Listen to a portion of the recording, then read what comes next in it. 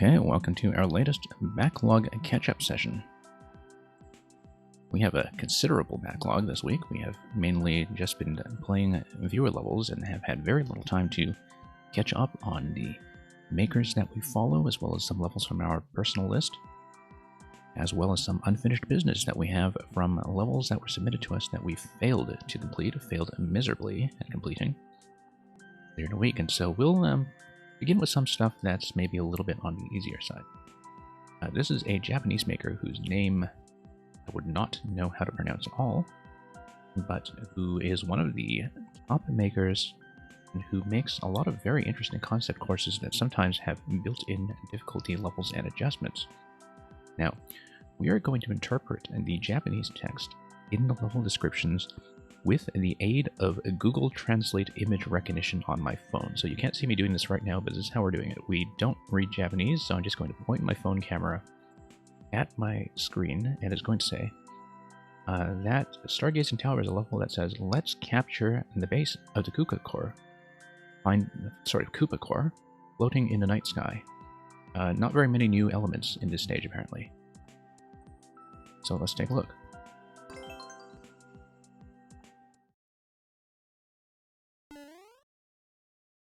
Hey, got that money. Welcome to the stream. We've got lots to get through tonight. We might be able to get through your Worlds 2 through 4 later, although I don't know if you have been revising that since you have, I understand, added a whole bunch of new levels. So we are going to make it into the tower. Going to be a lot of Cheep Cheeps just swimming around in here at night. And that seems to be fine by us. We'll just have to deal with this night sky.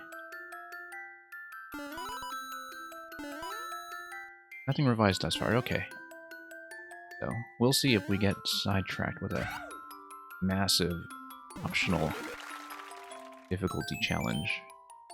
Again, although I think you indicated that that was pretty much as intense as it got. You know, in good old 1-2, which after all does tend to be the warp zone.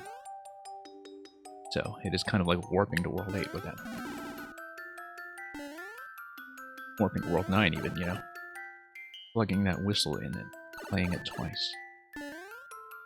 So I hope you've been doing well with the update this week. It's been really interesting, I think. Just a very exciting time to see all these makers reactivated again. And turning out levels like crazy.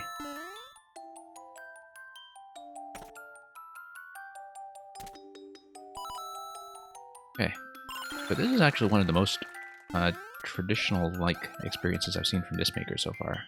Some of them are, they really vary in difficulty, but this is a maker that, as I said before, often builds hard modes directly into the endings of the levels. I don't know if it'll be the case for this one, because it looks like it's much more of a standard exploration of what you can do with platforming in this case, the night sky theme.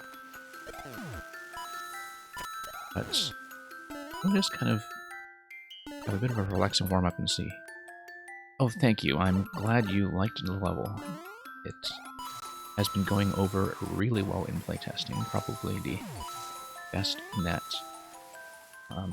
any of mine have done in terms of being okay with the audience and not having anybody really hate it, I guess? Well, no, they generally like it. It was one person I sent it to where it was maybe a bad idea because they were one of the really impatient players who just doesn't like puzzles because they feel slow, but, you know, I think we both kind of understood that was just kind of a mismatch of tastes and not really the fault of either of us. And that happens, you know. You really do find that certain streamers have their biases and their preferences, and not a big deal when you just turn out to be a bad cultural fit, right? Like, if you're putting on a, I don't know, like a swing dance show for somebody who likes death metal, like, you're just not going to get around the fact that they prefer death metal. That's all there is to it. This is a large and diverse game. So yeah, I'm glad you enjoyed it. I was mostly pleased in how quickly I could put it together. Because as you know, I don't tend to publish very much, simply because I have way too many concepts that are stuck at like the 80% mark because of debugging issues or things that don't quite work or whatever. And so that one I was just really pleased with how cleanly it came together. Oh, check out this Mecha Koopa and Roy concept. Mecha Koopa kind of enforcing the ceiling a bit while I get around Roy. I'll really have to make use of the high jump with the gravity, I think. Cool, boss. Roy in general, look at this guy. And the thing is, you don't even need that many elements to make this work, right? You've got the two Mecha Koopas here. You've got, I think the Munchers on the side just prevent Roy from spawning under the Mecha Koopas. I'm pretty sure that's what they're for.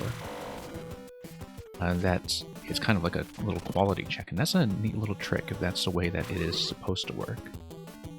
Because I'm pretty sure, like I can't imagine what else the Munchers on the side would be for, except for controlling Roy's movement. I haven't really played around the Koopalings enough to understand Roy's spawning pattern, but yeah. We're going to release the boot. It looks like we got a B grade. So, I think there were multiple...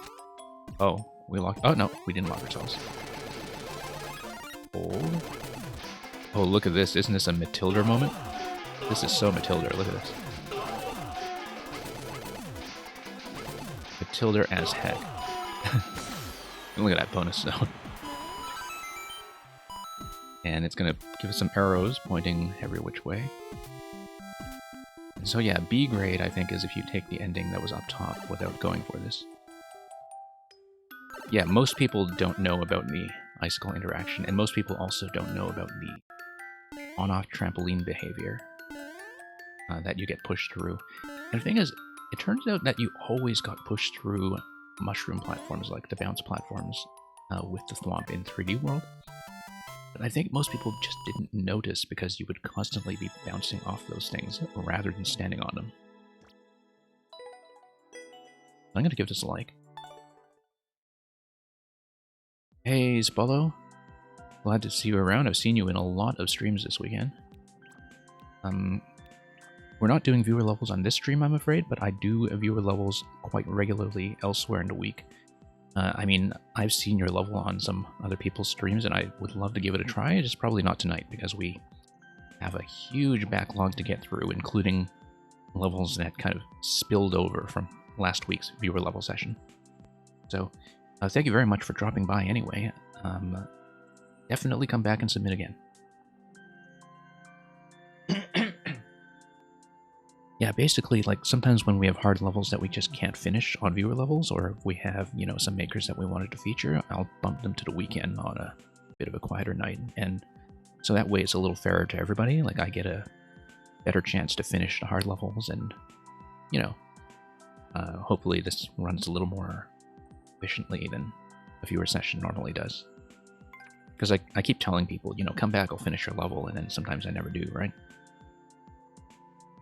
So let's look at Goomba Dash. Once again, I'm going to try to use the Google Translate image recognition to parse the Japanese. It says, watch the timing carefully and dash. 1-up bonus if you keep the Kuribo state. So it seems like this will be a Goomba suit level, Kuribo being the Goomba, of course, hence Kuribo's shoe.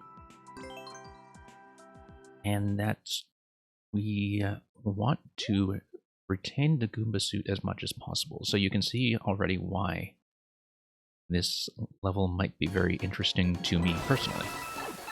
Somebody who did just make a Goomba level and wants to see what other people are doing. Okay, so it's pretty much a straight up dash level so far. And here's the Goomba suit. Oh, we lost it already. Look at that. Okay, let's try to read what's going on here properly. So I didn't actually get a good look at that since we were just Dashing forward. Push B. Push B. Interesting. I think that's just a tutorial for hitting the switch. Oh, okay, I see. It's timing based. And that's damage boost based. Okay. So, yeah, we do need to time the pressing of the on-off switch, and then that's what will get us through.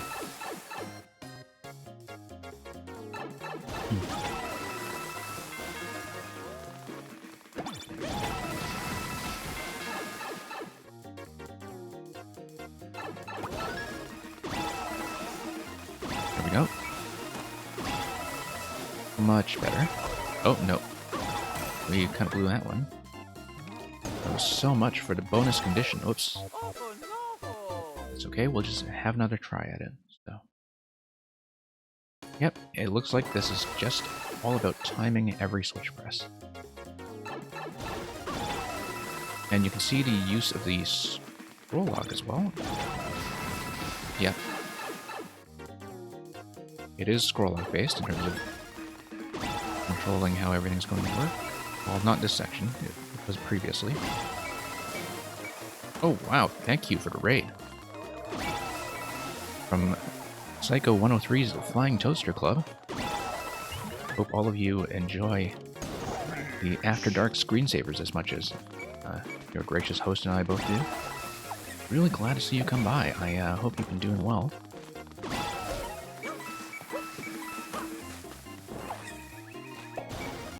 Yeah, how's your Mario Maker stream going? Let's, yeah, I don't have a shout-out macro set up yet, unfortunately, but people do click through and give Zyko or Zyko 103 a bit of a look there.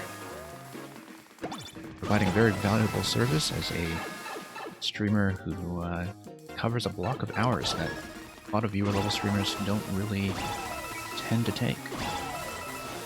And so, very glad to see you here. We are not running a viewer level night, unfortunately, but we're just going to go through a lot of levels that I missed because all I've been playing this week is viewer levels. Okay.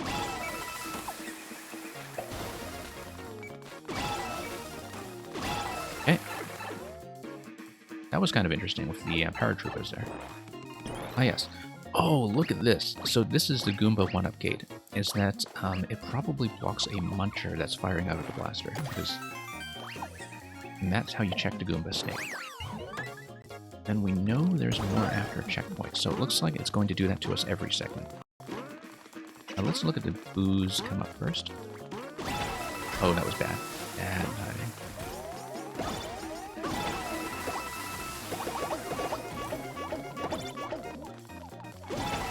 Okay, that was much better.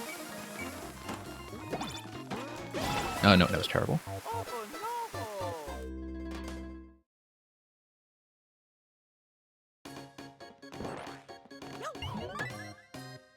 Yeah, troll levels, like, it's funny because, you know, a lot of people who have been coming by, they see that I can kind of talk my way out of puzzles, and I say that I do playtesting for people in terms of, you know, early versions and beta versions, and they have sent me a lot of troll levels, and I think one of the first times I ran one of these backlog nights, I did have somebody return with a troll level I hadn't finished, and it took me, I think, an additional hour and a half. But it was actually very satisfying to do. I'm glad I took that time, because, like, nobody was watching that late anyways, so it didn't feel like I was blowing anybody off by being stuck there. And it was honestly not a bad level. It's funny because when I started streaming, I thought I would be one of those people who would say, okay, never send me troll levels, I hate troll levels. But then after seeing some decent ones that actually have some good puzzle design that, you know, rewards the player fairly for thinking their way around the layout, I kind of discovered that I shouldn't just exclude them, because some of them are surprisingly playable for me. And probably more playable for me than, you know, some of the expert precision levels. But yeah, they are very much an acquired taste, not recommended for everybody.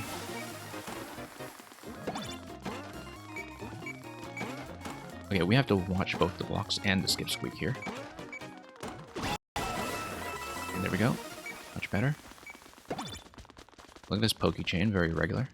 Gonna give us a little heartbeat. Oh, and it's disaster. But I think that's the end of that segment, so... Yeah, you can see that the thwomp would be what is defended against if you retained a Goomba hat here, and so you would get 1-up number 2 if you had a Goomba hat up to this point. Interesting little stopping point here. Wonder what that's about. Probably vertical full stop of some sort. We totally blew this. Yeah, and you have some invisible blocks to force you to move fast.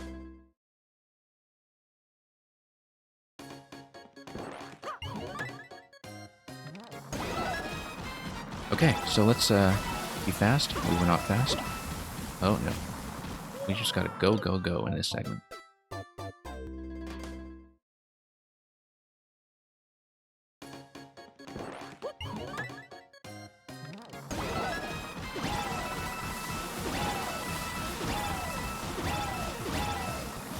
Oh yeah, that's just speed. And that's just, you know, sideways refreshing, I think, for the finish. Except actually refreshing. So we'll do one more, the most recent one from this maker, which actually just went up tonight, I'm pretty sure. Because there were very few plays on it. Yeah, this went up less than 2 hours ago, I think. Very high clear rate. It looks like some kind of skip squeak puzzle that will be very forgiving, but we'll check our translation engine to be clear. What does the translation engine say? It says remake of... Oh, remake of the previous course from the previous week. So there is something involving a pink coin. Be careful when jumping, and there's going to be an on-off switch that is activated by the skip squeak, as we can see from the preview image. So let's take a look. Like an elaboration of the same concept.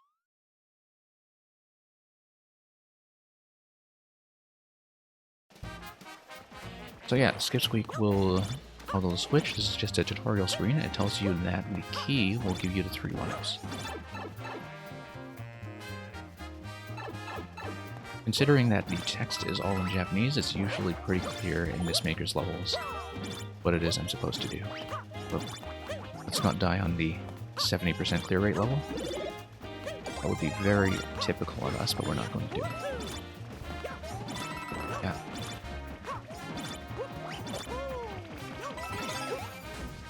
Okay. Yeah, pretty straightforward. Also, you can see how forgiving this is. Yeah, P switch. Let's jump over to B, and I don't think that will give us quite the arc that we want to get over to the next platform, so maybe we shouldn't. We should, in fact, jump and activate this block. Jump will stop it again. Jump will activate. I wonder what the P trigger is. We haven't seen that yet. Interesting. Oh, okay. Let's just pop this guy and see what happens. Probably should have tried to take the shell. Oh, okay. On a platform here. Activates that. And then we have a cat.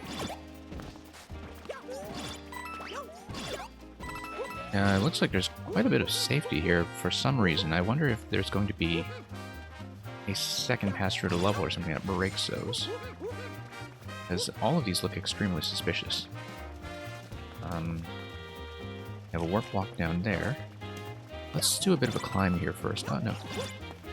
Well, let's take a look regardless.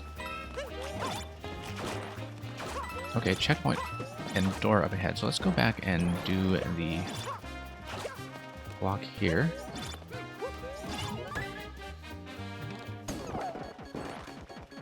And okay, pink coin puzzle. Looks like we will need to... Oh, I see. We need to grab things with a boomerang. Yeah. So it's going to jump, fire, jump, jump. There we go. That worked out. I feel like we missed something with the catsuit. We probably had a coin that we needed catsuit to gain access to out of the 5 possible coins in this level. Okay, now this is going to be a bit of an issue in terms of the activation. Oh, okay.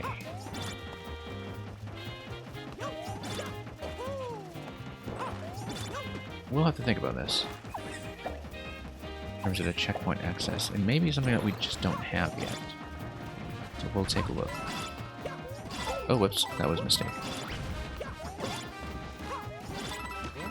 Ah, Goomba Hat, there we go. Because the Goomba Hat does not trigger the skip squeaks. So that maintains its state. That's right, that's a very interesting use of that. And we have seen our share of interesting uses. Goomba Hat. This will just take us through. Hey, Zed Saber, you will be right after this level. We're just catching up on a Japanese maker who is one of the more highly rated makers, and who always has these very interesting concept levels that have a very good sense of bonus design in terms of harder content and built into the fabric of an easy level. So you have these very high clear rates on these levels that they feel very engaging regardless. And I always learn something from them. I haven't played this guy in a long time now, which is why I do this stream. Okay. There we go, solve that. But yeah, you can see like a little optional challenge right there.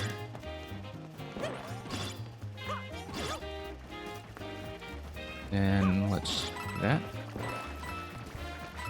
Let's not jump. That would be a bad idea here.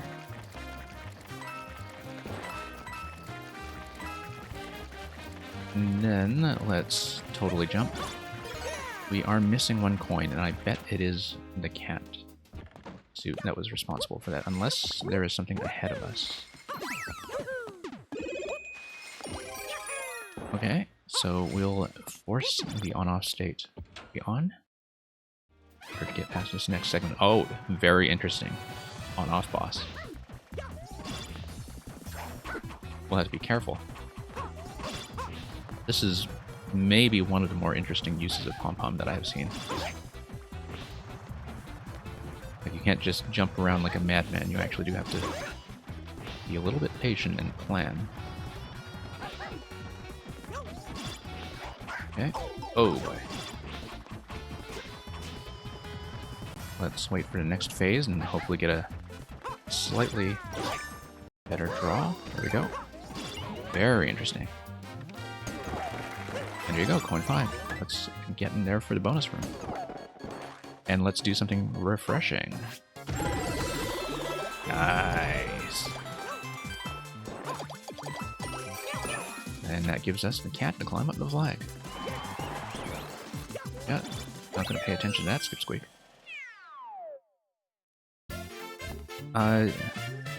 No, Zed Saber, I actually just keep extremely odd hours. And ridiculous hours sometimes. I've always kind of worked nights and been a night person. Although I've been doing some daytime streams for viewer levels during the week. Just because, you know, my schedule manages to wrap around that. It's more that, you know, during normal person hours in my time zone, like those are the hours when I can't stream, when I have my hands full with other things. And so, like, the hours that are reasonable are the ones where I'm unavailable. So, games, they get bumped overnight. Hey, so thank you for watching that. And as you've noticed, I am from a Z country, not a Z country, as I think I explained last night. So Zed Saber Link.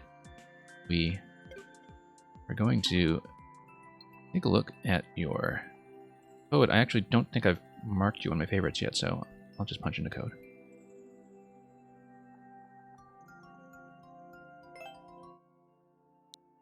And believe I have your world code, but if this is your level code, we'll just swap that.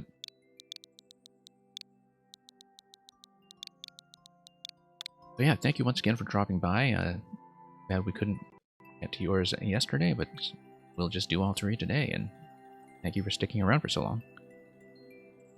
Okay, so I don't know if you were just fairly new to the game overall, or fairly new to uploading, or... Oh, no, this is back from July, so you've just not been around for a while, and that's probably why I missed the original course, because, like, back in July, everybody was just buried in levels.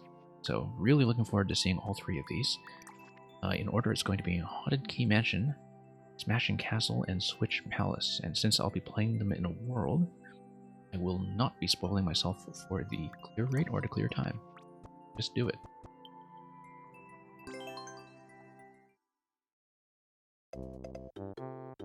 Okay, Super Zed Saber Link World. Okay, 30 life bank. I hope that's going to be feeling fairly generous.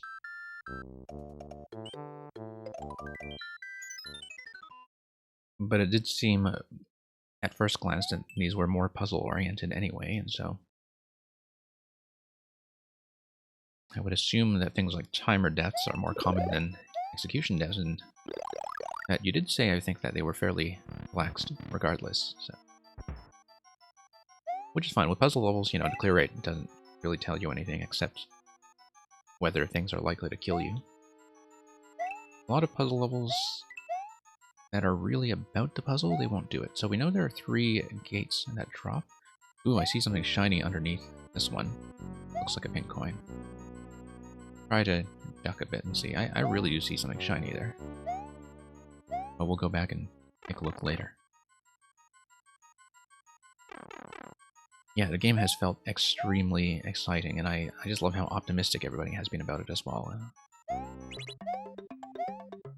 Because I think a lot of people with Mario Maker, like, when they got a sense of burnout after launch, they just sort of assumed that everybody else was feeling that burnout as well, and that, you know, this community was dying or something, but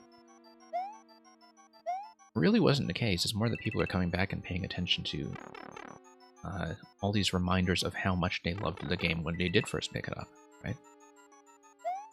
Okay, so that thing up top, that pink coin up top, might be the one that we missed at the start.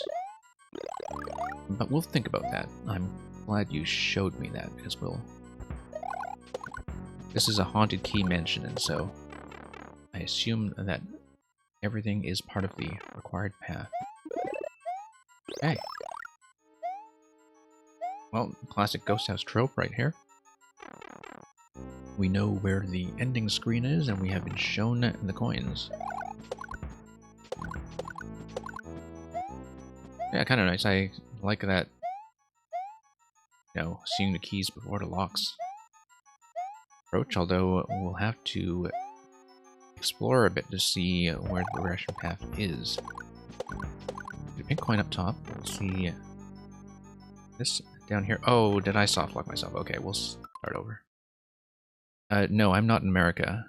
It's 75214. Which is why I said I'm in from a Z country, not a Z. Okay, let's start over, because I don't actually know how I did that. But we'll try the falling platforms this time.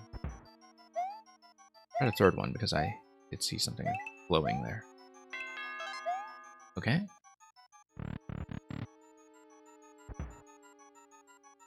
I see, so you were required to get that one first, and there's a second one that we were required to get that we didn't.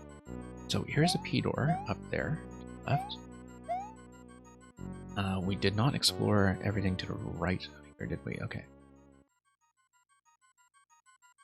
So yeah, it certainly does look possible to lock yourself if, for example, you collect all the coins or something, right? Like, that's not something that's going to respawn necessarily. I mean, I know this was an early level of yours, and so everybody's just kind of learning these things as they go. Okay, so did we Let me just check these paths again, because I'm pretty sure I did the top path last time, because I recognized the boomerangs. So we should double back and check the bottom path, probably. Okay, let's double back. Unless my geographical memory is just total disaster.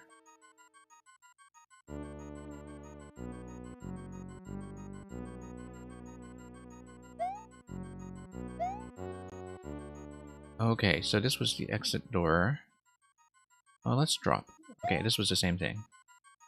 Did the P block spawn from the pipe? Yes, it did. Okay. Let's wait for another P, and let's actually grab this time. Just in case, just in case. Never really know. Well, we know how the P doors are paired now. And how they link to the world in general.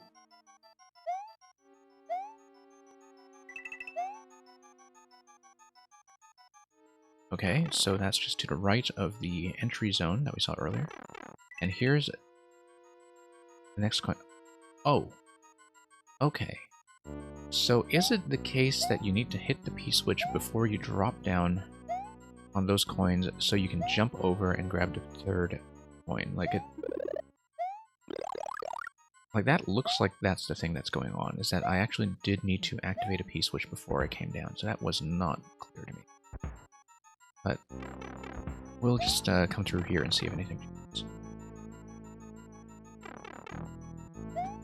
Yeah, that's alright. I mean, you know, we playtest old levels for a reason.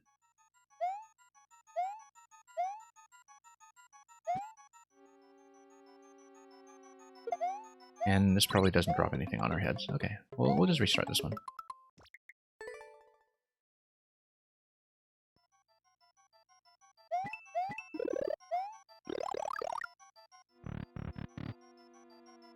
Yeah, I mean, you know, you're aware of this stuff. I'm absolutely sure that in your levels number 2 and 3 that you don't encounter the same things.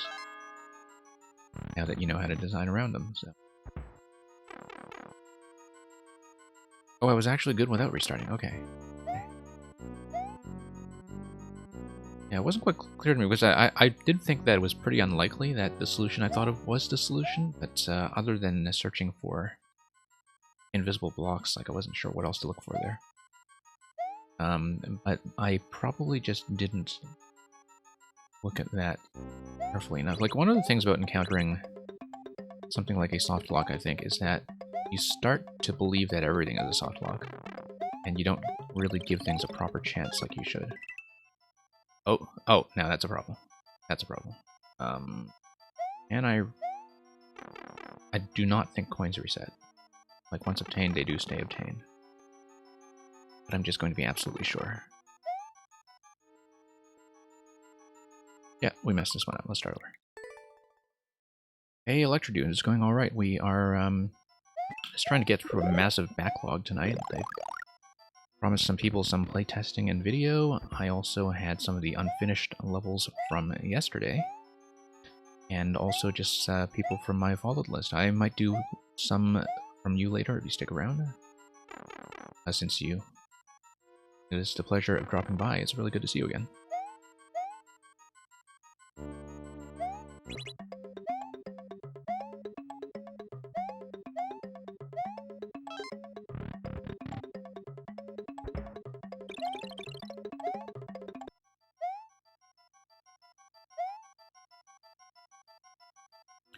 Yeah, I mean, you know, back then we didn't have the new P-blocks, and so... And I know that this is probably trying to capture a lot of that authentic Super Mario World Ghost House look as well, despite the dotted lines all over the P-doors. Okay, let's... Oh, I missed the second coin entirely. I just forgot about it, didn't I? I think I just forgot about it. Okay, so no, I actually missed a coin. Let's, we have to go back. We have to go back. Alright.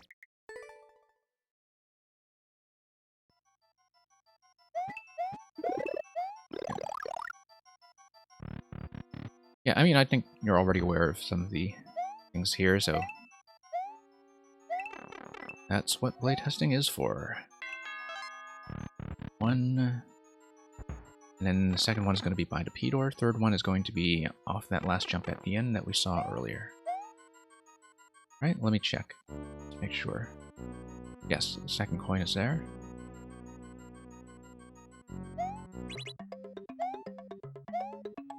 Oops.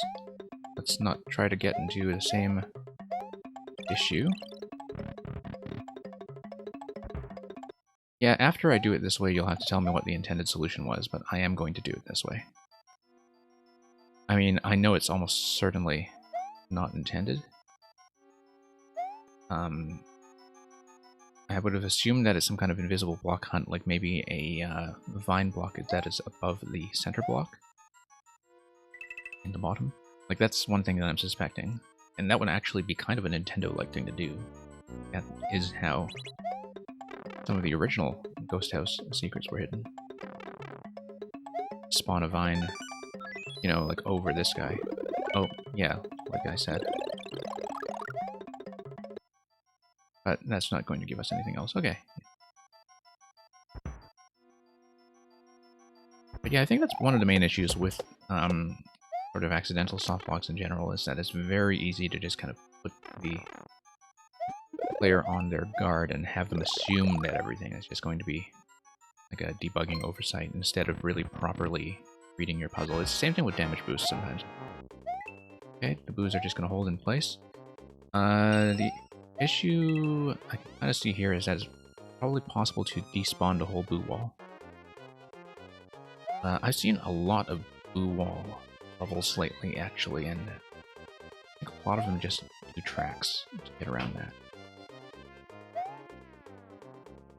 But yeah, not very scary if you know that you can just despawn them at range.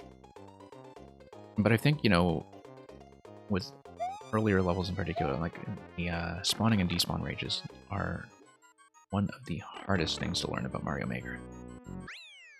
Because they're responsible for like, most of the bugs, I would say. Like, whenever I try to build any kind of complex contraption, I think like literally half the time I spend building level is spent debugging the despawns. So yeah, you'll forgive me if I don't put a like on that one, simply because A, it's kind of old anyway, and B, I think you're aware of the reasons why we might not want to feed that to people in Endless. But thank you, I do enjoy playtesting things like that anyway. I don't feel offended by running into old design issues from the first level you uploaded. Like, I think we can be very understanding about that stuff. Yeah, the conveyor stack, Electrodude, that's actually what I was thinking of, that I had seen a lot of the back and forth boo stack conveyors lately. You know, where you kind of run around and hit the on-off switches and dodge the boos. I'm seeing a lot of those, actually. Okay, so we're going to do the Switch Palace. We have a signal right away that we will be looking for a key. And I know I can just pound these as Link, but I'm not going to do it. And yeah, I did see that the upload date for this one was December, right? So right after the Link patch, as a way to try out a tool set. Let's slash these guys and not deal with them. And I see that there was a Master Sword refresh pretty much on every pipe, so not much to worry about. Whoops. Except blowing yourself up. Oh, Mega Koopa. Okay, so this is something newer. Okay, so this was the one you were sending me yesterday, right?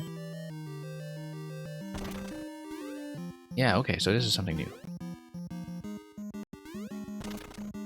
I think this was the one that you meant to send me yesterday, then.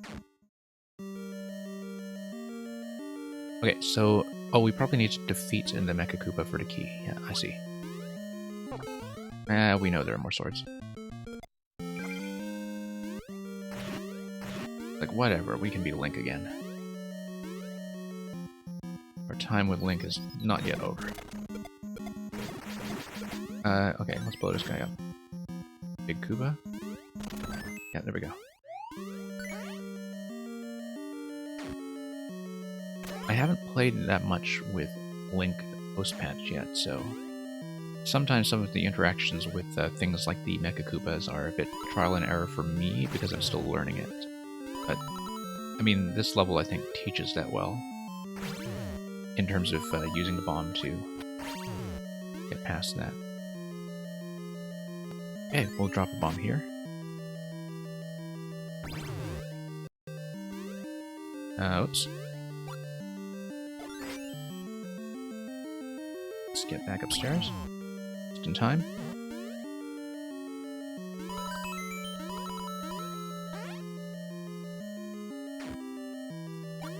Oh, okay. We can use the shield, actually. Unless we want to carry this guy. We don't want to carry this guy. Because it is SMB1. That probably could have been a Pegasus dash spot if we were going for some kind of speed record. I do want to bomb this location to head down, just to see what happens. Whoa, okay, that's gonna be a problem. Let's boost through. Oh, here's the Triforce. The Triforce doesn't seem to mind that we no longer have the current Triforce of Courage. Oh, look at that, there is a maximum range on that thing. The Triforce looks optional, in fact. We need to get back to the pike. Which may be now easier said than done, since we don't have the sword. Okay, no, we got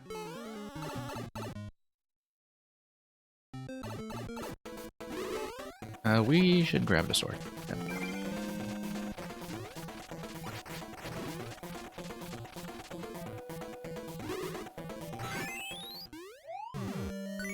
You know, classic Zelda boss right there, right? You get like Aquamentus, and you have Goma, and you have like Phantom Ganon, and then you have Larry.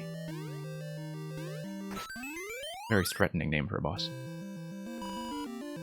Larry in his leisure suit.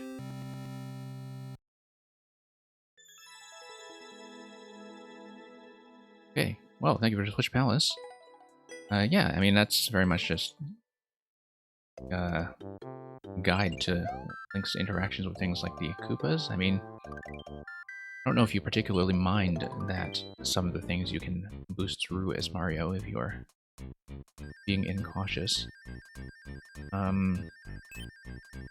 The one thing is that I do think that for the amount of stuff going on, the rooms do tend to be built rather wide. I do know that part of that is just to accommodate the Mecha Koopa beams having a gigantic range. But the sense of spacing in a room is something that, you know, if you were eventually building a more elaborate dungeon, you would find that very quickly you would just run out of space in the subworld to work with if you're going that wide, and that's the only thing. And also because, you know, it would affect things like spawning and despawning. So let's take a look at your middle level from back in December, Smashing Castle. The middle child, which is the castle, so of course it goes at the end. Okay, SMB3.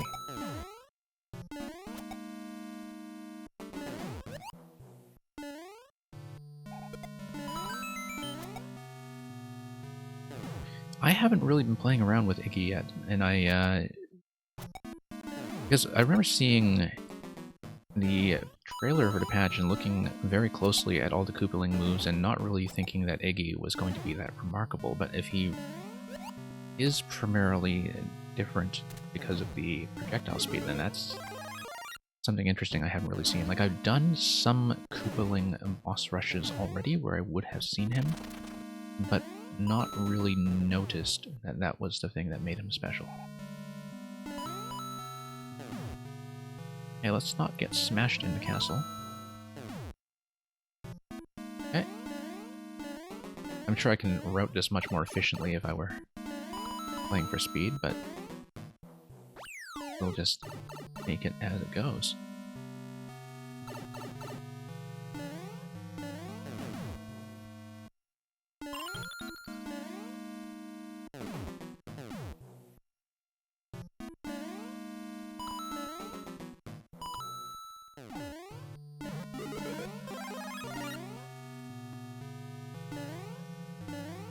Okay, let's... Whoop, that was a little over-ambitious. Yeah, and here in this level I don't mind the sort of width and spaciousness at all. I think it actually works quite well in terms of the SMB3 feel, and also having a decent amount of running distance for some of these skewers, and also having some decent visibility, so the spacing actually does feel pretty good in this one. You know that we are totally going for that 50 coin. It's going to be hazardous, but we'll do it. We do stuff like that. Retraction. Retraction accepted. And it doesn't look like anything special on the right side, so come through here, and that's going to be the castle. Yeah, the final screen... I guess a lot of people designing for endless mode would, you know, put a 1-up there, or sometimes 3 1-ups there, which is a bit of an endless cliche. The ending gate is just kind of a gate, but the concept, I think, of being smashed by pumps and skewers all over the castle is fundamentally pretty sound, and I do like the little 50 coin challenge at the end. Bum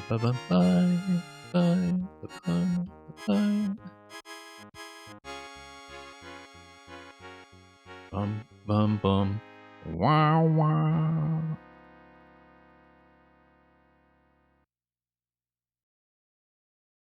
So yeah, Zed Saber Link, thank you again for coming by. Electro Dude, do you have anything you want to show me tonight? You can just go through your list. Because I do have you followed, but like I still have to play through a lot of your older stuff, so. We are surprisingly not in Russia, despite the joke about Russian literature that like maybe one person has gotten about our latest upload.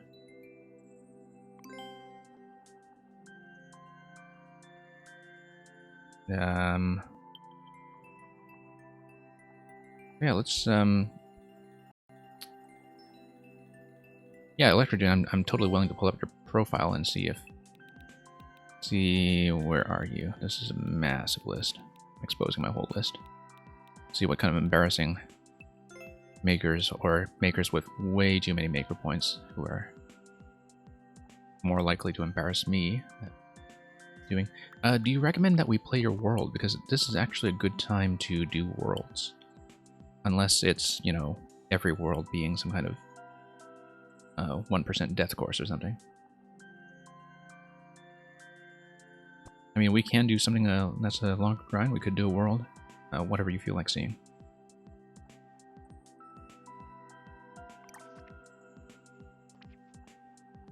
Yeah. Oh, it's a speedrun world. You know what? Let's take a look. We'll see how we do. I mean, with the worlds, I do like to serve game overs. Miss75214, we are definitely on Switch, because that's how you play Mario Maker 2. But yeah, let's take a look at Super Mr. Sparky World. Let's hope that you have a balanced bank of lives. 90 lives, okay, okay. Well, speedrun, right? Like, you're going to encounter quite a few deaths frequently. Oh, starting with one I played yesterday, okay. We'll see if I can beat it twice. If I can't, then maybe I won't do the world after all.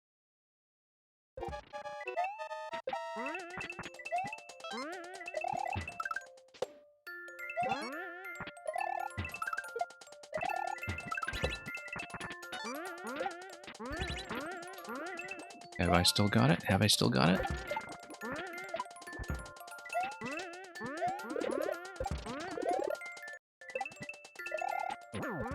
Maybe so.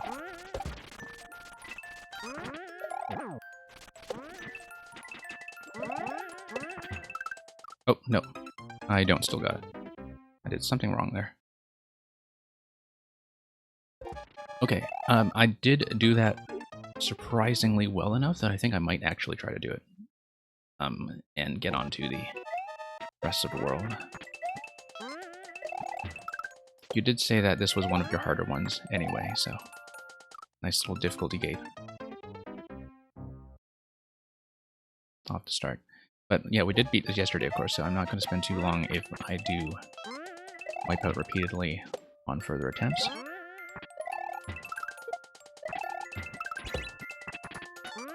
See, I'm not one of those people who hates repeating content. Like, I have a very different opinion about checkpoints, for instance, than a lot of Maker players do, I think.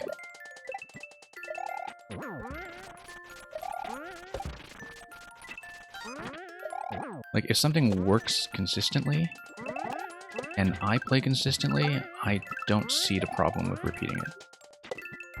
So I love stuff like marathon levels. Oh, I was a bit late on grabbing the door. I think I'll run out of time. Yeah. I flubbed the last turnaround down to the PAL block a bit, and I just delayed a bit too much at the door. So yeah, still got it, still got it. Which I think just speaks to the fact that the level works. Yeah, thanks again, Zed Saber Link, for dropping by. Let me know when you have more stuff for me to see. I'll gladly film it.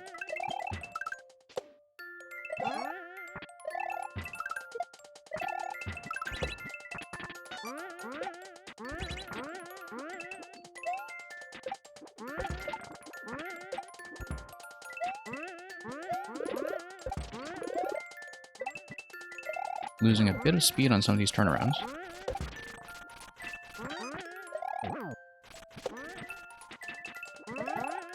Bounce, bounce, bounce.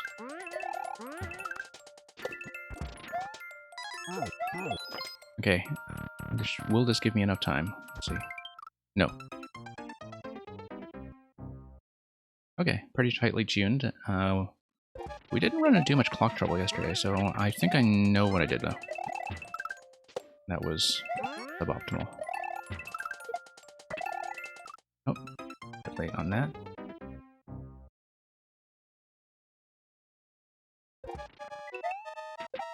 Yeah, I definitely wanted to get back to some of the levels I didn't beat from yesterday as well, and so... whoops, what happened to that setup? Oh, it didn't hit the block.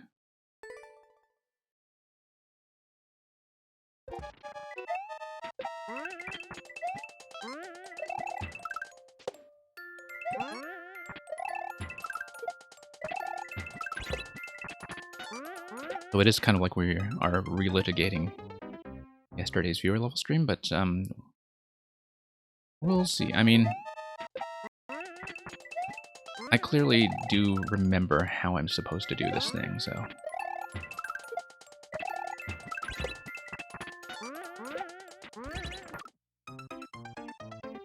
Yes.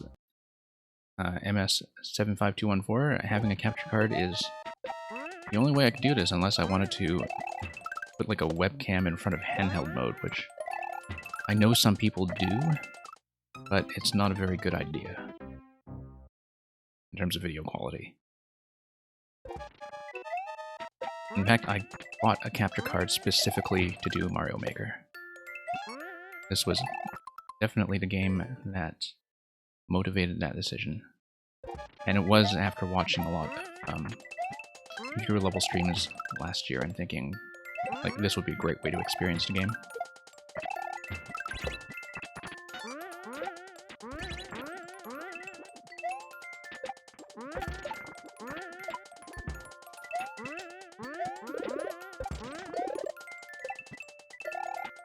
Okay, so hopefully we've tightened up the time a little bit this time.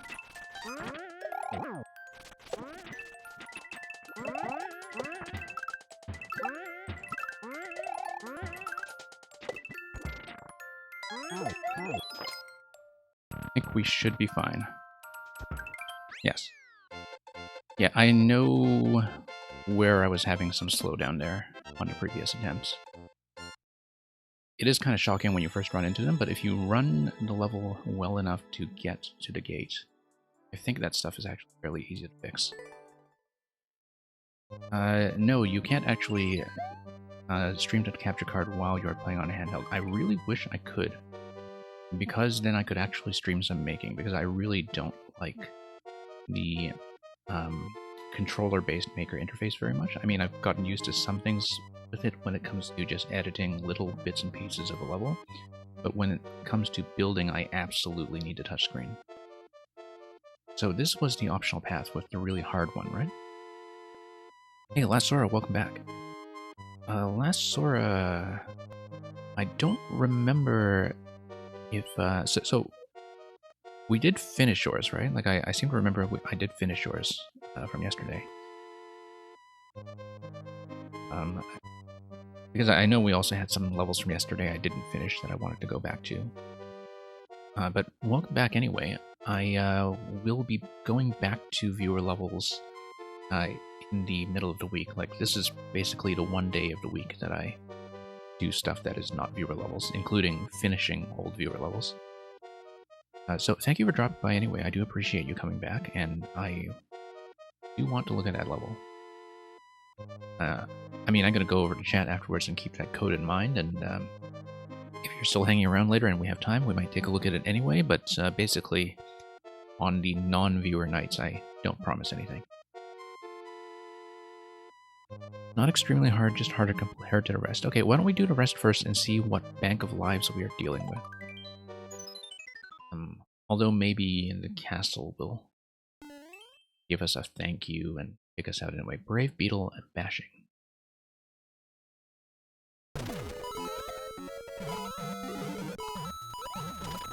Oh, no, that's a high bounce. Just gotta read your coin trails when it comes to the jump inputs. I'm beginning to see how your notation works. No, that was bad.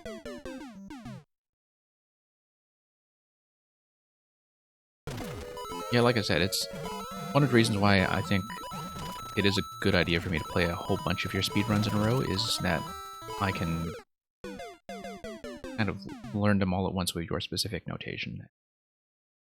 I don't need to sort of readjust too much between levels. That was a mistake. This is only 50 seconds. Oh.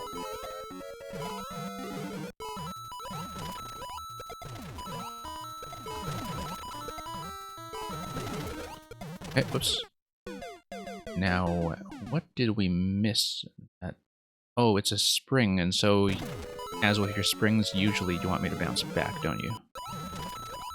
Until that on-off is activated, and then we just kind of double back. So spring left, spring right, get past the on-off gate. Because you did tell me that your rule with bouncing into springs is pretty consistent.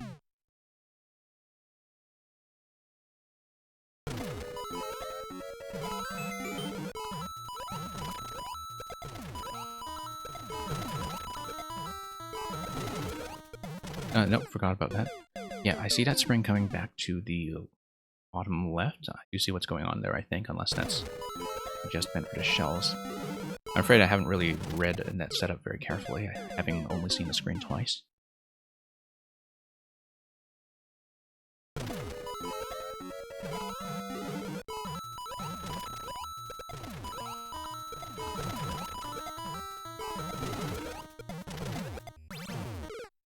Yeah, same idea as before with the Goomrat swing setup that was in the previous level. It's bounce back and forth. I'm sure it'll be very cool when I actually do it.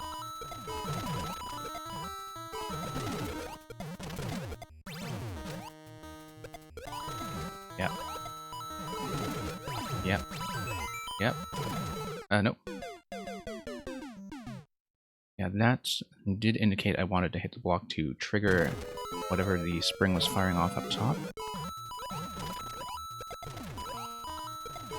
I feel like I can actually do this in a reasonable amount of lives. Assuming I don't make mistakes like that. Not too many of them, anyway.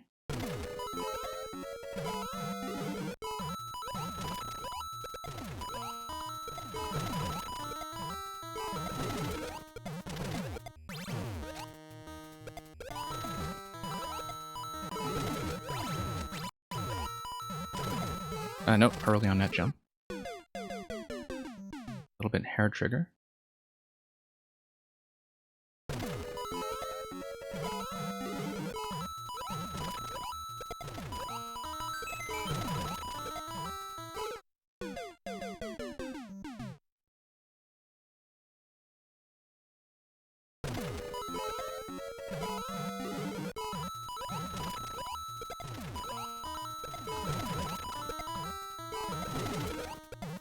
Okay.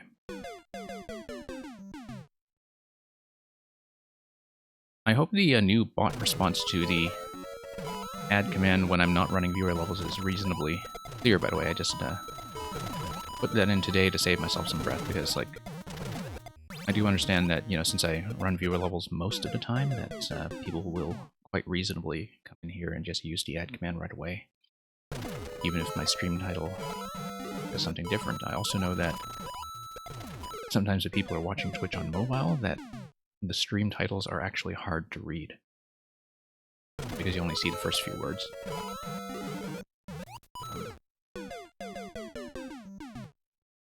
But I do enjoy kind of taking some nights to, you know, run levels at my own pace without much in the way of time pressure, and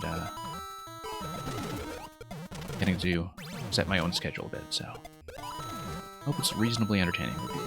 I know it's not as interesting as when everything is being playtested live, but we try to make it work. Okay, 25 seconds. No, bad bounce. I do like those shell kicks where you go on the up diagonal. I know I saw that on one of your previous levels, probably the boomerang one, in fact. But those are actually kind of satisfying.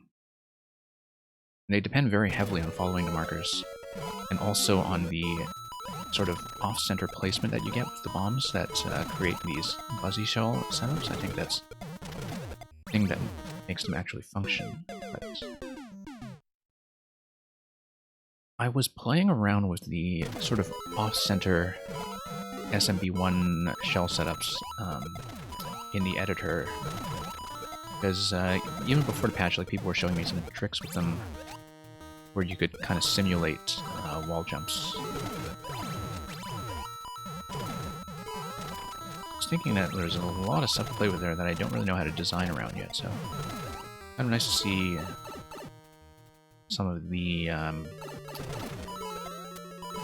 shell setups already kind of getting a lot of use in this level.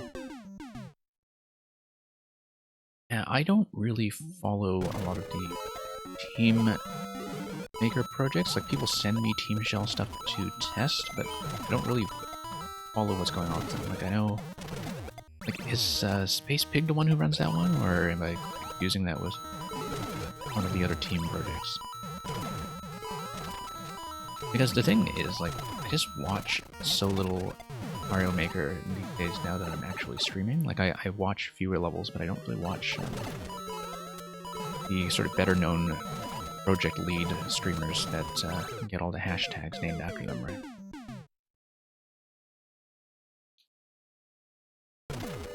Yeah, I remember seeing, like, Space Pig's levels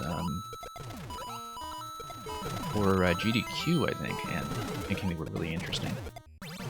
And of course, people send me pretty neat team shell concepts all the time, but don't really follow them closely, that's all. It's one of those things where, you know, like, the Mario Maker community seems to have so many tight-knit circles where, you know, you have all these clusters of people that hang out together and make stuff for each other. And some of those clusters have, like, a very clear, you know, high-traffic figurehead or streamer, and some of them don't. And we just kind of organize into these little groups that, I don't want to call them cliques, although they kind of work like that in some ways. Like, I mean, I don't want to say they're cliques because they're not really that, like, exclusionary or anything, but we definitely form into these little tribes with our own tastes, you know, where you have the... it almost makes you want to create, like, a diagram or a map of the Mario Makerverse. Like, here are the Team Shell people, and here are the Chop Challenge people, and here are the Troll people, and here are the, you know, people who watch Steve Gaming and do all the don't look left stuff, and... Although, I mean, Steve's pretty big, that's not really a tribe.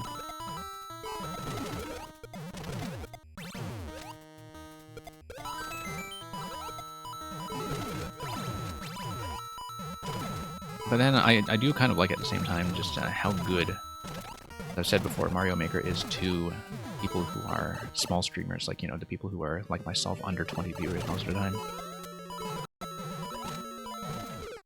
This is a fantastic game for those kind of small clustered communities that get to know each other.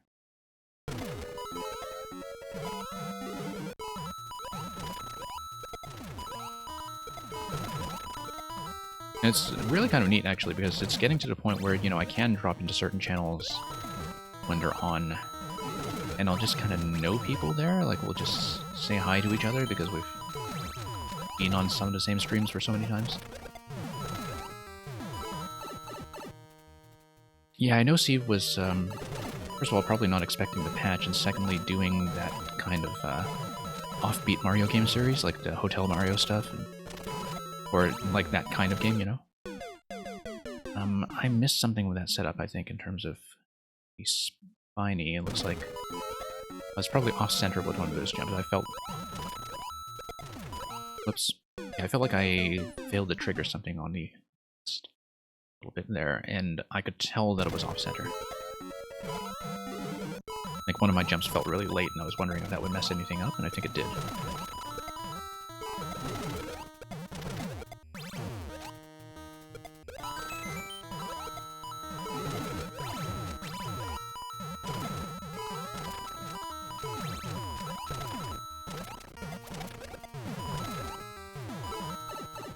Yeah, getting the timing down on the spring adjustment is really nice. I liked it a lot on the Seesaw.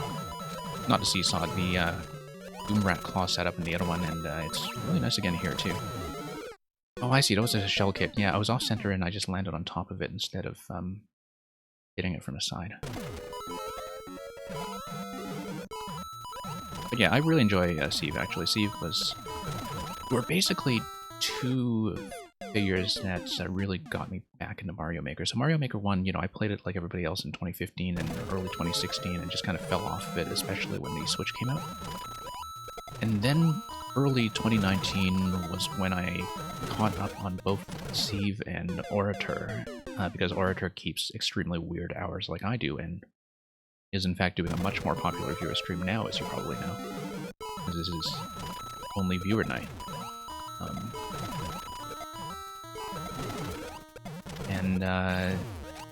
Yeah, that was pretty much how I kind of caught up on all the community stuff that was going on with Mario Maker 1 and, you know, catching up on all 3 years of YMM and stuff like that.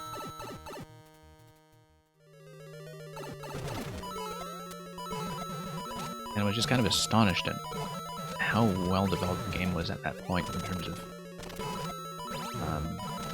people really creating the infrastructure for creating and sharing levels going into Mario Maker 2, and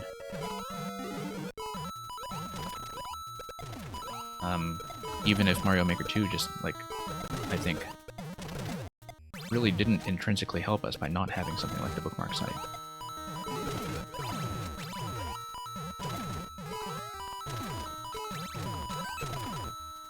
Oh, I missed something there. Yeah, I have a Wii, and I do code. To answer your question, MS or MS, 5 numbers.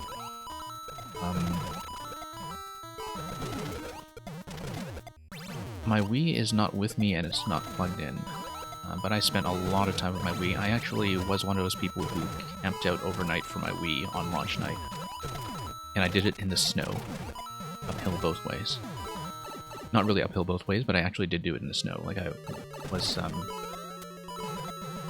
it was like winter camping, like you're climbing Mount Everest or something. I mean, I swear that was actually a case where, you know, you bundled up into coats and everything that you would basically take if you were, like, camped high up on a mountain or something, and in the middle of winter that November in 2006, and I was 5th in the queue at that particular shop for the Wii. Kind of try to keep warm and awake all night, and yeah, and of course in the morning you would have all the people who were thinking that they were being very clever on launch day by arriving at the shop 3 hours early, and then they would find that like arriving 3 hours early for the Wii was not good enough because a whole bunch of us were crazy enough to camp out overnight. I think I had about 200 units. And the shop where I got it at is, it no longer exists actually because that chain, that electronics chain closed down.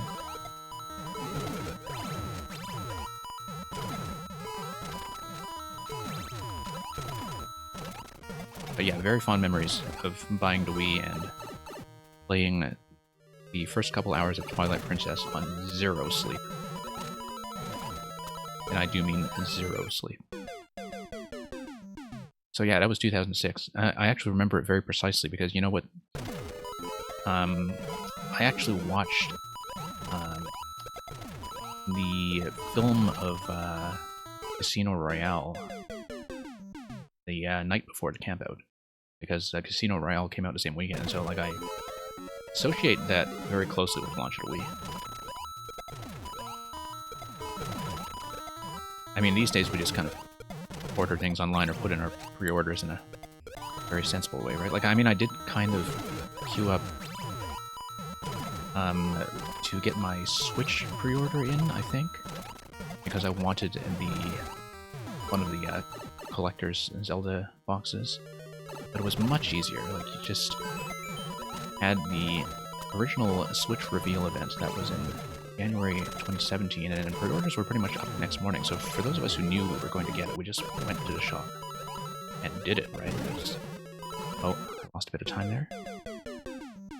And it was just a very smooth experience, and moreover, it was an indoor experience, and it was kind of warm in the city I was living in anyway. So, like, I think the Wii is probably the last experience I'll ever have of having a big campout like that. I don't imagine I will ever do that for anything again. I just don't think it'll happen.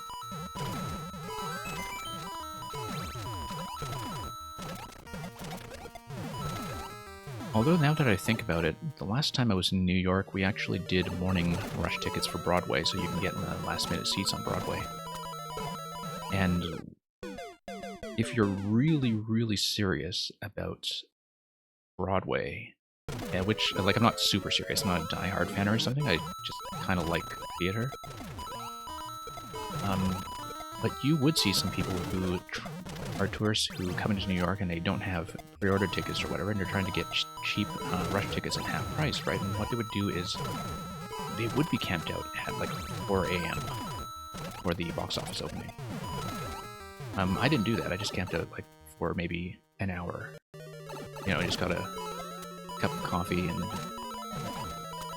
stood outside the theater for an hour and got my half-price tickets for the performance that same evening. But then I was seeing one of the shows that had been around for a while, and if you were seeing one of the really hot new shows that people were kind of going crazy about, you would have to line up for a whole morning. And the Broadway diehard fans, they absolutely do that, and they do that regularly. Like, they do that for, you know, like, you're only going to make so many trips to New York, right? So if they travel to New York and they don't have their tickets mapped out already, that's how to do it every time. But yeah, for my part, like, no, I don't think I'll ever do anything kind of crazy like I did for Wii again. I just don't know what I would do it for. Hey, Reebox, welcome. Glad to see you here. Really enjoyed what I could see of your stream yesterday, although I couldn't stay for very long for time zone reasons. Really enjoyed it, though.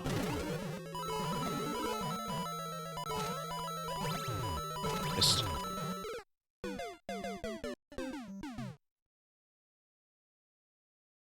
yeah, Miss 5 numbers, there was the Wii U, and I actually, well, I mean, Wii U is where Super Mario Maker originated. And yeah, a lot of people who were not paying attention missed it. A lot of people who were paying attention just weren't interested. I loved the Wii U.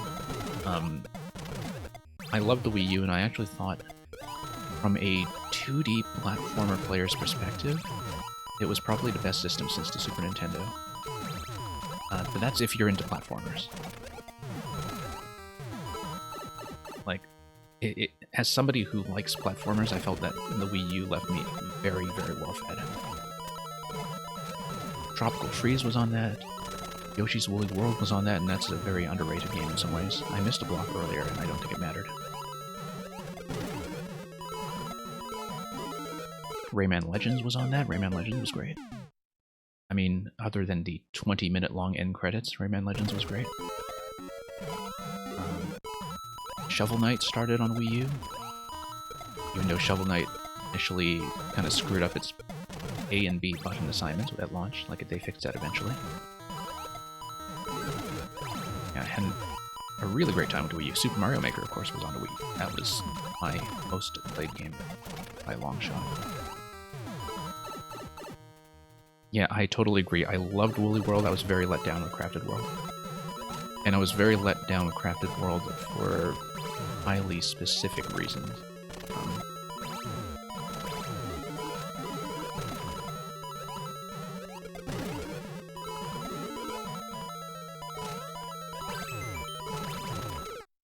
Like, I heard a lot of people kind of making the argument that, okay, you know, Woolly World is kind of the Yoshi's Island game, and Crafted World is more of the Yoshi's Story game that's kind of more about the exploration and the collection and so on, but the thing is, like, Woolly World is better even as a collection game, right? Like, the way that you picked up the colored yarn and everything, and the way that you could apply the different skins to Yoshi, and like, most of those things were just around better, and I was just so surprised at how good Woolly World was. The final level was fantastic, the bonus world was fantastic, whereas, like, Crafted World, you just get, like, basically 2.5 levels at the end. And a really good boss, it must be said. Like, I do like the Crafted World secret boss. I thought it was very good. But, you know, there's hardly bonus content there, and the difficulty tuning kind of felt off in terms of how they, you know, just kind of reset you after every time you fell into a pit. Except in the bonus levels, which was kind of inconsistent. Yeah, like, I basically, you know, Crafted World is an extremely charming game, but I do have strong opinions about it as somebody who loved.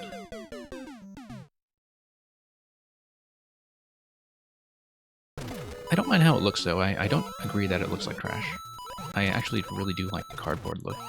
There's one thing I really do love about the aesthetics of Crafted World, which is that all of the semi-solid platforms, what we call semi-solid platforms in Mario Maker, actually make physical sense in Crafted World. Like, they're all things like cardboard panels that fall down or flip upwards. I actually love that because it's like one of the only times that you've seen a kind of physically realistic explanation of how platformer physics might work when you jump through platforms or drop through them. Like, Crafted World actually paid a lot of attention to that stuff when it came to the art style. And so, like, I do have a lot of nice things to say about that. I just think that the level design was, no, just really a big letdown after how good Woolly World was.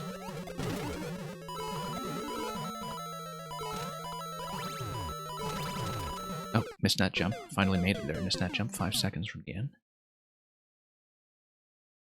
Yeah, Woolly World is a beautiful game, though.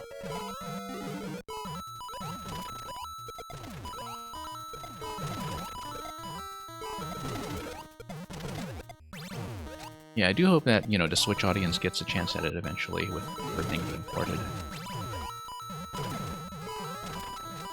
And the other game that I hope we kind of get an HD version of eventually is DKC Returns. Because DKC Returns is in this weird spot right now where there is no real definitive edition. Like, the, you know, original Wii version has the waggle controls that not a lot of people like, and indeed the, you know, Wii emulator people try to mod out. The 3DS port has like a very low frame rate, but it does have the bonus world, but it does have a very low resolution and low frame rate, right? So I feel like DKC Returns is a game that needs a proper definitive edition. And we know already that there are games that have been ported to the Switch as a third platform and appeared on Wii U and 3DS and Switch. Like, that's what is happening now with Xenoblade Chronicles. That is what already happened with Captain Toad. And so, like, I hope that happens with Woolly World and with DKC Returns, even though I have played those games in their original form.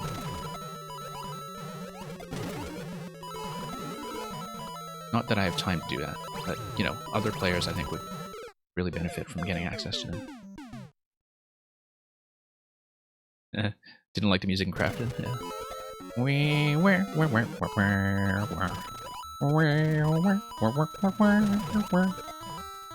Bring back memories?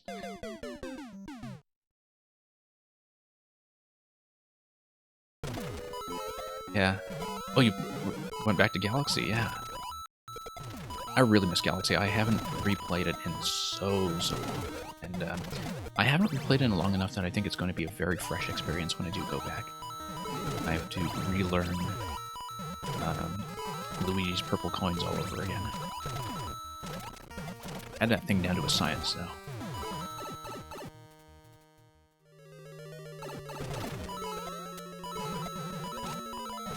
Yeah, Woolly World had a beautiful soundtrack, though. Like, one of my favorite Nintendo soundtracks in recent years, I think. Like, everything but Woolly World is gorgeous.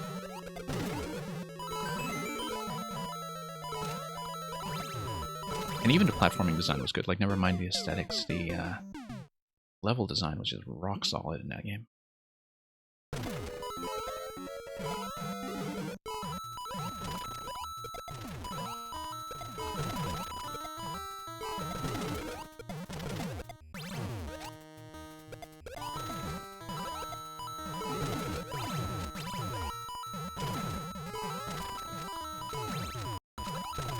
But yeah, definitely lots of fond memories of the Wii U.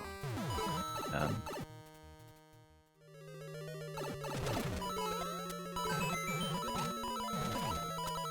mean, I've, at this point, spent a lot more time on the Switch, but that's because it's easier for me to pull out the Switch. Whereas I actually don't have my Wii U on me right now because I had a big move last year and couldn't pack everything with me, so the Wii U is kind of in storage elsewhere. Because the thing about a Wii U is that it's just much too difficult to transport around when you need to keep the gamepad protected, and it takes up a ton of space.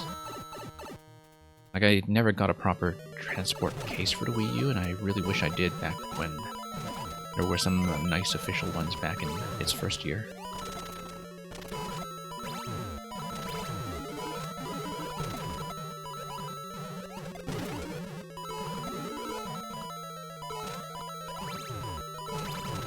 Oh, I keep missing that jump at the end there. At the 5-second mark. I am just stuck on 73 lives. That's, I guess, you know, you design these as coin trails, but that the lives are basically balanced. And actually, that's one of the things that I think makes the life system work very well on longer levels that sort of reward you as you progress, right? Is that, like, you wouldn't be stuck at 73 lives if you simply died early on this level, but I'm getting far enough that I'm getting that 1-up every time. I remember noticing that, in fact, back in Tropical Freeze with the really notorious level on that Apopolis, which was basically, you know, like a Mario Maker speedrun level where it's just constant forward motion, right? Constant forward motion over a pit. And with Bobopolis, like, you get so many consecutive jumps by the end of it that, like, just by kind of getting past the midway point, you're going to run yourself up to 99 lives. And it's quite nice because it means that that level is actually perfectly tuned to something that you do learn a little bit by grinding. And in the context of that game, it makes total sense. Because that's, like, probably the most... I mean, you know, all of Tropical Freeze is kind of speedrunning in a very hidden way, but, you know, Bobopolis was very much a Mario Maker-style speedrun in a very explicit way, right? where, you know, you do a normal run and you do a speed run, and it's not really that different. It's just really the same thing.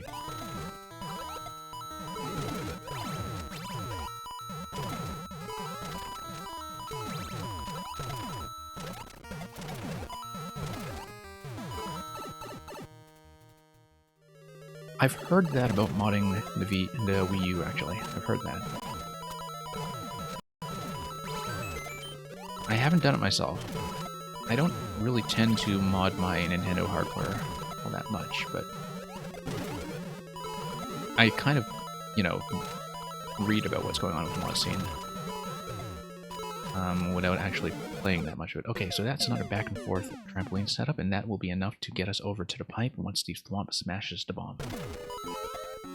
That's the last thing.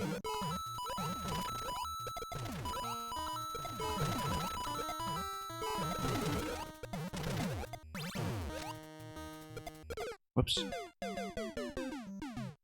I might want to stop talking when I get to the 5-second mark again. Yeah, probably.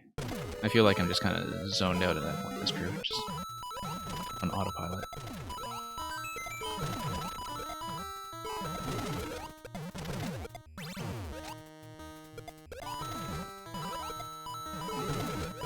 But we're farming lives. We're even starting on 74 this time. Look at that.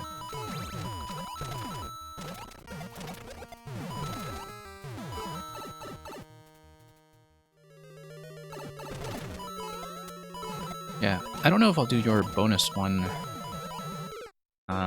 tonight. I'll definitely want to look at your third one after this. But we'll see how I feel, because, like, on one hand, I was saying earlier that it's really nice to do speedruns in a row so I can kind of get accustomed to your pace and your notation. On the other hand, I think occasionally I do need a break between so many attempts, just to play some easier stuff. We'll see, we'll see. I feel like I'm reasonably close on this.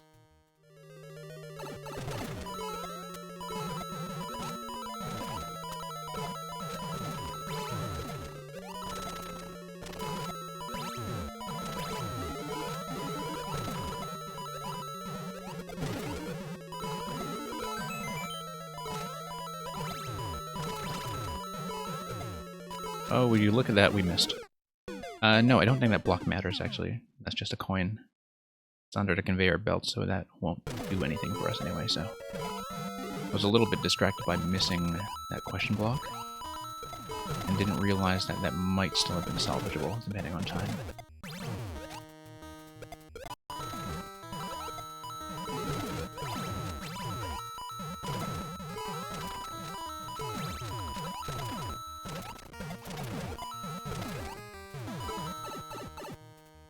Third one's probably easier? Okay. This one doesn't feel hard necessarily, it's just that I'm making some bad adjustments here and there, or, you know, occasionally zoning out on some of the attempts. Like, it doesn't feel hard from an input perspective. I'm not changing inputs all that often. It's very much a timing issue with a very small set of specific... Like, there are a very small number of specific failure points where the input timing matters quite a bit, but consecutive inputs, not really that many. Yeah, I mean, part of this level is just, you know, learning to read it the first time. Also just shells sometimes, maybe being finicky if you're just a little bit off-center. Like, the setups do require your timing to be totally on ball. Just because shells are fast. Shells do not wait.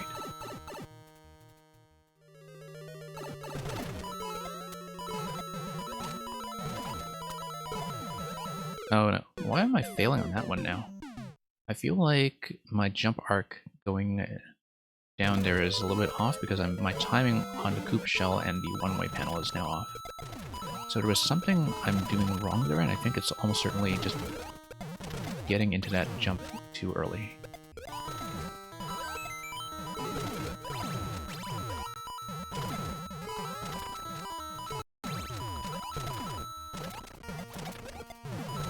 Yeah, it must be an interesting experience to construct one of these. I mean, I don't have any experience actually building this kind of level where you have a lot of setups that depend on, you know, shells that have been traveling for a while.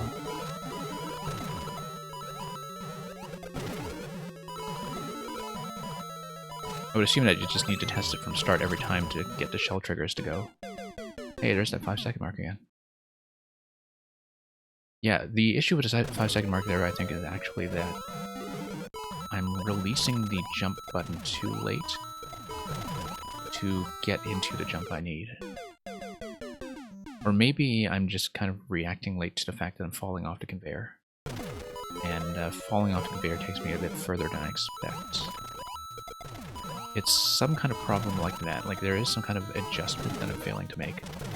Because I'm instinctively reacting to the wrong thing. So, we'll try to, you know, learn that properly and make the right adjustment. Hey, thank you for dropping by, Reeboks.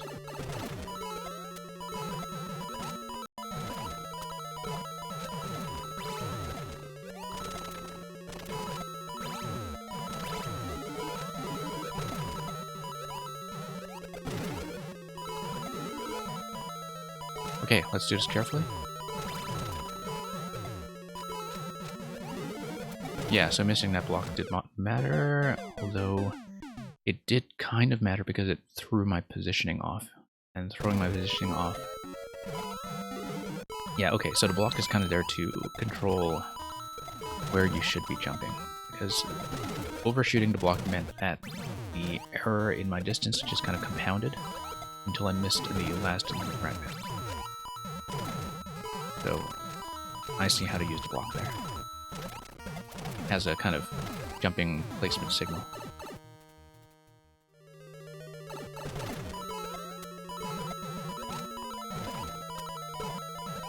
Oh, whoops.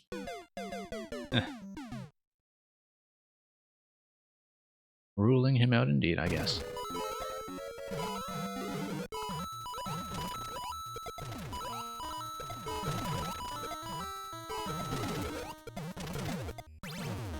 Hey, we're dying early enough that we're back down to starting at 73 lives rather than 74. What a shame. It is very interesting to finally have some numbers attached to what a life versus death balance is like in a speedrun level like this. So it's just the kind of thing that, like, even when making it, you just wouldn't really notice, right? Hey, Quick, welcome back. Not viewer levels tonight, but we have been on quite a bit more recently. Like, I did probably 3 different viewer level streams this week. And we are just finally catching up on some backlog. I remember I really enjoyed the last 7-hour level that you sent me.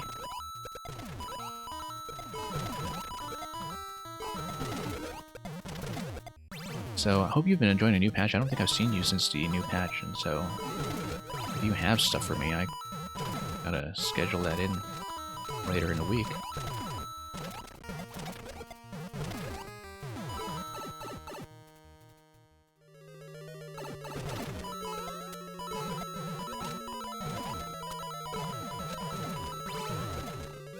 Yeah, we'll see. We're just running Mr. Electrodude's world right now, which is like a 4-level speedrun world.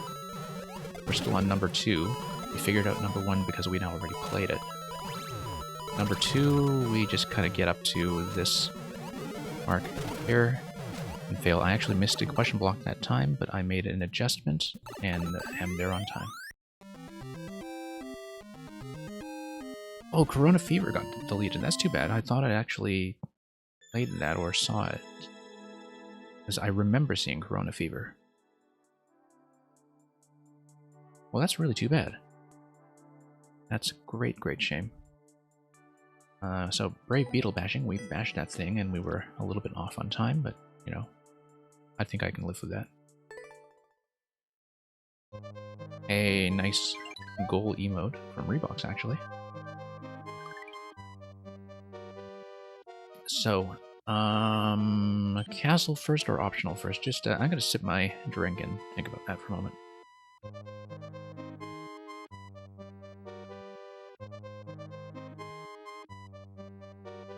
Yeah, well, Reddit will be Reddit. That is really too bad. Because, you know, like, you're not the only one who created some kind of coronavirus-themed course, which would be even better if we still had the amiibo costume for Dr. Mario like we did in the first game. And some of those ideas were very creative. Like, I'm not sure I actually played yours, but I know I'd seen some Corona courses. Some of them were great. You know, using Goomrats to teach people about exponential growth and all that. You know what? You said this was input intensive. We'll do it anyway. I want to take a look for at least a few attempts. If it's something that looks like going to be a particularly bad grind, then maybe we'll change our mind. But let's do the dankest of dino dashes. Okay, so marker there. Oh, it looks like a Yoshi swallow, right? You swallow the fire and then you go. Okay. Things are alright. We had a stream with some massive connection issues earlier in the week, and that was not fun. Like, the levels were fun, this stream was very difficult to manage, but since the patch, we've managed to get some more time into Mario Maker again, which I hadn't before. Nope, gotta jump and then swallow. I think swallowing without losing momentum as we land is the thing I gotta work on here.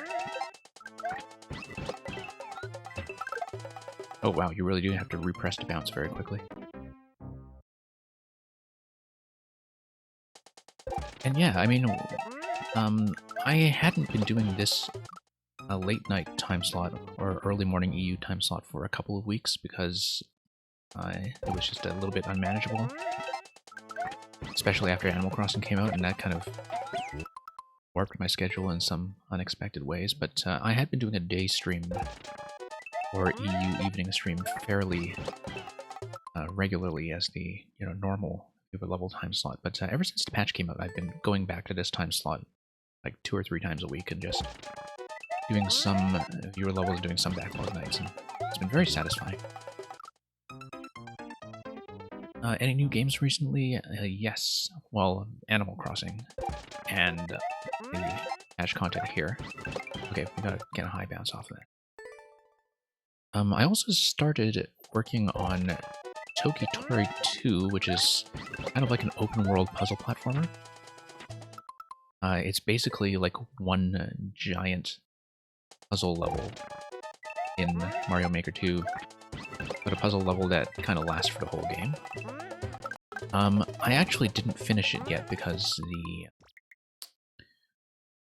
I got distracted by Mario Maker making a big comeback, but I'm hoping to do more Tokitori in the future. Like, it's one of those games where obviously, like, it's obscure enough that it gets 0 viewers, or maybe 1 viewer, but you know how I like to talk myself through puzzles, and okay, just gotta get that jump down.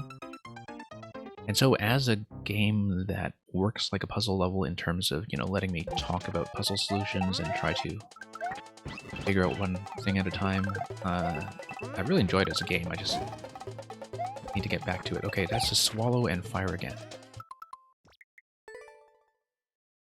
Yeah, I like puzzle games. I mean, Electro Dude, you stuck around long enough last night to see me do some of the puzzle levels, and I like puzzle levels. Like, not too much into troll levels because they don't really let you figure things out except by dying. Whereas, your ordinary puzzle level won't really be about dying, it'll just be about failing to solve the thing, right? But, yeah, puzzle game's great. Like, I spent a ton of time on Baba Is You last year, which, if you're somebody from a kind of computer background or a programming background, Baba Is You is kind of a dream game in many ways. In that it's like a... I don't know how familiar you are with it, but it's basically a mix between block-pushing puzzles and programming logic. And yeah, absolutely loved it. I don't know if I'd really stream that stuff so much because I think I needed a fire, didn't I? Maybe not. Oh, you'd like to recommend Baba Is You. Yeah. Okay, you're ahead of me on that.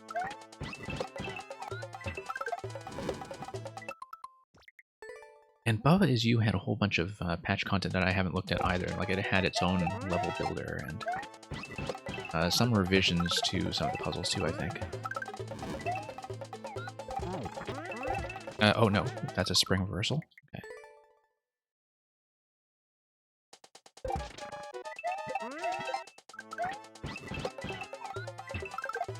No. Yeah, it can be stressful in a way that, you know, you would feel, I think, much more impatient than you just had time to work on things of your own. Like, there are a couple of things in Baba Is You where I just needed to suspend the system and, you know, put it down, have a meal, take a nap or something, come back and then solve the thing in 2 minutes.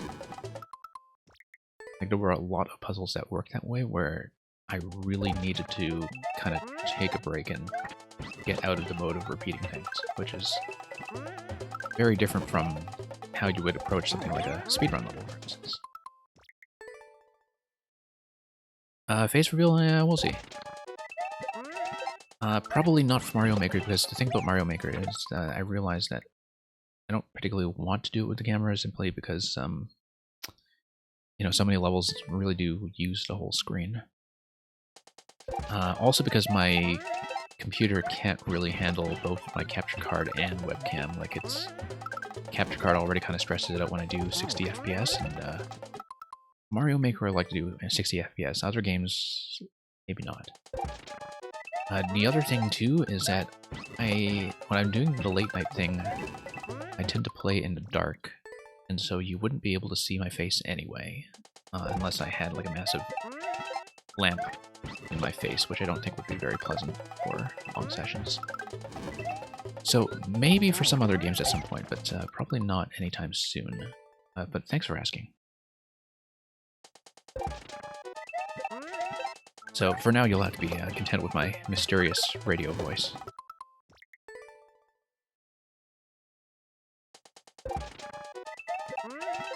But yeah, I know people have a lot of different opinions when it comes to, you know, whether to be on webcam, and I know the general wisdom is that, like, you want a webcam if you want to kind of grow the stream and be very personal about it, but for me, like, you know, I never really intended to make the stream about me necessarily, but more about, like, the way I engage with the content and the levels, and I do want the game content to be the star of the show.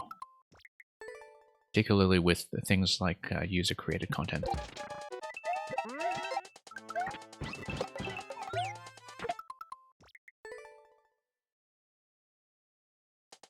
You have all these tics, like in terms of tics with the way you move and play, or with something else? Or with the way you speak, or... Bad timing there. Oh, I see, okay, yeah. Yeah, it's kind of like how, you know... I think a lot of people noticed back when they tried to play... like Mario Kart Wii with motion controls, if they tried it at all. That, they noticed all of a sudden just how much they physically steer the controller when they drive normally, right? I was somebody who actually did like to try to master the motion control with Mario Kart Wii. I didn't do it for Mario Kart 8, because I felt like I'd kind of done that already, but I actually did play, like, with one of the motorcycles with motion all the time, I think. Okay. I think we're going to take this down to, like, maybe 60 lives. Let's say 60 lives are a threshold. If we hit the 60 lives of threshold, I will try the castle level instead, because I think this one is going to require a bit more dedicated effort. And, whoops. Yeah, this one is very quick. The reaction time is very intensive in some ways, particularly because, like, the thing that's throwing me off is that because you have Yoshi swallowing and spitting so much, it actually messes up my sense of whether I am dashing, in terms of whether I have kind of held the dash button long enough.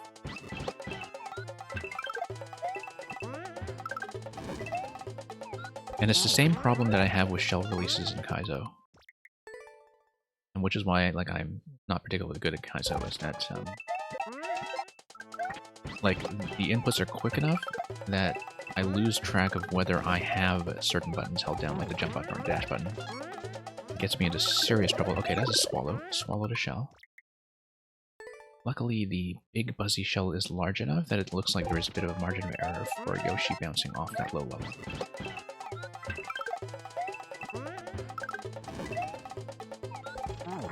No, late spit. Really need to run into your own spit, like when you gravity spring like that. Cool setup, just the spring does require you to be quite precise because you are following your own spitting momentum. Nope. Is that up? Zed Saber Link. I will show you. I'll see if I can dig up some codes. Zed Saber Link, I don't know if you know Raging Beagle from the board, but Raging Beagle actually had a level that used that you can ask him about, and not the only one. I think it was probably Lucifer, who submits to this stream quite a bit, who showed me a really good blue wall obstacle course a few weeks ago. Lucifer is a really popular maker. I don't really know where they hang out, except on Twitch, but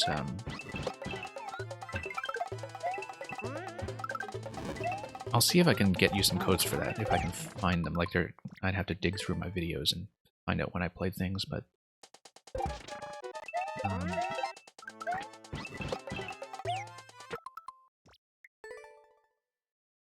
yeah, you really need to run into your own spit. That's exactly how it works.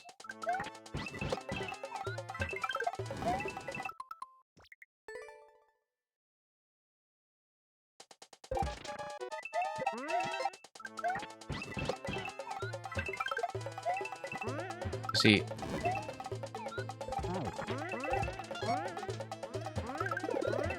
no, missed a spit. Okay.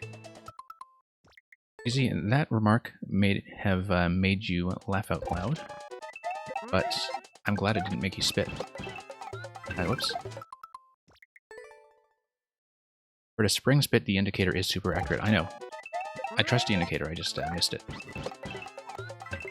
I know quite well how accurate that spring has to be, but...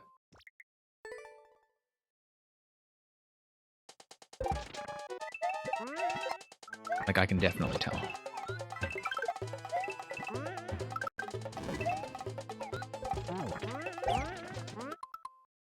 Actually doing it, though, is something that requires a little bit more work.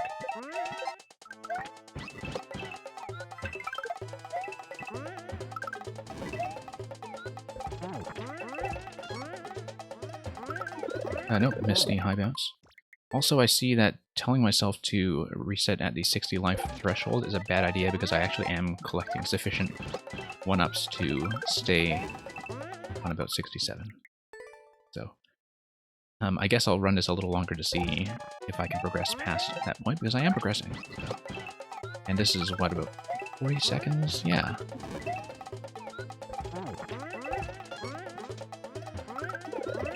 I think that's been the most surprising thing about this experience, is that, like, worlds with speedruns, when the speedruns have a lot of these blocks and these coin indicators, are actually balanced with lives. I don't know that I expected that, or thought about it, when worlds came in. That, you know, suddenly, like, speedrun worlds do give you enough in return to keep going, in terms of your bank. Like, as long as you don't die on the really early stuff.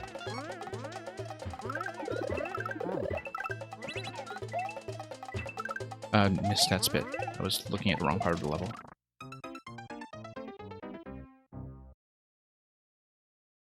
Oh, if you start over, you don't lose...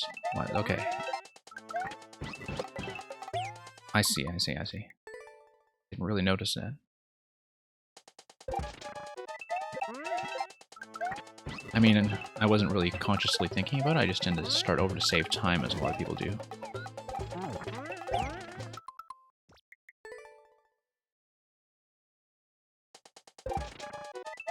Probably messes up your death marker stats, but whatever. You know where people are dying here.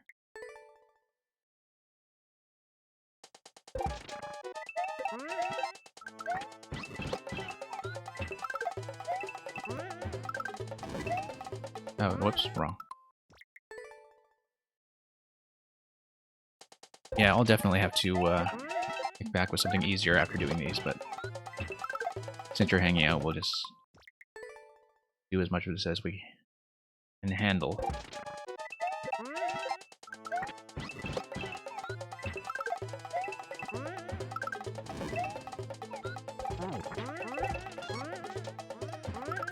I was actually quite pleased when I made affiliate on this stream, because then I could just stop thinking too much about like whether I can do streams that will have lower viewer counts and be more about recording the content, right?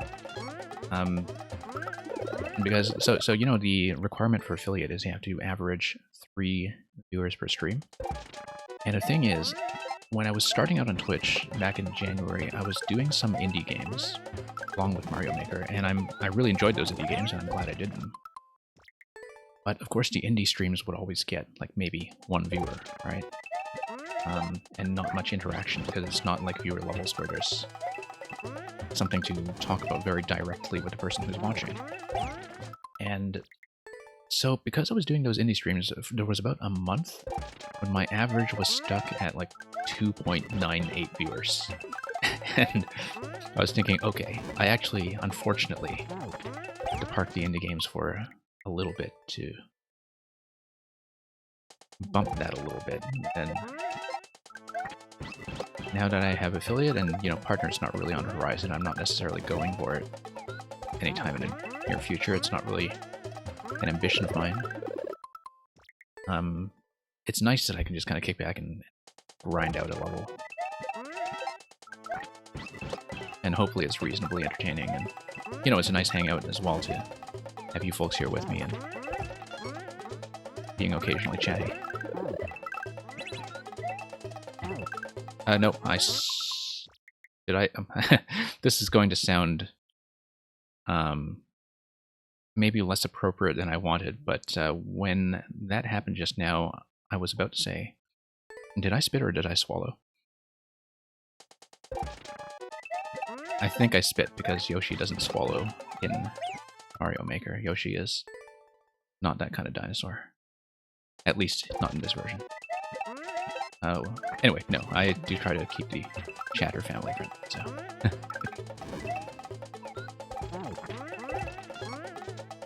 But that was what I was about to say, without kind of realizing the double entendre there until perhaps far too late.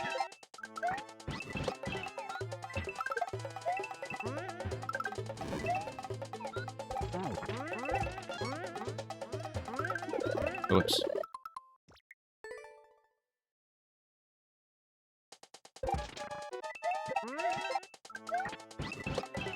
Yeah, I actually feel like I'm kind of progressing, so I don't mind staying on this a little while longer, even though I said earlier that I just, well, give this, you know, what I thought at the time was going to be like 7 attempts or so. I actually am getting used to the early setups, and so it looks a lot more manageable than it did early on. I keep missing the high bounce, though, and that really is just a matter of me being late. I do see that it's the thing I'm supposed to do, I just have bad reflexes on that spot.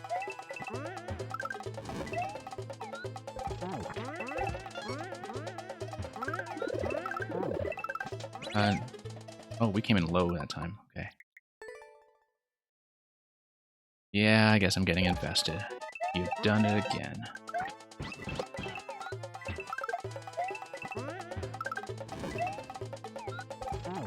Whoops. I should not jump there. I need to just fall off into the spring. I don't know why I instinctively jump. I've done that several times now.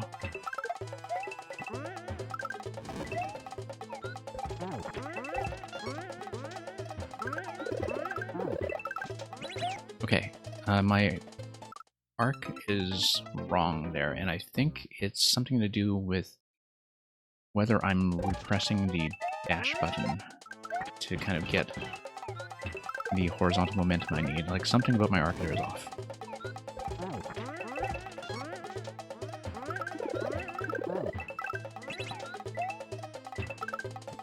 No. I made it there that time, but my spit timing was wrong.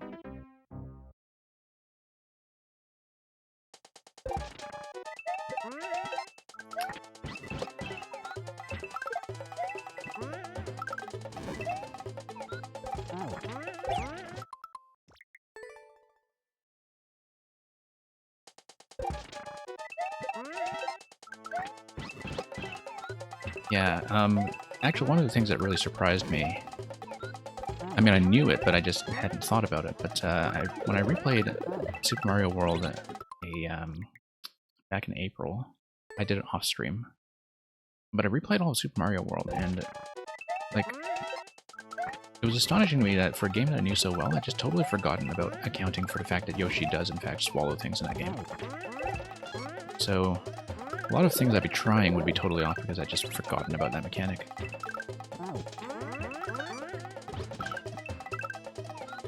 Oh my god, Zed jump off Yoshi right there on that spot. That's almost certainly something that lets you fall back onto him too. Like,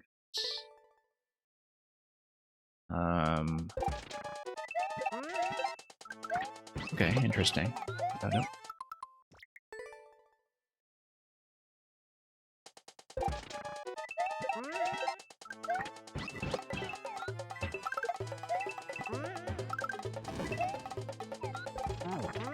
Oops.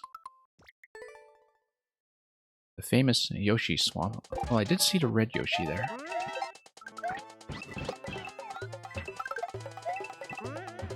I hadn't seen what the red Yoshi was for yet, and that's because I hadn't really looked at that in a lot of detail, as you might imagine.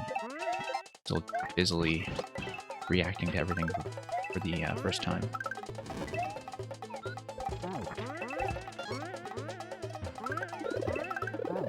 No, that was just a bad bounce. Like, I keep missing the high bounce there.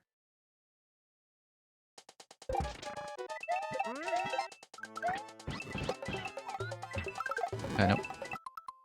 I don't know if the fire actually matters there, but I feel like it does trigger a bomb or something that I have not been paying attention to. I haven't been looking at what the fire sets up. Yeah, it's totally a bomb. Missed. Yeah, missed. I needed to spit a shell, grab the spring.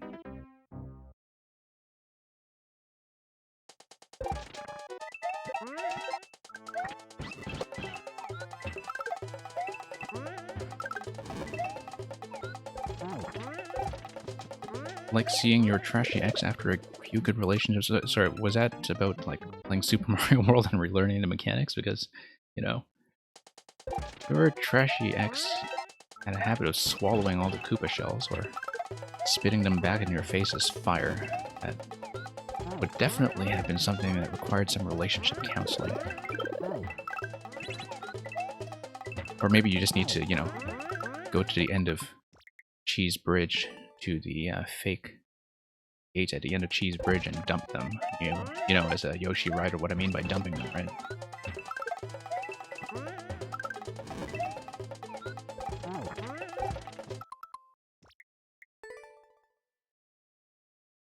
Yeah, magic happens. Well, I mean, it's, you know, in some ways too fast to see what the setups are going to do. Just have to trust what you're telling me to do and let the thing explode around you. I'm down to 62 now, actually, so I have been, in fact, taking some deaths. Probably from spikes more than anything. Whoops.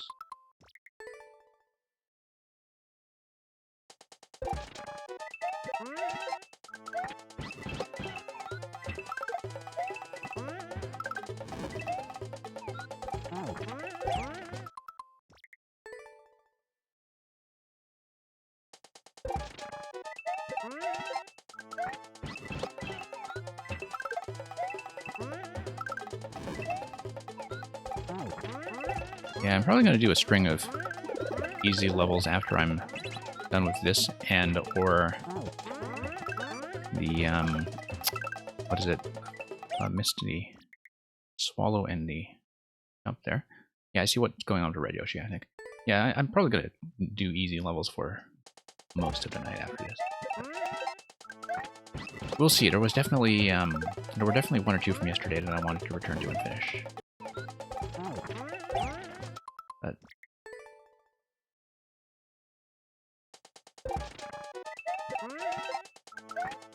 mainly, I also run these non-viewer nights because occasionally I get some people asking me like separately to do some recording or playtesting.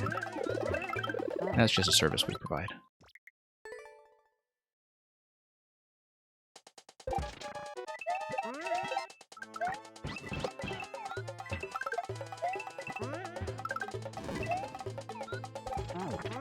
Thanks. Now you see the other thing about this level is that I have no context for what the clear percentage or the tightness of clear time is. I mean, I could actually see the clear time. I paused.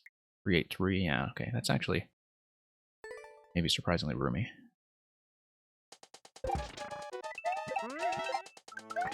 Especially compared to the first one in terms of tightness on the gate. Nope. Bad jump there every time.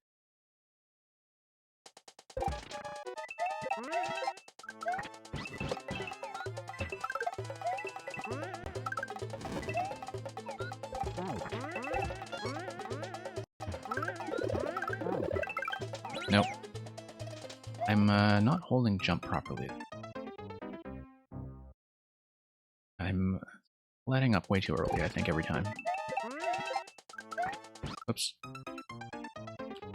Tight enough to prevent cheese. Yeah, okay, I see. Right, so you don't just damage boost on a spike somewhere near the end and try to bum rush the gate.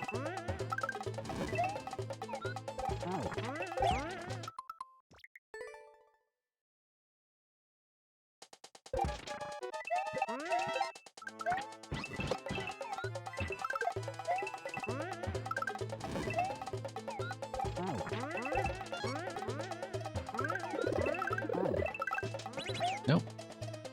Yeah, my input there is wrong, I think. Yeah, I don't know why I'm letting up on a jump button there. It's just a bad habit that I've developed probably after the shell release or the spring release. Shell release there, I guess.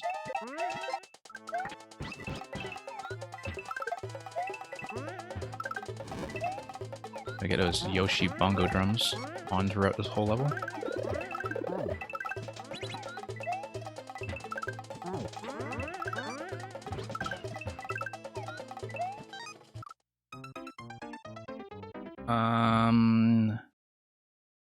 Okay, so spin jump height there seems to be an issue. I know there were coin trails that were under Yoshi in that, like, they seem to indicate that there's some kind of falling pattern I need before I do the jump. Sorry, I'm thinking too far ahead. Like you're supposed to fall down on a left diagonal before you spin jump back? I don't know, I might be misreading that, but I clearly didn't see where the spin jump was being suggested. That looks like it may potentially be a bit of a progression wall for this level. Oh, hey, I actually did end up under 60 lives. We'll see how much of a progression block that appears to be.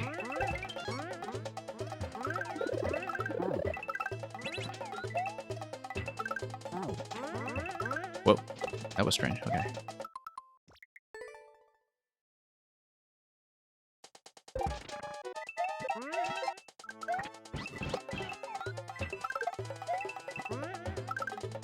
Yeah, but I guess, you know, as a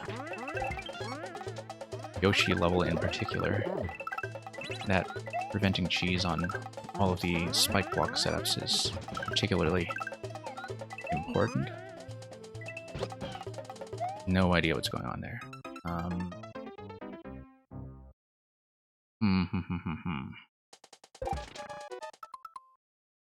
Yeah, I know it's jump off Yoshi, but I'm trying to figure out what the placement of jumping off Yoshi is, because it's suggesting that I jump off Yoshi into the trampoline, right? Like, I'm reading it as I'm supposed to jump off Yoshi into the trampoline. Then I don't know what's supposed to happen after that. It looks like it's supposed to send me back onto Yoshi, and then it gives me a spit location right after that before I get to Red Yoshi. But I don't feel like I've seen enough of that to understand it yet.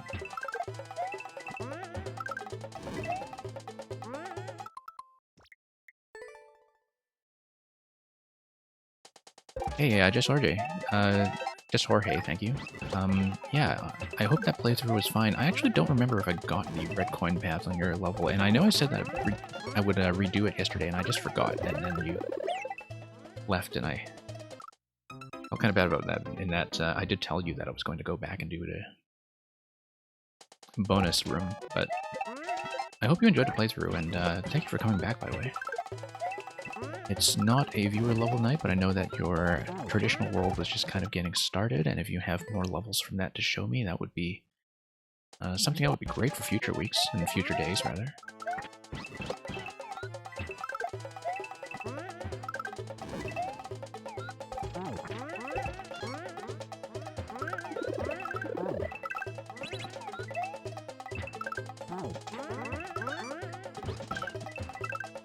No, swallow. Okay, I see. Jump off Yoshi at the coins under the Z.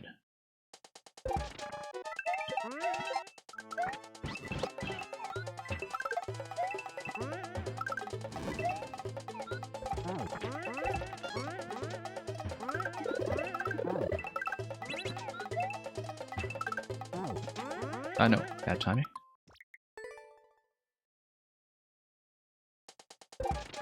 Okay, so you have a YouTube where you do Mario aesthetics, is what you're saying. That you, kind of like that, you know,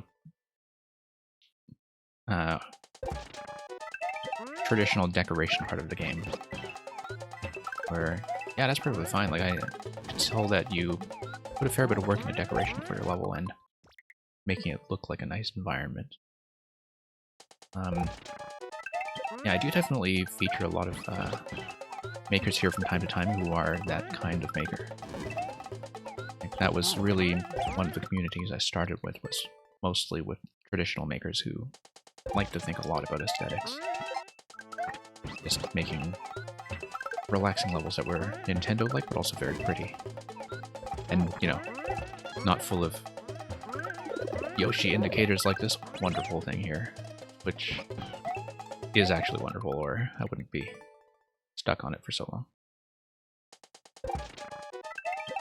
Yeah, I know you wouldn't mind, but I feel like I have a certain degree of momentum here, and I feel like the spin jump might be a progression wall, so I may look at the last one instead, but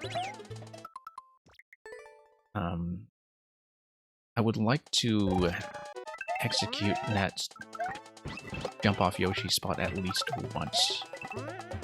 But it feels like a natural place to probably stop on this one. Okay, I'm jumping too early there. Like, my bounce is too far to the left, I'm hitting my head on the ceiling.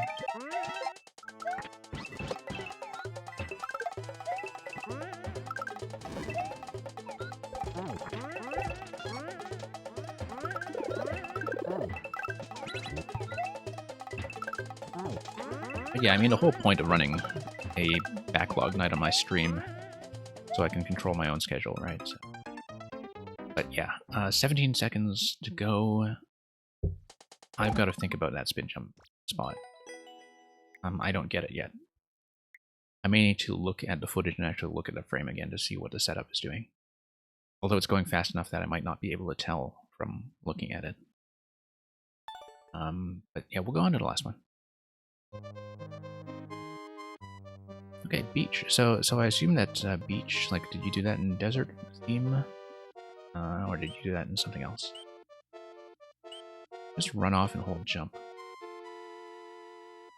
Okay. Yeah, I've got to go back and think about that. Oh, this is the Super Ball one we're talking about. Reach the goal as Super Ball.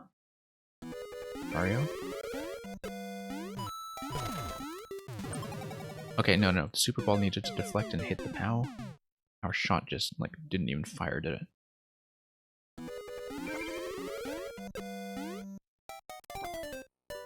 Our shot fired, our jumps were wrong. And I assume that you use tracks here because the Super Ball would just kill any kind of coin trail. Now we failed the condition, and that just do it for our level.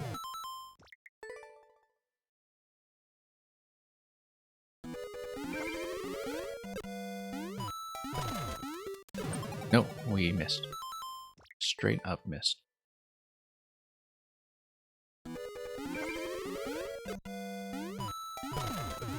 That's a hit, and that's the wrong kind of hit.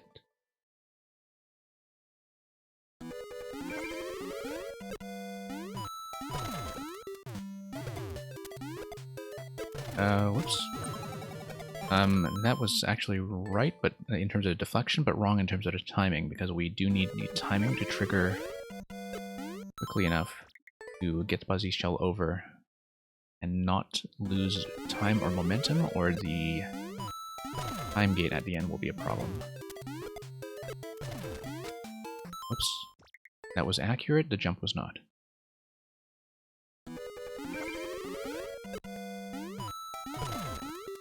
Miss.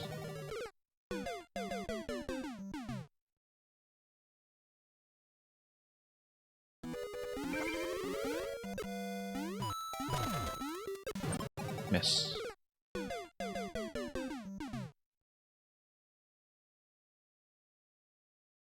Okay, let's try this again. Miss. Although I don't think it mattered that I missed a block. Maybe it does matter, because I just never know with your levels, like whether it's going to be a shell trigger that does something way back.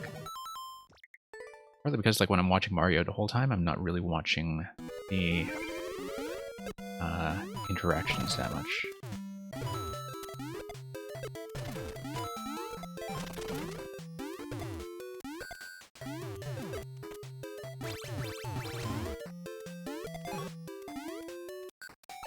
Okay, that's part 1, 32 seconds. Miss. And then that's just a lot of diagonal jumps. Next firing is not for a while, okay. 0.3.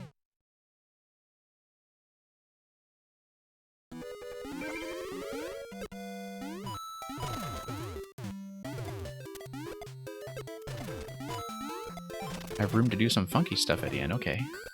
So Funky Kong shows up at the end. Nope, that was miss.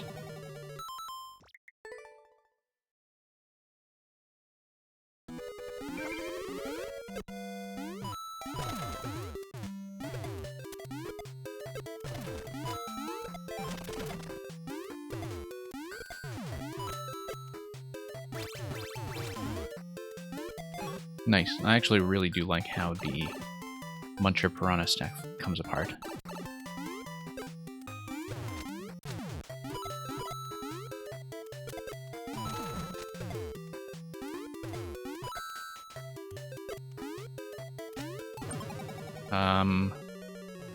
Oh, I see. No, I need to jump all the way up. I released a jump and that was the problem. Okay. Yeah, and then there's a reversal under the on-off switches. Then after the reversal, we keep on heading up. I'm thinking about the on-off indicator, and I'm assuming that the arrow indicates that I have to jump into it rather than let the Super Ball hit it, because I don't think the deflection goes there.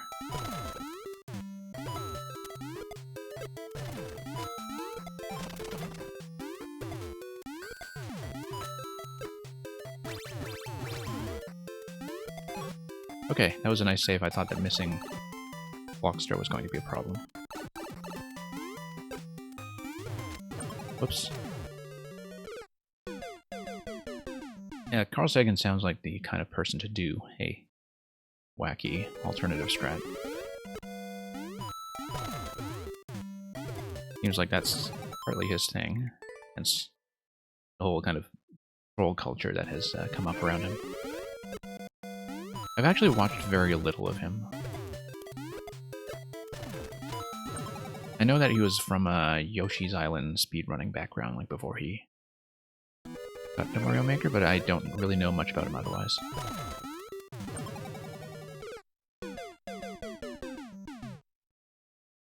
I think, you know, he's one of those streamers who, like, he's clearly a very good player and in some ways an interesting maker, but, like, the sort of reaction video thing might be a little bit too much for me.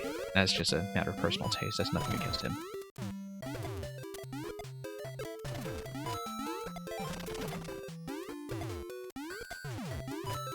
Oops, missed.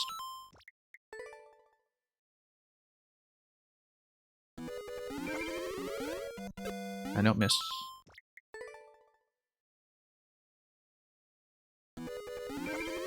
Yeah, I can definitely tell that there are certain YouTubers that are the troll specialists. Like, YouTube culture when it comes to video games is something that's very alien to me entirely. Like, I just don't understand video game YouTube. Apart from a couple of big channels like Steve. Like, I watch Steve, watch Mark Brown, Game Maker's Toolkit, because I find him to... Like, his perspective is very similar to mine in some ways, but he explains stuff better. And so, like, it's very easy to point to his videos and say, okay, that's what I meant. But, like, the kind of community YouTubers, particularly in SMM, like, I just never really make time for them. I'm probably missing some stuff that I would really be interested in. It's just lack of time, you know. Already have enough difficulty watching the streamers I like to catch on Twitch. I'm watching a lot more of them than usual simply because I had a new level to submit this week. But other than that, there's no time anymore. Miss. Hey, Thomas B, welcome back. Glad to see you. Thomas B, were you the one with the Champions Road level yesterday? Because I was thinking I might give that another crack tonight. Not right away, because I need to... Or this morning, depending on your time. Not right away, because, like, after this I need to play some easier levels for a bit, but... If I am up particularly late tonight, I will probably try to do a few more attempts on Champions Road. Because this was kind of basically what this stream was for. I wanted to do some catch up on levels that I had not finished yet. DI program, not really, except, like, you sent me the SMB2 and Link level yesterday, right? Like, that and the Champions Road ones were the ones that I kind of hoped I would get to. I didn't know if I would get to them tonight, and the thing is, like, I've been playing Electrodude stuff long enough that I might have to see how much time I have after I finish this one. I was hoping to play one or both of those tonight, since I had a really good time with those yesterday, and I did say I would come back and finish them. If I don't get to them tonight, or this morning, depending on your time, I definitely would want to play them at viewer levels again when I do it later in the week. So no, there isn't a way to see the backlog simply because, like, the backlog is, you know,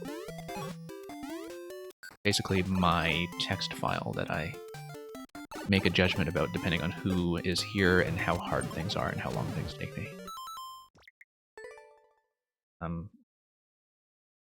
But, you know, like, in both of your cases, Krogan and Thomas, like, I said that I would want to go back to your levels, and I do mean it. I was thinking I might. But I might also only be on for, like, maybe another hour or so, don't know if I'll really grind them out, particularly because, like, my hands need a break after this level, so I gotta do some easier stuff for a bit. But after a few, you know, shorter, easier levels, I might be willing to do some more of that stuff again.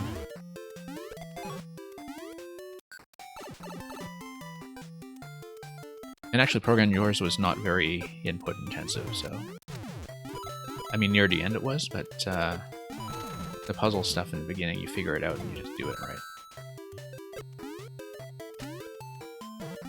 Nope, missed the on-off switch. Gotta hit the on-off. Don't think it matters if I hit it before or after the reversal. Just that I hit it.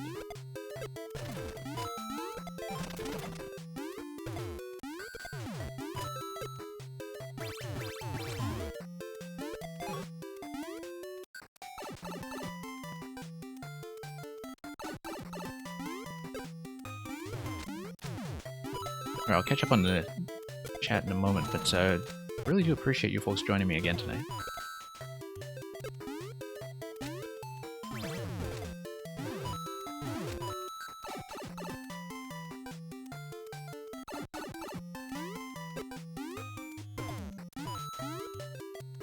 Yeah, I didn't fire off the skull platform, and I think that's going to get me. Yeah, I needed it there, because this skull platform needed to ride the tracks.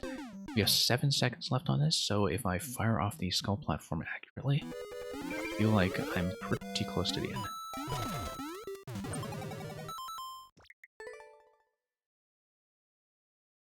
Yeah, main thing is really just my thumb when it comes to a lot of the levels that have a lot of constant dashing.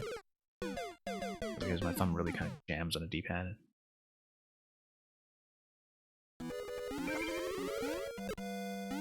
And I have sensitive fingers, so probably not very well suited to be like a really serious Mario streamer.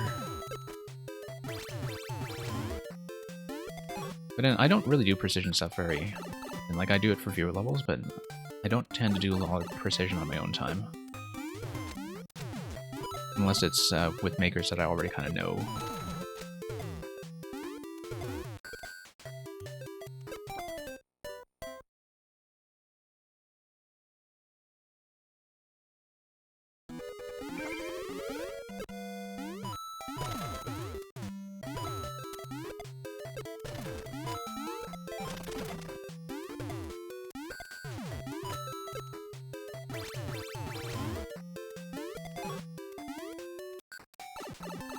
Okay, so we'll hopefully wrap some up pretty soon. We'll see how we're doing schedule-wise, because I actually had a list of levels that I told people I would record for them tonight, and hope to get through at least a few of them. Probably not as many as I hoped, but, you know, a lot of them are kind of easier traditional makers, and so...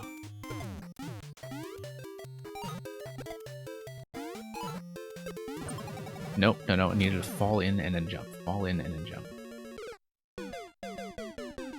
It is a good Super Bowl level.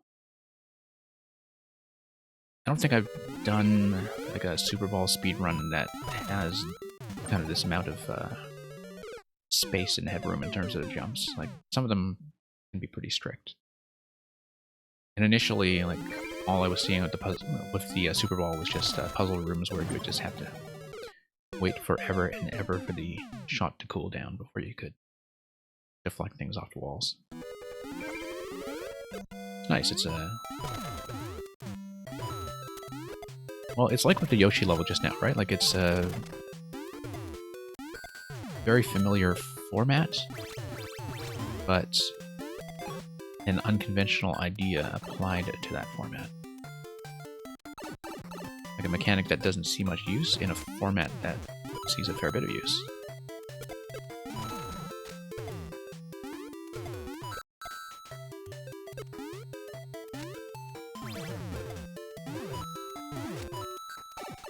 Okay, so we're going to fall into the blue platform both times this time.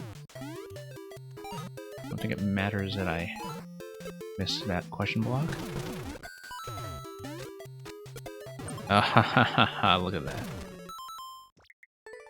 Clear condition. Right at the end, too.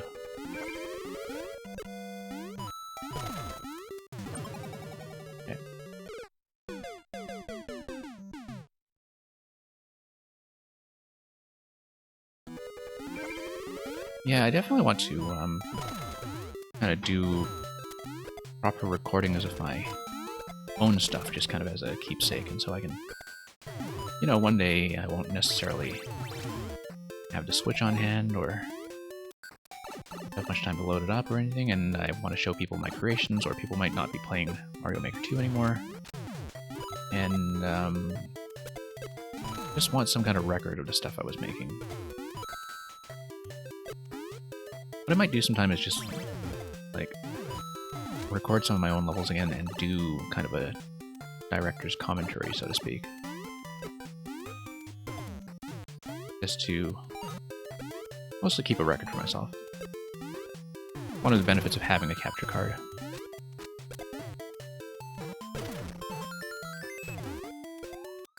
Okay, that was fairly flexible. I think I'm at 0 seconds. Yes.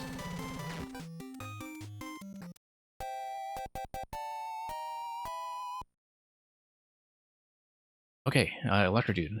That was quite a lot of fun. We'll have to go back to Yoshi some other night with our existing bank of 41 lives. I actually haven't seen what happens when you clear the castle without doing optional worlds. I assume that it still gives you the thank you screen, but it lets you continue in the world with the bank and with the world state the way you left off. I'm going to tap back into the world after this to see if that actually works the way I expect it to. You know, just to see a save file. And I don't know if it does that if you have a multi-world world that sends you to World 2. I'm just going to take a look at that just to see how the continue works. Oh no, it just says new game actually, so I have to earn my way back to level 3. Or just, you know, play it independently on your file. Which makes me curious, in fact, about some of the clear rates on that. I want to see the Yoshi clear rate. 1.21, I feel like I was not doing badly. Not badly at all, in fact. That's from late March. Okay, so just give me a moment here. Yeah, if you folks don't mind, I will see if I have time for either the Champions Road level or the SMP2 level in a bit, since you folks were gracious enough to drop in. But I do need to play some easier stuff as a break and get through some of the stuff I said I would record for people. So I will be back to some of this. Hopefully... Oh my god, my list. Let me just figure out what I was going to pull up.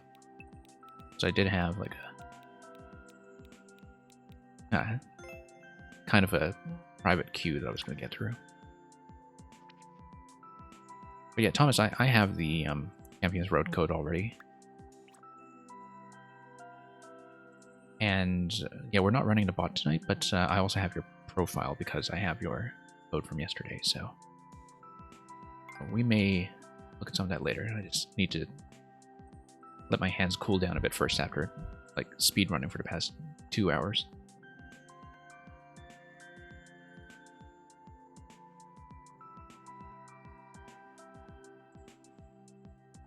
Oh, let's look at Squirrels Gone Wild. This is by J-Spot, and it's going to be much easier. It's got about 5% on it. Will hopefully let my hands relax a bit. You can tell by the upload date that this was one of the first Squirrel levels to go up when the patch was released, and J-Spot is a creator I've been following since Mario Maker 1, so I've been playing his stuff for ages, and I played everything else by them. Very good maker, sort of in the medium to mid expert zone. So just gotta stretch my hands for a bit. Get back into it. Practice your squirrel skills. Follow the coins and ascend at the arrows. World training level. Let's see how we do. You haven't destroyed my hands. You're just kind of giving them a bit of a workout, but I do need to relax them a bit.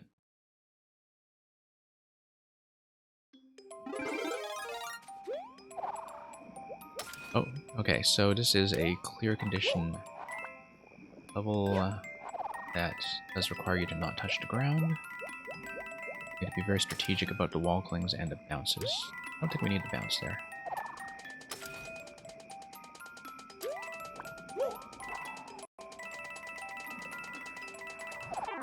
Oh, wow, okay. We'll scout since it's a clear condition level. Let's just scout. So that's going to be a fall. That's going to be another lift and wall jump. This looks pretty relaxing, actually. I'm sure that the 4% is deceptively low simply because a lot of people would have seen this level before anybody got much practice in with the squirrel suit. So, you know, you would have a lot of people failing because it would be a brand new mechanic. That's just a long float. Like, yeah, this level doesn't really even require the rebounce off enemies that some of the other squirrel trainer levels do, so not too worried about it.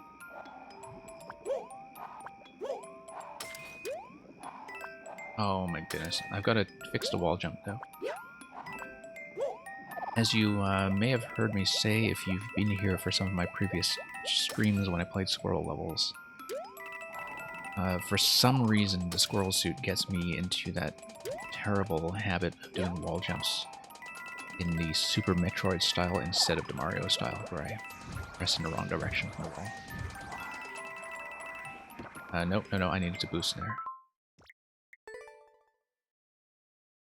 But yeah, definitely, because getting used to that, like, I find the issue with that was that, you know, you would get so used to doing a small mid-air adjustment in your direction, and if you do that with a squirrel, you just boost into totally the wrong place. Failing right over that.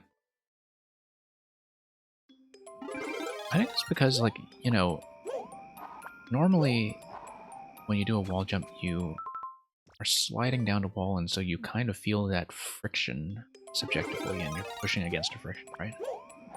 When you just cling to the wall like that, you don't feel like you have a need to push in order to cling rather than drop, because you're already clinging.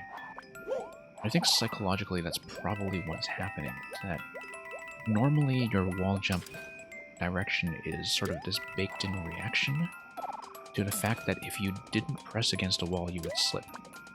With the squirrels, you are not slipping anyway, so you feel like that job has already been done. Like, I think if I were to think about why I have trouble, that's almost certainly the issue. I don't want to boost there, I want to glide and I want to boost. I feel like I wasn't getting the glide properly off the twister. Maybe I needed to wall cling and then boost. Then, yeah, let's practice this. Like, you fall in, wall cling, you fall in, wall cling. Probably not the intended solution. Then a bit tightish. Let's just practice.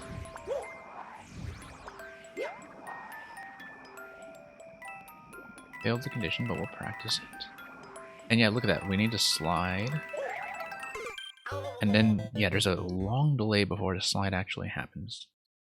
I don't think I knew that. I don't think I knew that about this level at all.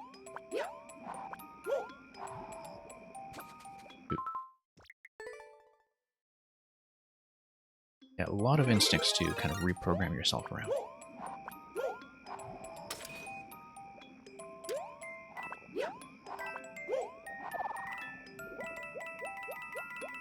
I like this though, like relative to some of the other squirrel trainer levels I've played, there are a few things here already that are unique to this level, like the part afterwards that requires you to do the wall slide down. Like, I actually haven't seen that in any of the squirrel trainers yet.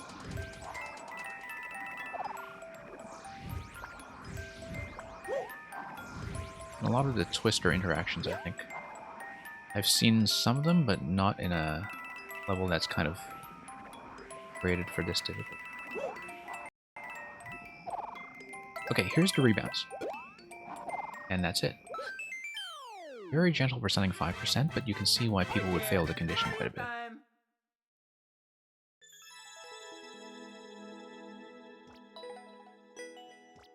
So that was the latest from JSpot. I'm going to show you guys another maker who has, I think, recently come back to the game after a long time off. I liked a lot of their stuff in Yeah, so this guy, Beck, I've actually known him since, like, month 1 of Mario Maker 1. Like, he was part of my old Mario Maker 1 group. And, was a very good maker back then, but I've been way behind on some of his recent stuff. As you can see, he's got a couple of new uploads with the patch, and these tend to be fairly gentle, so 6%. This is 14%. This one's still very new, so the percentage doesn't mean anything, but we'll probably just do all 3. They'll be fairly quick, I think. So yeah, thank you for the GGs on a previous one.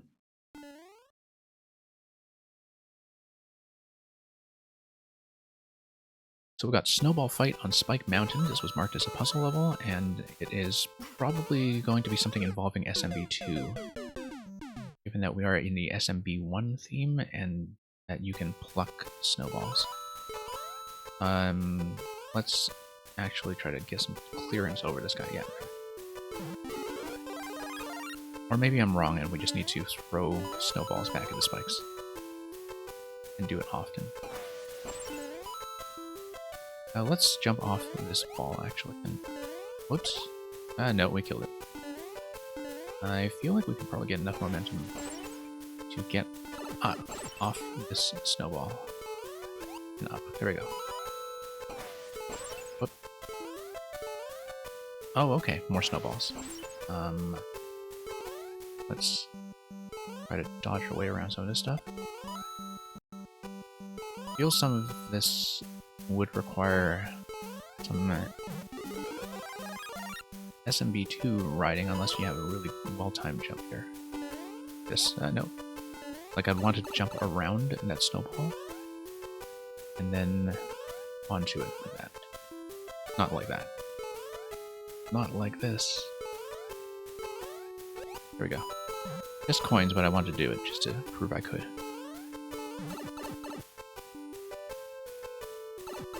There's a bunch of pokies. We'll just let the snowball clean them out.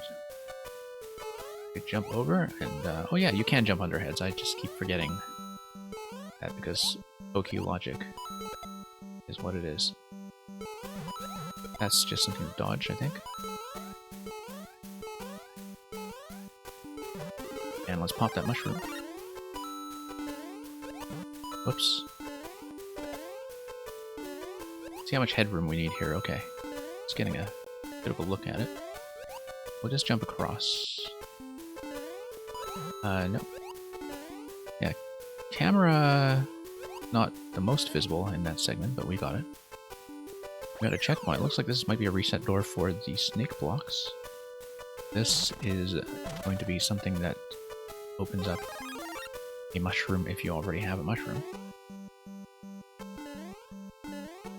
And I don't know where the snake block's going to take everything, but I guess it comes up. We'll just kind of chase it this way. Oh, that was a bad idea. Yeah, the snake block just kind of makes everything a little bit easier. Intended path, I think. 30 coin. Kind of want to go for it. But maybe we'll have to see the snake block pattern first. No, we'll miss it. Okay.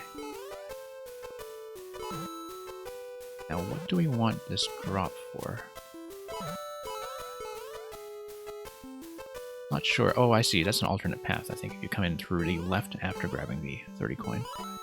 And then the down arrow, there's going to be some kind of snowball interaction here. Oh, you probably have to kill the big spike top using a snowball. So why don't we smash this down, roll it. No, we want to roll back down. I don't know if it will cut momentum enough on that steep slope.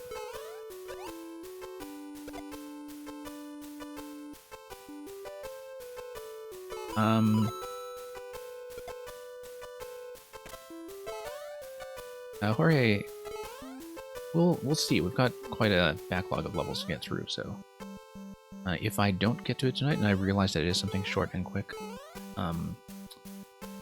then you can catch me on a viewer stream. If you're still making a lot of these levels and you're planning to put them together in a world, I'm totally willing to run them as a world. Like one world at a time on one of the viewer streams as well. So if I don't get to it tonight, I could do a few levels together another day.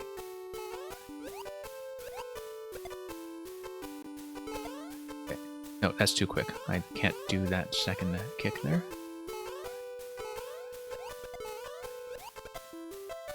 Let's get that toss.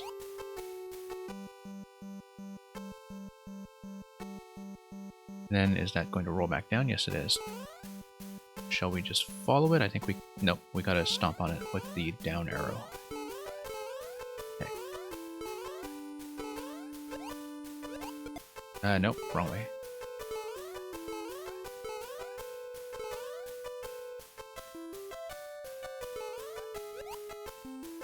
Get inside with him. Get inside. I don't know, I'm thinking of... Yeah, I gotta get on the inside here with Mario. And then... Pop. And we gotta chase it. That. Yeah. And that's gonna grab us into key. And we'll get back up to the locked door.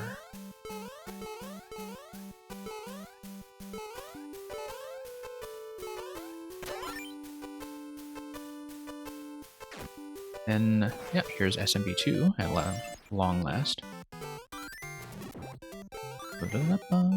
Okay. And yeah, we'll just run over these guys like nothing else is happening. Okay, so Spike comes out of there. Mushroom comes out of here. I guess we'll... I want to move Spike. I want to move Spike to that slot. And yeah, you see where the arrows are pointing in that little slot there. I want to create a position for Spike to be in.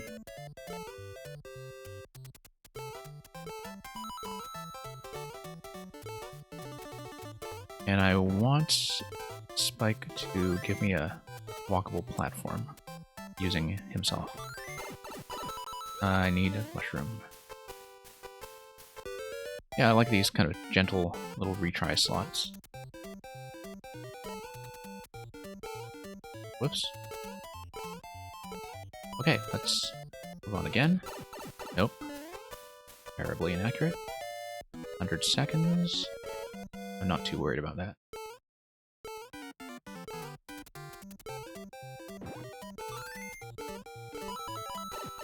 No.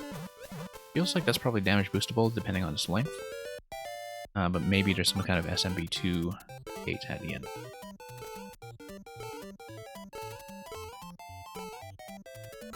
Nope.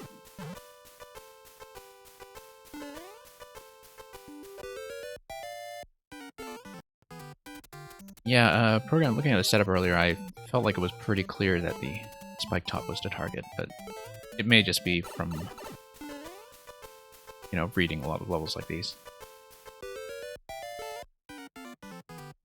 But you're right, I actually didn't try to see what options I had for nuking the big spike and seeing if that was maybe an unintended lock that would have been possible. I would need to go back and think about that room to see if that actually is something you can do to break it. But good thinking. Oh, come on. Get out of here. Surprisingly difficult to position myself over that thing with a good timing window so that the snowball does not come up. I should actually kind of duck beside it, maybe. Okay. Let's let it throw once, let it throw twice. Oh, okay, we're terrible at that. And it just walks back down, too, which is...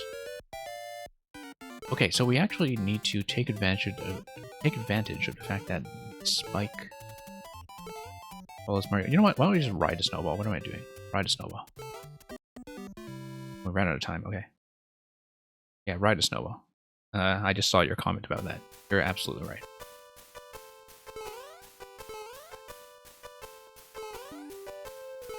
Always doing things the hard way. That's what we do.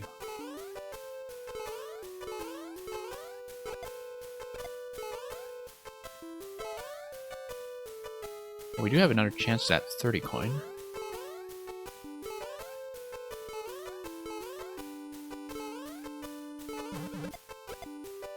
Oh. I don't think that's going to happen, though, at least not this run. Alright, that's fine. We have a pretty easy method to do this whole part. Not too concerned about it. Yeah, no, this isn't breakable because the snowballs don't break the ice, and so there is a bit of quality control here in terms of how well protected the spike is. I suppose there is that semi-solid from underneath, but like you could try to jump underneath here. I don't know if the jump arc is ever good enough to do that. We can just try to get in without actually killing him. Oops. But yeah, I guess actually if you ride the snowball down, you can in fact break this by bouncing off the snowball here, bouncing up, and onto the semi-solid and then killing Spike. But then there is a reset door at the bottom of this segment anyway, so technically it's not really a lock. Technically. And you would have a respawn from the vertical distance anyway. Oh, whoops. Gotta follow that thing down.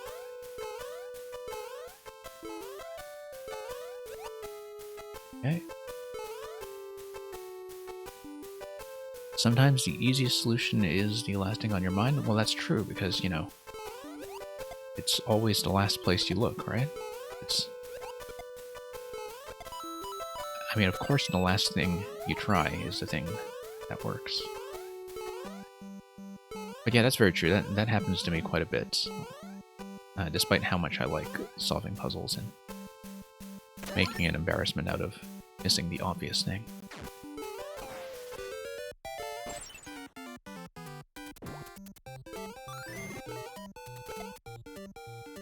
But yeah, I really should do a puzzle night at some point, because I know there are a few puzzle-specific Mario Maker streamers that do a puzzle night, but I don't really tend to see them very often. They don't seem to be on all that frequently, and I don't know if people are still making very many puzzle levels that are not troll levels. Like, not just the one-screen puzzles, but, you know, some of the bigger ones, like the cannon box and glass pipe one that we saw last night. That was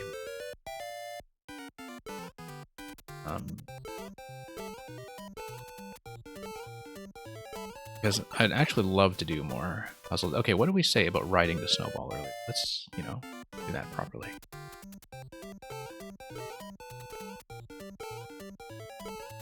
Okay. Alright, Spike. On Spike. There we go. Adjusting for momentum of being carried by the snowball here is actually kind of weird too. When I fall into it, that's something I discovered. One of the other SMB2 levels I played. So we want. Well, this is a snowball spot. We know that will give us a. Oh no, we don't want to go back.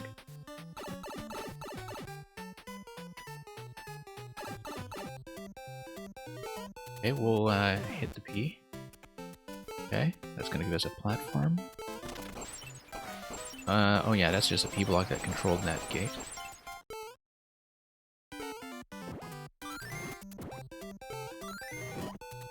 I feel like that is at least partly intended, given the low ceiling here from the ice. Get out of here, Spike. Get out of here. Oh, no, that's... Oh no, he's got to throw a snowball, okay. So we messed that up. Gotta let him throw. Then we don't have a slide in SMB1. Oh, we need to stomp that snowball and roll it down a slope, yes. Stomp the snowball, roll it down a slope.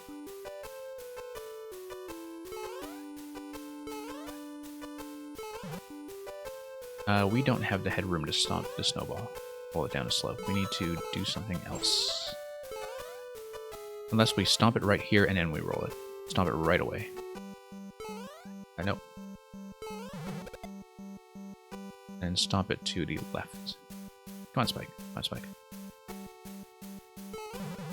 Nope. to the left. Seem a little bit finicky with headroom here. Nope. Nope. Maybe I'll let him roll on this side. Using this block. And we still did it wrong. Okay, now we roll. Now we don't.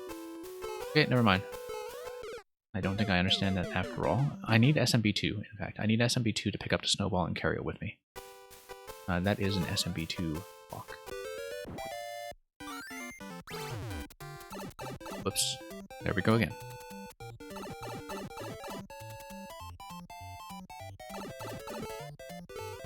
Okay, SMB2 drops to Pokey. Oh, I see, okay. A lot of bricks falling apart there. We'll jump over these guys. We'll take him out. On blue spike top, get out of my way. We'll get on top of this snowball. Get on this snowball from the left. Oh, you got an SMB2 mushroom there anyway. Okay. Or I might just move spike, to be honest. Like, screw that. Moving spike. Ah, okay. Nope, we messed that up. We gotta get another SMB2 shroom. And unfortunately, I think that actually kills the Pokey. Unless... You know what? Was that just a bonus path or something to begin with? Or, oh no, this is a snowball segment. You need to guide the snowball all the way through this stuff. Or possibly guide Spike all the way down here. Like, move Spike down here. And ride a snowball across. Not sure about the indications there, though. We'll see. I don't know how much of an issue the Pokey disappearing is, so let's switch. Because that seems like a bit of a one-time thing, although I think that's probably reset by going back through the pipe.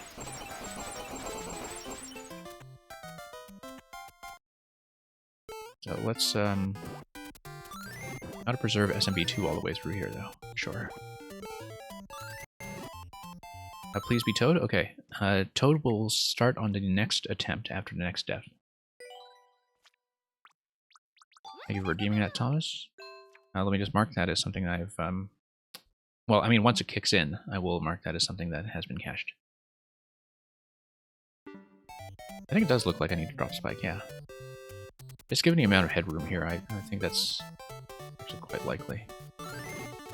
And that's not how we do it.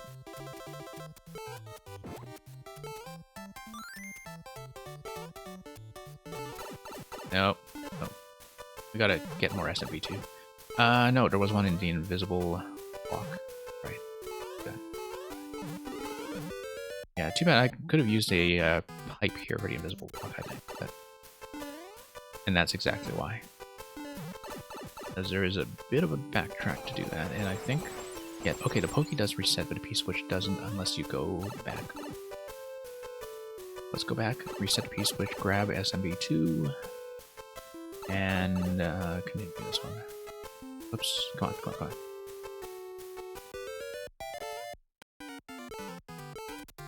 Yeah, it does look like a pretty extensive escort mission.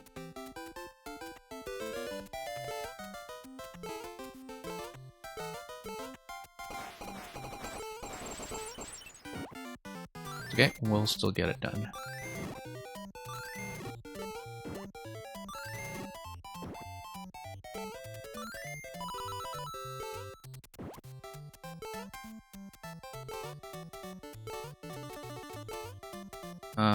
Can we set him down gently?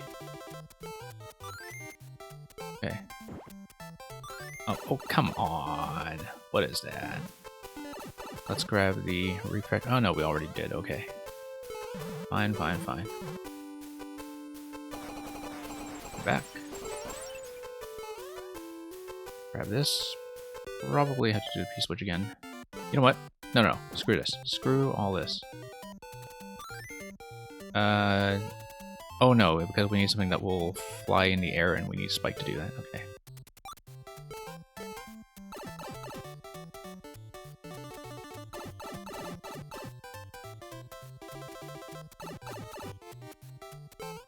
So yeah, Thomas, I'm afraid it'll be a while before you see the next death, but we will have Toad right after that. I've plugged that in, as you can see.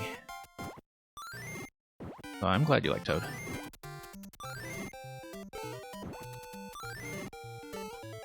I actually haven't seen the SMP2 costumes with all of the playable characters yet. I actually don't know how Toadette looks in SMP2, for instance. I don't think I've seen it.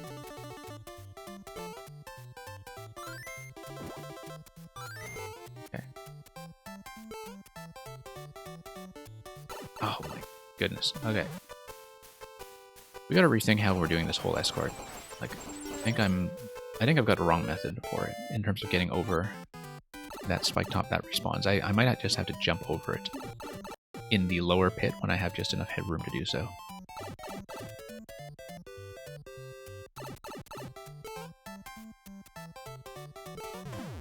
Yeah.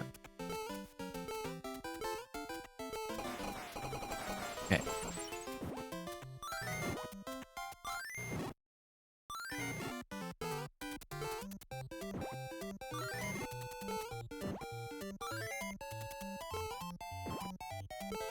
Alright, let's head down here. I don't know if I actually have enough room. I do. Possibly that was the answer all along. Let's pass some of the icicles carefully. And we want Spike to be trapped here so we don't... Ah, okay, we get it.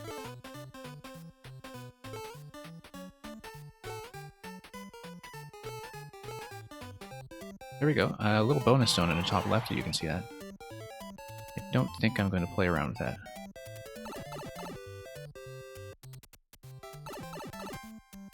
And it says up, okay.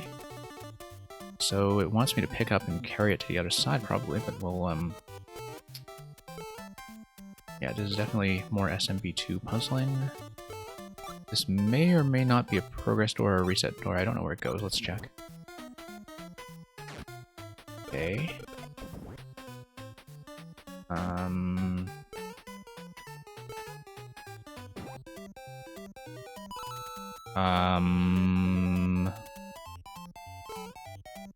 Okay, that looks like a pretty big downward roll. Let's just follow it down, because I'm sure that rolling was the intended solution here. Oh, I see. Okay, and that's just resets. Oh, interesting. Okay, so... Not sure about the structure of this part. I think the intended solution was just roll the ball all the way down, slope after slope. Then, can you pass through doors with a snowball? I know you can't pass through pipes. Can you pass through doors? Nope, you can't. Okay. That was a quality check. So you do need the snowball here in order to ride your way into the right side. And I actually do appreciate that I get to see that.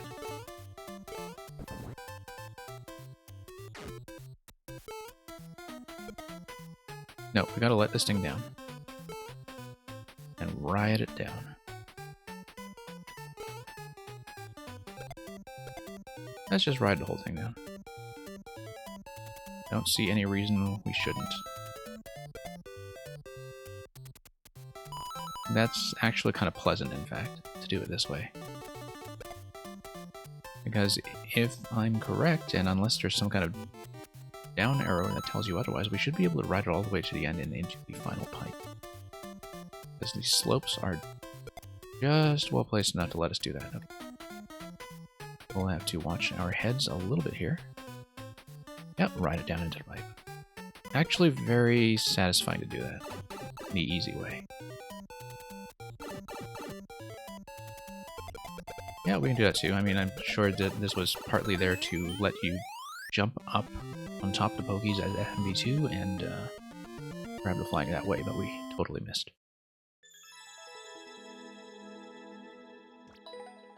Okay, Snowball Fight in Spike Mountain is done. I'm going to mark Toad as redeemed. Moment.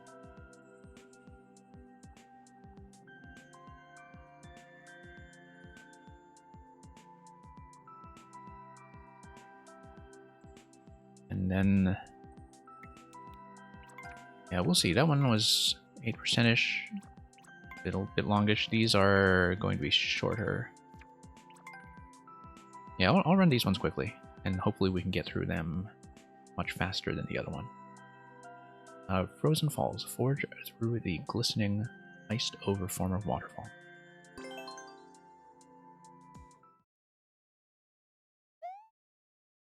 And here's Toad. Super Mario World. That's more snow. It's like we have a bit of a winter theme in these levels, like they're being built for a winter world, perhaps. Okay, this is a nice semi-solid decoration. That's quite nice, actually. It's kind of like you're going through an SMP2 stage with all the waterfalls and the falling logs, except in winter. And except it's in the Super Mario World theme, but I'm sure that was because that's what has these semi-solid decorations that work with this concept. Yeah, that was risky.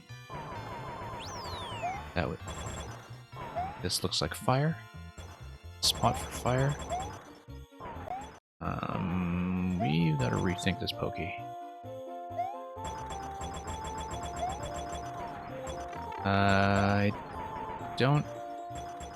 I guess if you had it run towards you and you dropped it on the icicle, that's how you were supposed to do it. Like, you would run towards it as it's coming to the left, and you would run backwards. And hopefully drop it into a pit. But didn't read that properly until after I saw it.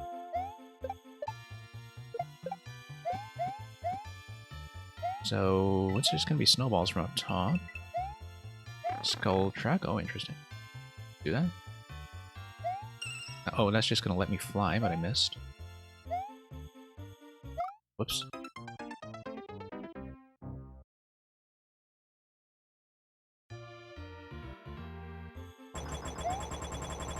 Okay. That's actually okay. Except that once again we missed our chance. Missed our chance at the power of flight. Oh, that's dangerous.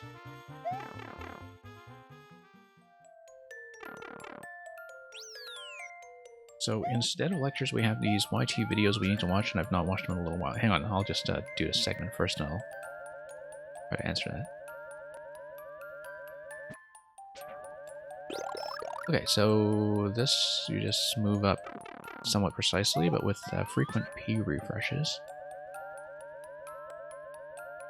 Against all these cheeps that are tumbling down the waterfall.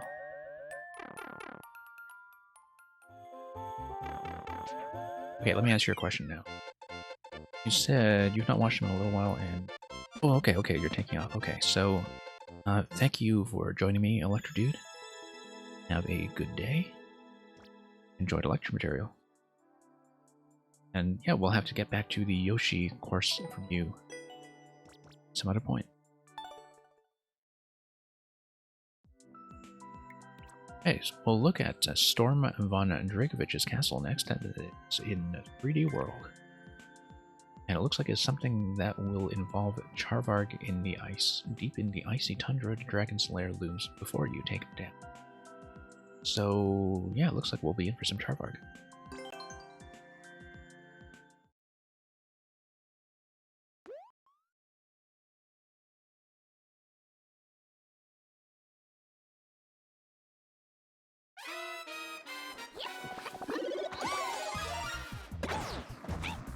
Okay, we got the boss fight music, or the mini-boss music, right away.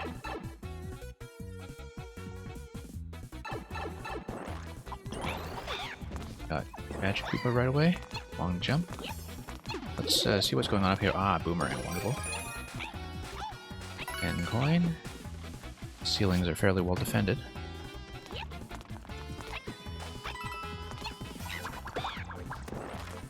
You know, this is maybe the first level I've played with the boomerang where the boomerang actually is used as a weapon and not as a, you know, speedrun switch activation tool or something.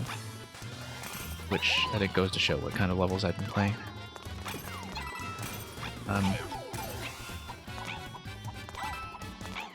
haven't actually like been fighting things with the boomerang in a more or less traditional context. Ah, here's more boomerang. Let's get on top of this ice castle here.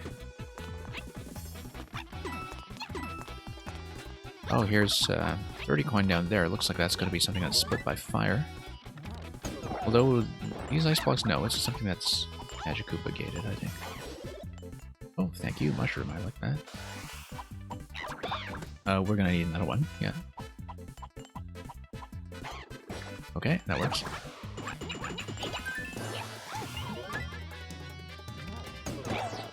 Checkpoint. Now let's come back here and see what's going on. Looks like... yeah, definitely... oh, here's a power-up. That might be the answer. I mean, Fire Flower doesn't break these things, though. This is, something else that... probably a bomb or a thwomp or something that breaks our way to the 30 coin. It looks like there's a lot going on here that you could see eventually like a side thwomp or something smashing its way through the whole level. Like I kind of suspect... ah, here we are, here we are. Oh, I killed it. But you get the idea, that was what was supposed to happen. Was Bonsai build takes us all the way back to the 30 coin. Here's another one. Bullet suit. Okay. Okay, here's some bullet action on the fortress. Okay, I keep trying to high bounce off this guy, and I should know better. Had to try that. Whoa. That's a drop.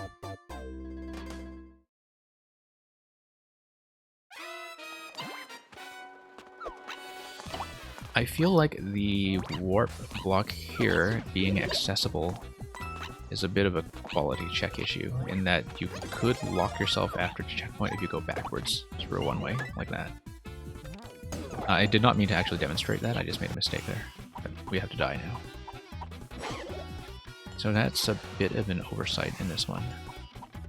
This level is new enough that I wonder if it will get patched. I feel like it will. But I mean, it's a very avoidable issue, it's just, as a player, I tend to check those things. I think from a playtesting perspective, it's always just a good idea to go backwards through absolutely everything you can, like every pipe, every door, and see if you actually need it as a reset, or not. So, I'm going to see the Bonsai interaction here. We're going to avoid that block. Ah, we're bad at this.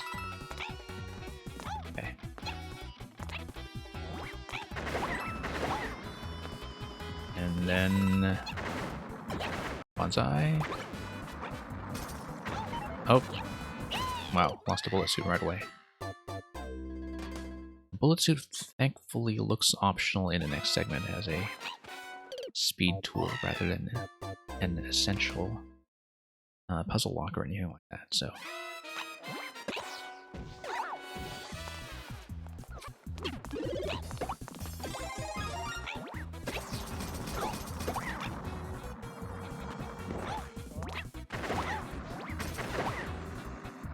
Okay, so yeah, let's back here.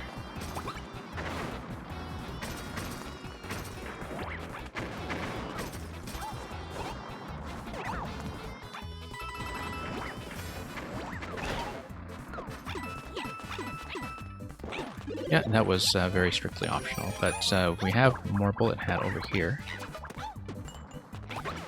And that seems like it's mostly a bonus segment. And that's fine. I actually kind of appreciate getting some optional uses out of these items for once, after playing so many levels where they are a required challenge or clear condition or part of the solution. Yeah, this is just letting the blitz do its work. Working on the ice. Okay, so... Whoa, let's... Yeah. Quite enjoying this one, actually. It's one of those levels that feels like a traditional experience, but with, you know, some of these original 3D world mechanics used in kind of a very flexible way. Seems like I have a lot of options to play with rather than a required path. And, you know, we'll get back to doing some stricter levels later, I'm sure. But hey, Alex, no queue today because it's a backlog stream. You're a regular here, so normally, you know, I'd probably look at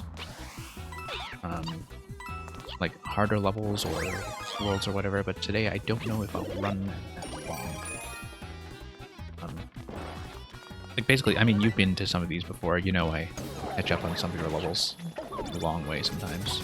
I just don't know if we'll get to it tonight.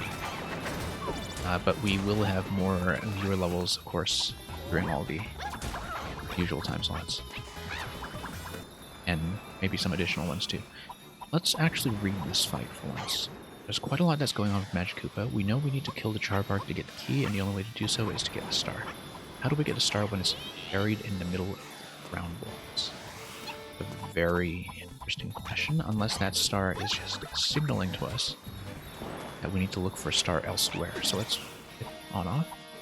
Let's see what spawns from here. Nothing yet.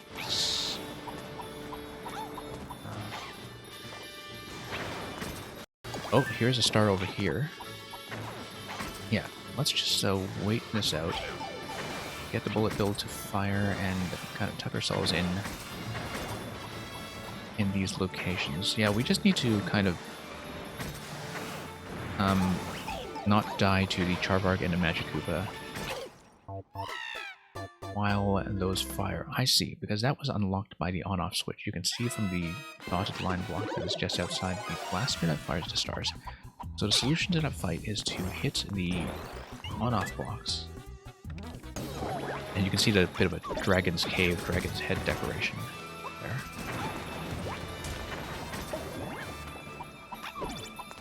And yeah, Alex, I know that I said I would run your whole world at some point, and if I do that, it probably will be on one of these weekend streams. Because that's what that's for, but I just had way too many other levels to play today. Thank you for dropping by, though. I do appreciate you coming back and seeing what's going on the channel. Yeah, look at this dragon's head. See with his little crate and on-off eyes. Okay, we gotta get rid of some of this. We've got it. Whoa, okay. Okay, so here's what's gonna happen. We'll take out the spike at the top. We'll hit the on-off. And then we'll release the bullets and the stars. Wow, that just bops you right on the head. But we need to find a better strategy. The pipes on the left and right take you to power-ups. The right one definitely takes you to a mushroom if we need a reach.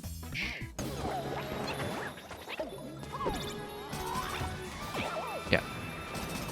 Unless, of course, the spike ball smashes it. And then... why were those switches hit in the first place? I feel like it's because something like the spike ball or the magic hoop hit that. So why don't we grab a power-up? I'm very happy with the on-off blocks. Very, very happy. Oh, here's a Cheap Chief dropping on your face. Wow, this magic Koopa. Okay, let's smash him. Let's sit on the pipe so he doesn't respawn. Let's just wait out the bullets while we dodge Charbark. Dodge Charbark, eventually we grab the star and kill Charbark. It seems like squatting on the pipe is certainly the answer here. Okay, let's grab the star. We probably did that a little too soon. But we'll do that. Go through.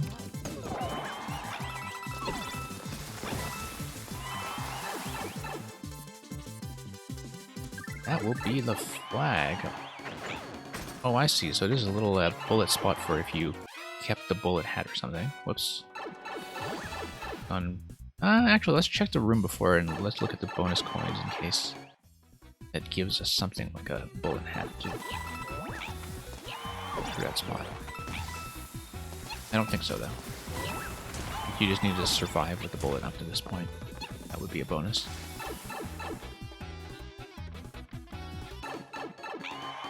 Okay. There.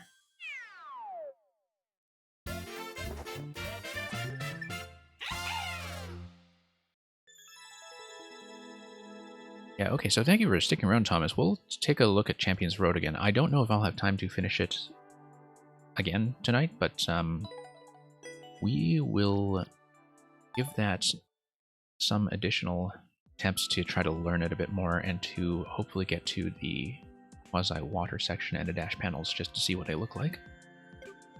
Again, I don't expect I'll be on stream long enough to finish it necessarily with that clear rate, but I will punch that in. Just give me a moment to pull it up.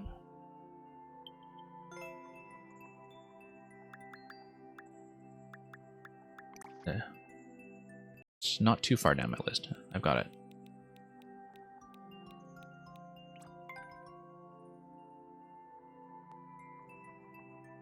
So yeah, thanks for staying, by the way. I did want to do a few more attempts on this tonight.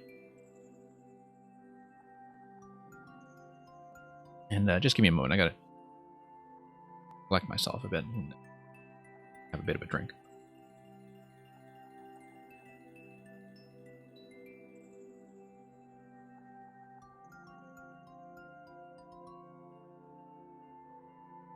Yeah, let's have a continuation of our little 3D World Festival. See if we can get a little further.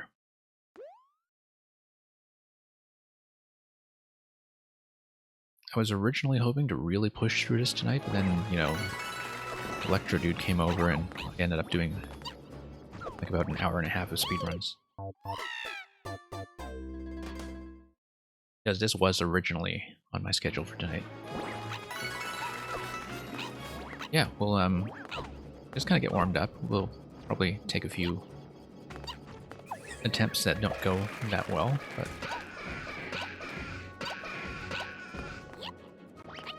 just gotta get warmed up and into the spirit of the level again.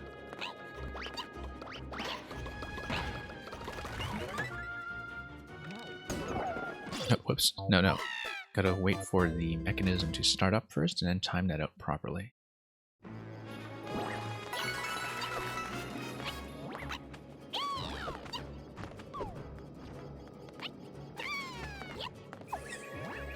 And yeah, let's do this. Oops, let's not do this.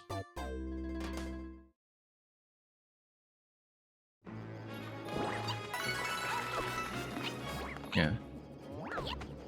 I really enjoyed Toad in the original Champions Road as well. Like, you know, mechanically, like Mario, you would think that he comes off as one of the planar characters, but, you know, when you go up the beat block staircase, for instance, you really develop an appreciation for Toad's swift little short hops in that game. Buzz, buzz, buzz, buzz, buzz.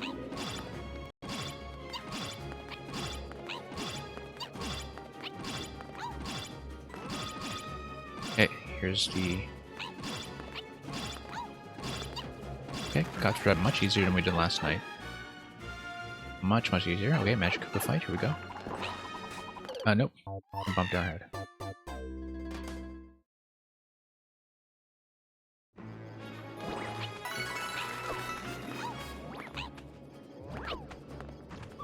And let's try this again.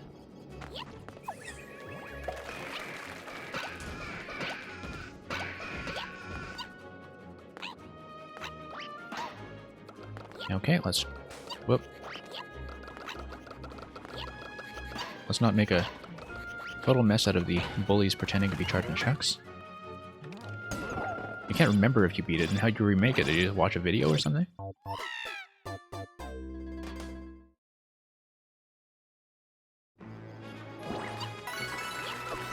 Yeah, it was very tough, and as I was saying last night, or yesterday morning, depending on time, I mean, I beat the thing originally in co-op, and Oh my goodness, it's one of the best co-op experiences I have had.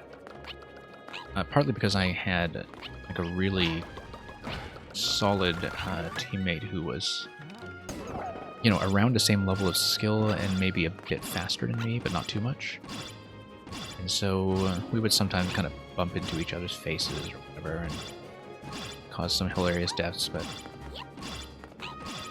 like in the long history of Nintendo co-op experiences, that was one of the best co-op experiences. Which is why I always thought a 3D World port would be so appropriate for Switch, because that's a game that actually would be surprisingly playable with single Joy-Cons. And so you would have co-op right out of the box, right? I mean, I wouldn't recommend doing single Joy-Cons, but the thing is, this game is simple enough in terms of just needing the stick and the face buttons, really. It would work. It would work just fine.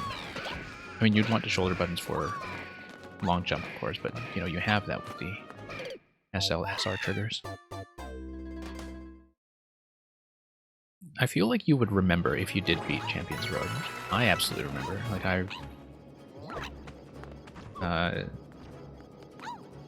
it really was a big accomplishment for me at the time, because, you know, like, as far as official Nintendo levels go, like, that was definitely official Nintendo grind in some ways that I had. Like, if I did it only single player, I probably could have gotten it down in a shorter amount of time, like maybe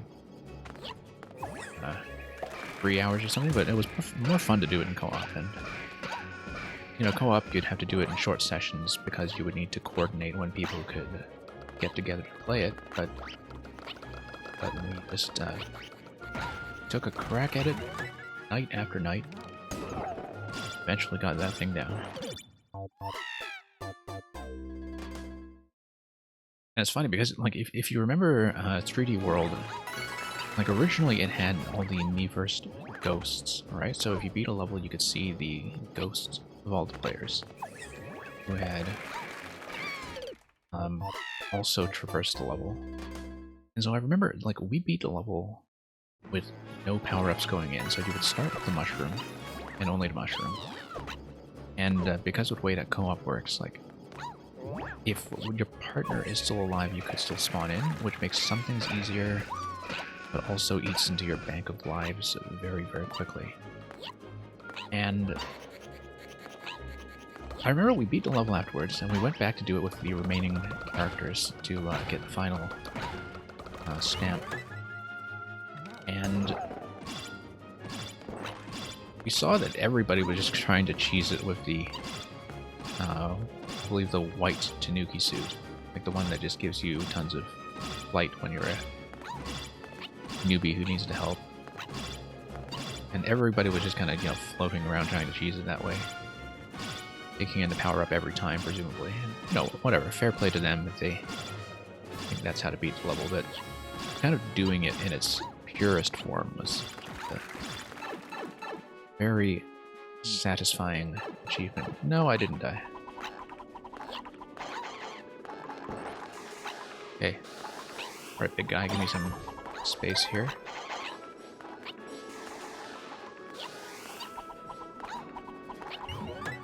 Just gotta be very careful about that part.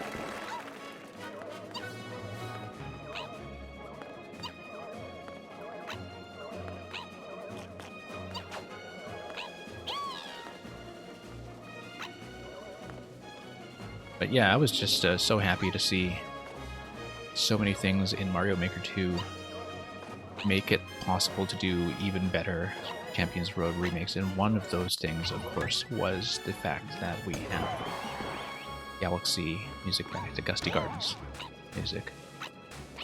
Because that's always been a huge part of that level. We're just going to wait for the Ant Troopers to go away.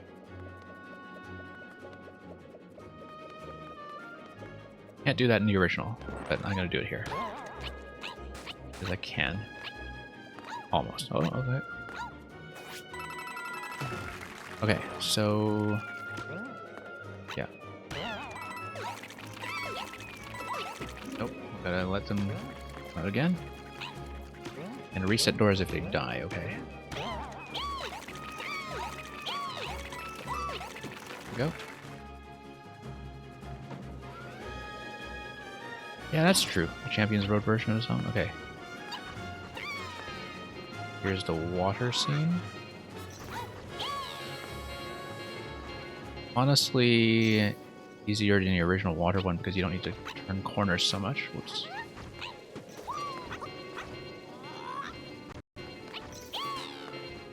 Okay, dash panels.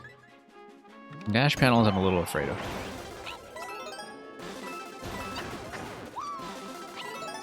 Oh, you do need to get all 5 coins as before. Okay. Alright. I see how you did. We're pretty close to the end, to be honest.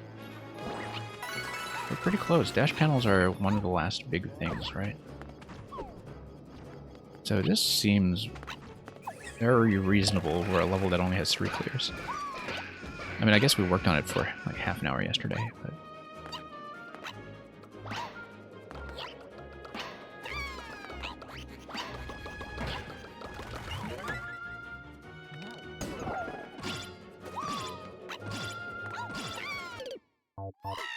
Okay, we messed that up completely. Yeah, dash panels are probably the toughest part of the original, too. Because at that point, you also have to deal... I know you do them with the bullet blasters firing the potoboos here, but you also have to deal with those things that fire the circular rings at you, right? In the original, the enemies from Galaxy that do that. And, I don't remember what they're called. I don't remember the names of a lot of things from the 3D Mario series, despite playing every 3D Mario game to 100%.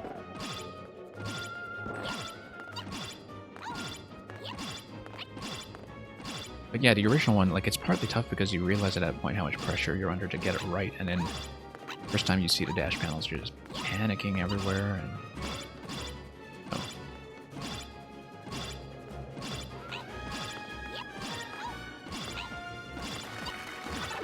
Okay, Magic Koopa fight can be a bit chaotic.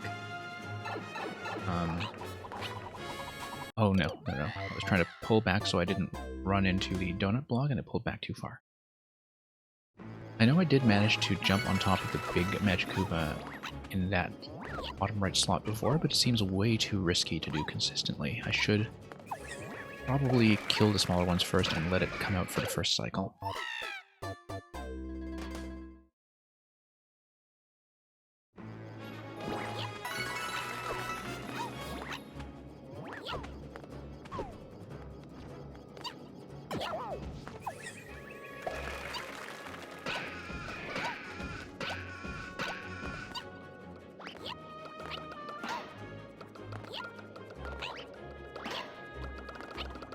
Okay, so let's get through charging bullies again. And back here. Nope, late. My jump cycle was totally off that time. I remember that in the original there, you actually do need to do long jumps to really do it cleanly. Like, there was one particular jump where if you don't do a long jump, then your timing really falls off. Like, you can survive it, but it was clearly designed to be done with long jump.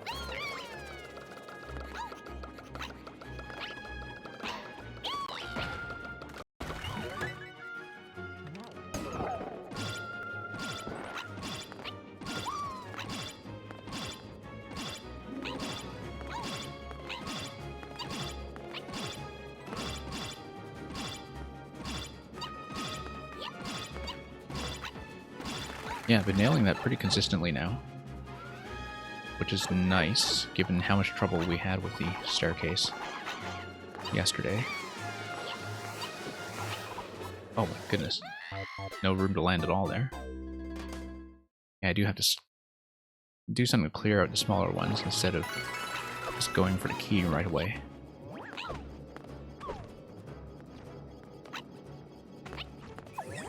Okay, let's...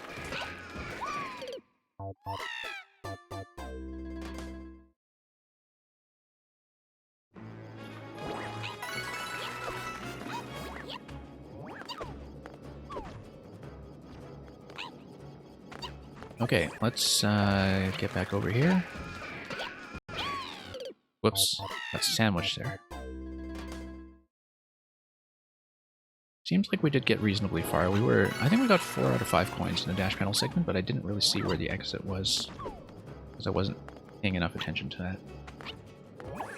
And of course it just fire everywhere, right? So.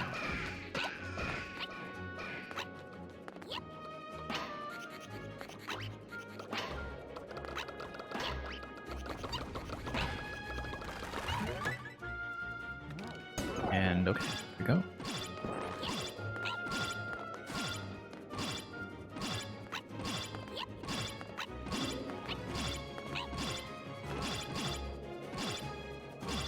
Okay. Whoa, that was a bit close. Much closer than I intended. Let's get rid of that guy.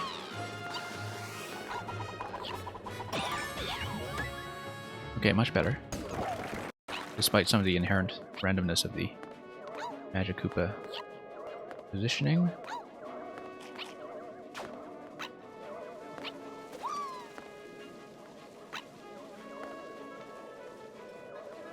And yeah, second cycle here seems to work pretty well.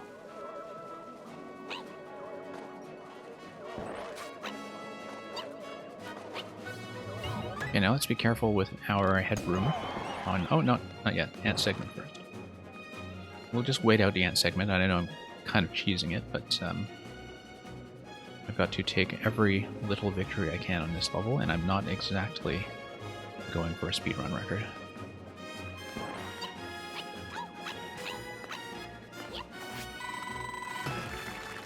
Okay. Oh, no. Too bad we died on something relatively easy.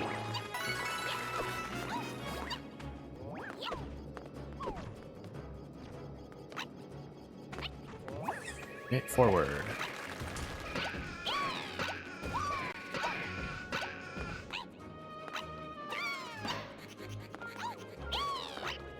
Yeah, it was looking like a pretty decent attempt as well.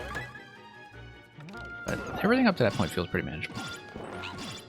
At this point. Magic Koopas can be a bit chaotic simply because I have to react to whichever spawning pattern they have chosen. But that's really the only thing that kind of gets me a little bit on edge.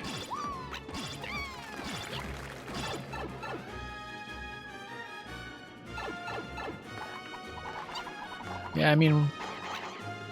Okay. Yeah, if you don't think it's cheese, that's perfectly fine. That's, you know, your judgment about that as the designer. What do you think it's an issue?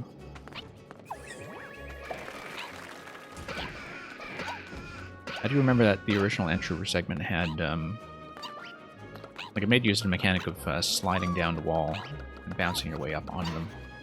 And that was one of the segments that was actually quite hard to co-op. The Ant Troopers were kind of hard. Piranhas were very hard to co-op.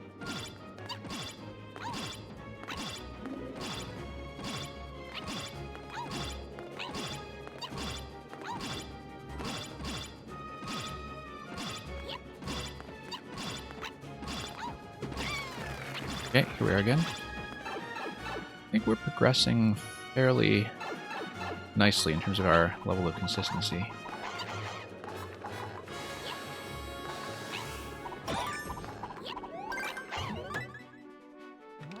We do kind of have a method worked out for here.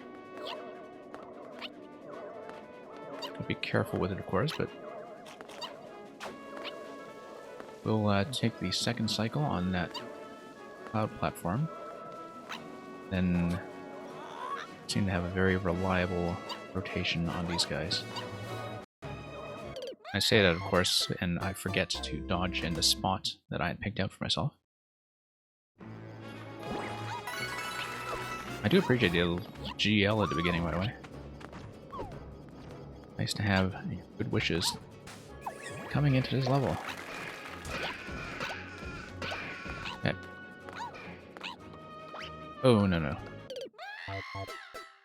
Bad fall.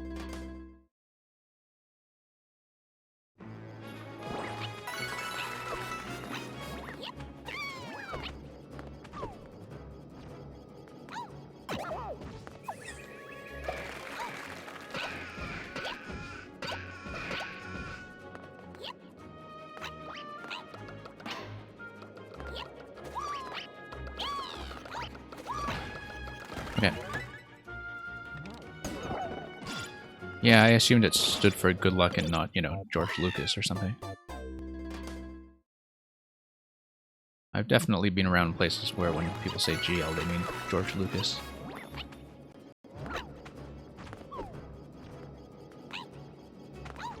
I quite like George Lucas. I do think quite highly of him as a filmmaker.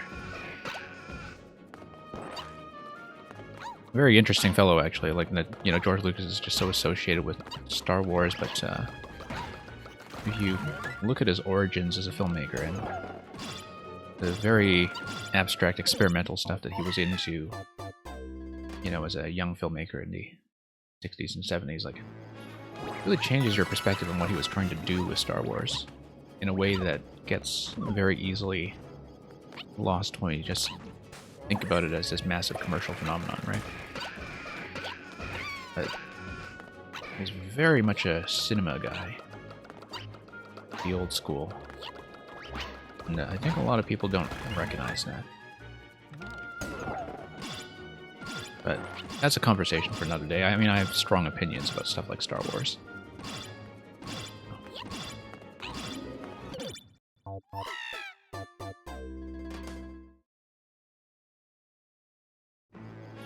Okay, let's, yeah, I want to see the dash panels at least once more so we can do a proper attempt at it. So we need to not die so much on the early stuff, although I feel like we've already kind of saved a massive amount of time compared to yesterday.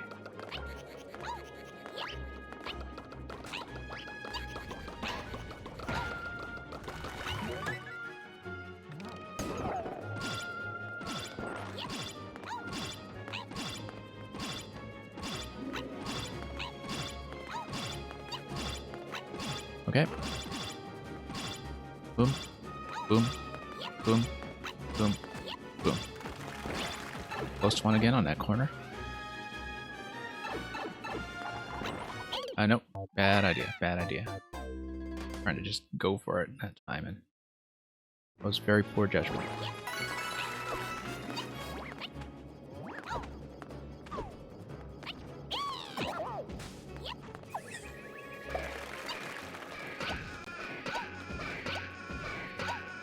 Yeah, just need to learn it. Like, all this stuff. I feel like we have very avoidable mistakes that we're making at this point, and that do have the level pretty much figured out up until the dash panels. Just a matter of doing it cleanly.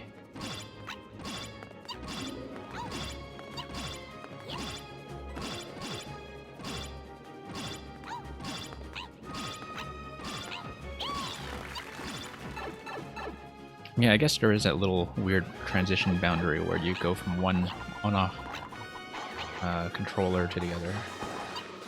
You know, where it seems to skip a beat with the spiny mechanism, or the shell mechanism up top. But that's going to happen, I think, if you're building that wide.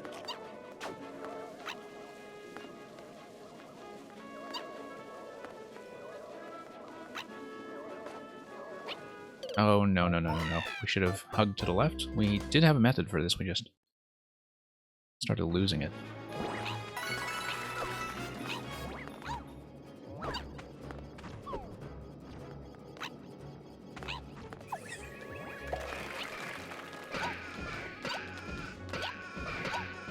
Okay, let's try this again.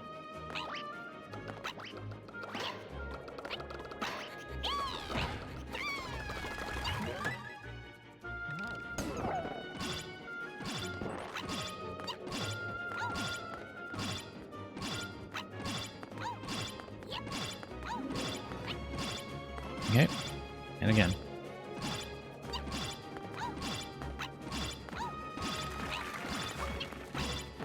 Alright, let's not be too courageous in the Magic Koopa segment this time. Let's, in fact, wait for the first spawn. And yeah, nice to have the big one right there.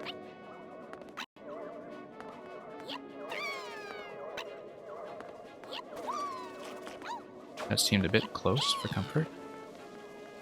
We'll again wait for the second cycle. Let that go over.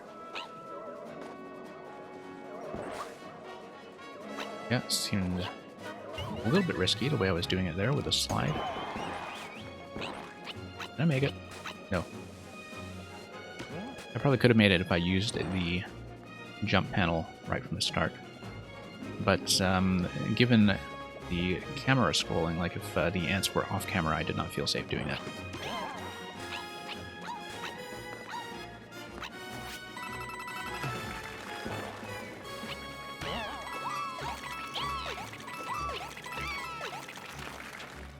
Okay. Oh, on-off is on. Oh, yeah, okay. I know why. That surprised me because it was not how things worked last time. Okay, we just need to be careful about the jump height here. Hey, Calip. This is not a viewer stream. We are just finishing a viewer level that we had from earlier this week that we didn't finish because on the weekends I catch up on some of the unfinished levels.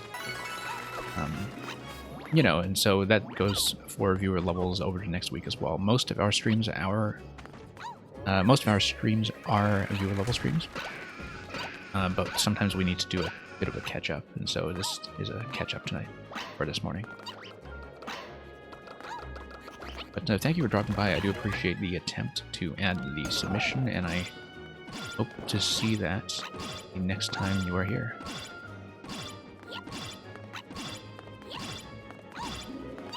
But we did, you know, tell a bunch of people that we're going to reserve today for their levels, and that's what we're doing.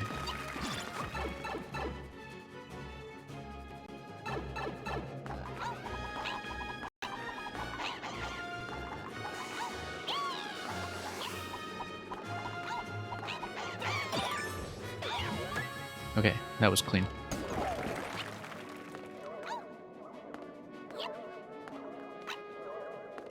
Fairly clean. Let's do this again.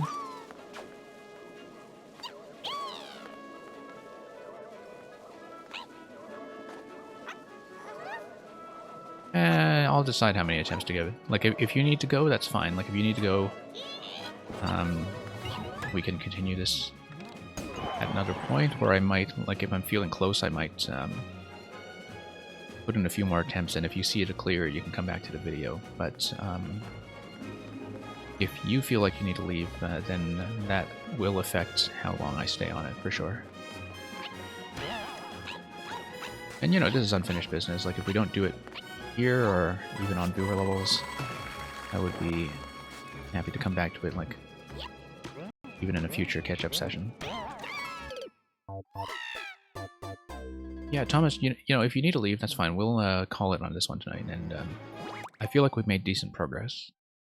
In that we reached the water segment twice, we passed it once, we saw the dash panels once. Most things early in the level are getting consistent, and it's just the nature of a Champions Road remake that it is going to be a lot of time spent on the repeated attempts and getting things to go a little bit more cleanly. So, yeah, we'll just call it for today, and you have a good day or good night. US, I guess? Yeah, good night.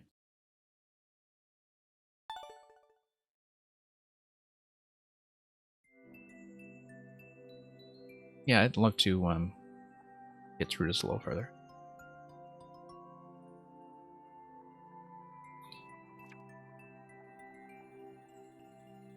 I'm just going to probably finish off with some last few easier levels that I had told people ahead of time I would do. That will likely be the last thing I do before I log off for the night. So thank you so much for dropping by. And yeah, it's nice to have the weekend streams like this where we can grind at some of the low clear rate levels, particularly the ones that are under 0.5%. I feel like I do need that additional time, and it was very convenient for our purposes that you did in fact show up to join us tonight. So, thank you.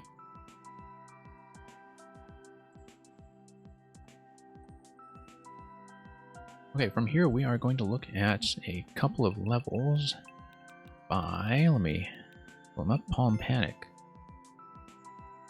Palm Panic is another maker I've featured here a number of times before. See, they've already got a 3-course world set up. I don't know if it's something that's still being revised or expanded, but we have played most of their stuff before, or really almost all of it, so we'll just catch up on 1 level from before the patch and 2 levels from after the patch. So here's a spiny, viney valley, where you swing on vines and swim in a swamp.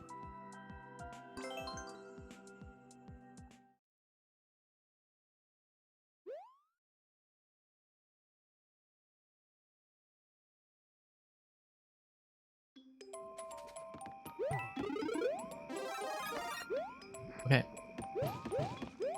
And yeah, the poison level does in fact go up. I don't know if it goes back down. I think it must, from the layout I'm seeing here. So yeah, nice to get back into the pace of traditional-ish Mario. Oh, it does go up, doesn't it? Oh, whoops. Mistake. Mistake. Okay, grab that shroom. Up we go.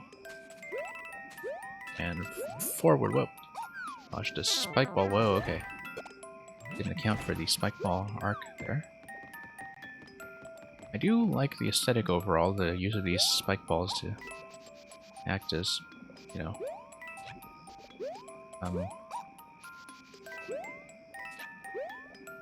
what's the word I'm looking for? Bowls? Or... yeah. That is a spin jump bonus segment. Nice to have a mushroom here to work with. And we are going to fail the bonus segment.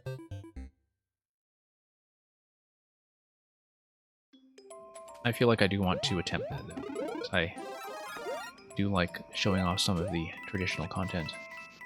Bonus content, rather, in the traditional levels.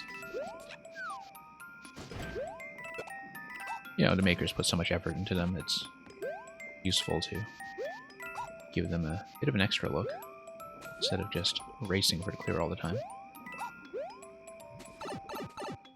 And that will be the usual policy with that. And we'll just miss, and miss, and miss. Well, I feel like that has laid down a challenge for us, though, and so I do want to do it.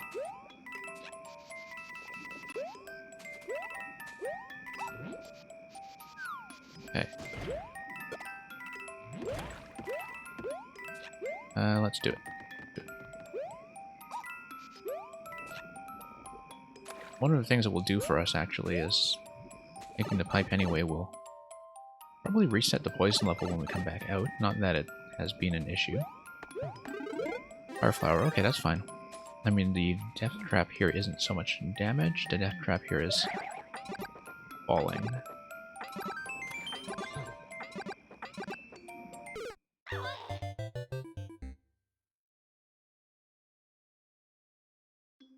I'm gonna try to do it again, though.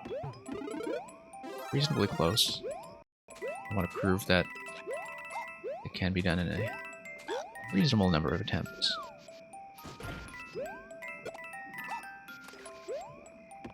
So let's head back over.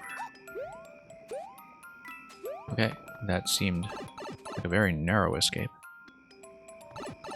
Very narrow escape indeed.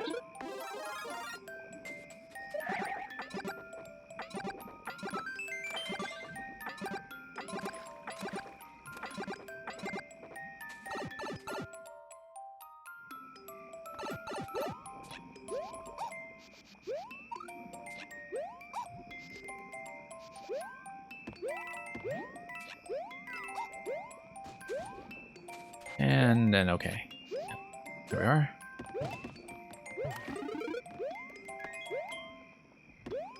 That's definitely something. I thought. That's a ceiling. That looks like a spin jump location for sure. Same with this one. Fire flower, yep, there we go. Definitely something below there. Ah, no, not really. Nothing too interesting. It looks of it, so we'll pop this, grab another fire flower, and move our way up to the 10 coin.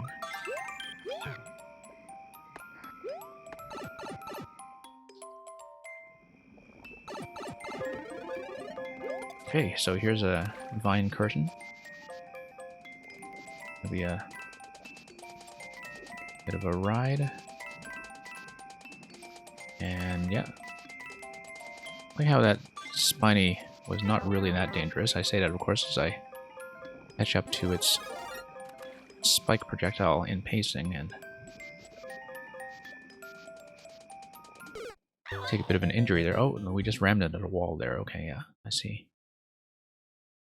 Just misjudged the pace of that completely. Now, we do know that there's going to be a flower that comes down along this trackway for us, so we'll just take the left one again, because that seemed to be easiest to cling onto. Just have to be careful with that spiny projectile spot that we saw earlier. Right here, right here, right here. There we go. Just pass smoothly over it, and it's going to be a fire flower regardless.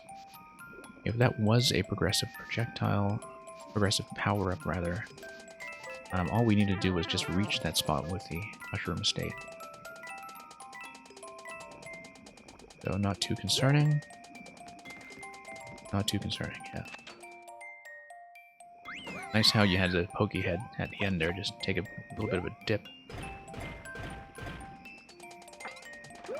Okay.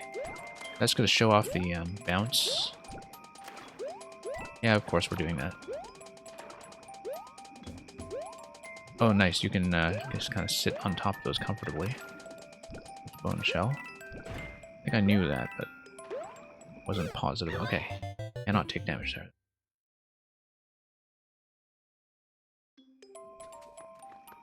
Yeah, bone shell, come out.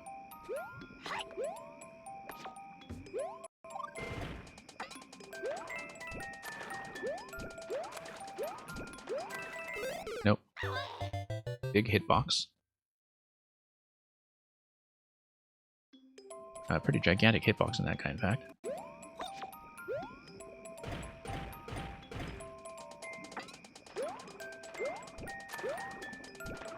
Which is fine. I mean, I think it's pretty well signaled. And yeah, let's go ahead. Hey, Redox, how's it going? We're going to be winding down soon, so unfortunately, if you have something new, I don't think I'll get to it today.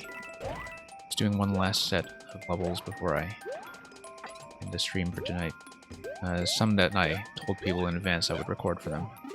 I did see that you had your 1.1 revision of the level that you had shown me last week with the boomerang.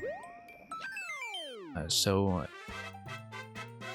I might actually try to briefly, since I still remember that boomerang level quite well.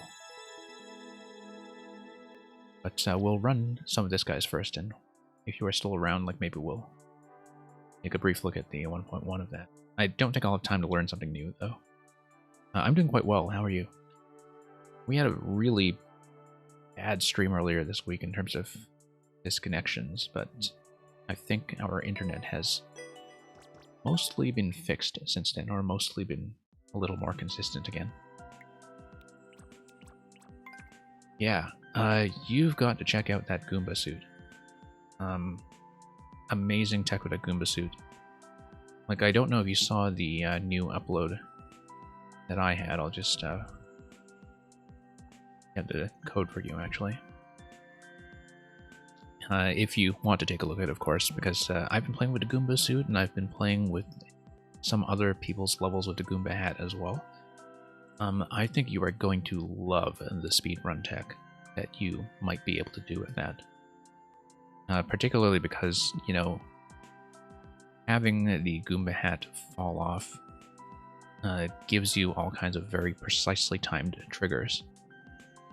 That, you know, if you're using speed boosts from the thwomps and such, like, that's going to be very, very useful. Yeah. My level is not, you know, an intense speedrun level or anything. It's just kind of a mechanical showcase of some of the stuff that the Goomba suit does that people might not have thought about. I'm just going to look at 2 more levels at this profile. The first one is Run Froggy Run. So I played one from before the patch, that was this one. I'll play 2 from after the patch. One with the frog and one with the squirrels. So Run Froggy Run is going to be a frog on a water surface level. Grab the P-switch and run. Just keep running, you strange little frog, and so we shall. Yeah, the code is right above you, Redux. We just plug that into the bot. Yep. Reach the goal is Frog Mario's. Yeah, good to take your time, I think. I mean, I'm still excited about a lot of this patch content. I feel like it's been very good to me so far. Whoops. Nope, need to jump over that. I've been doing much more intense speedruns than this level tonight, so it's actually kind of relaxing to do this one. And to do a running level that still feels like it has this very clean, traditional look to it. You know, you don't really need to do much other than jump over obstacles, but the obstacles are very easy to see because the jumps are simple enough that you don't need indications. And I think this is a maker who likes to stick to the traditional aesthetic anyway, you know, in a very decorative style, but still... You can see how much flexibility I have on some of those jumps, like between the 2 bonsais there. But here's more Angry Sun. And yeah, we just need to dodge with pretty decent timing. Outrun that thwomp. Oh, that's a nice little chase. I like that chase. Look at that. I love the way it pushes the pokies, too. Yeah, pretty much just a chase sequence. That's it.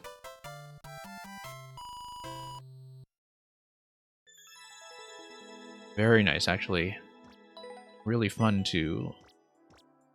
Well, we kind of hit that record on a dot. Yeah, really fun to play something that looks much more relaxed than the speedrun levels I typically get on Twitch, but at the same time using that frog running mechanic and still requiring quite a lot of the player in terms of reading level. Yeah, that was fun. Let's take a look at the squirrel one. Scale the spire and don't get skewered. Squirrel! Which internally I hear as being read by the dog from the Pixar film Up, you know, when they say squirrel. I think that's almost certainly what Palm Panic has in mind.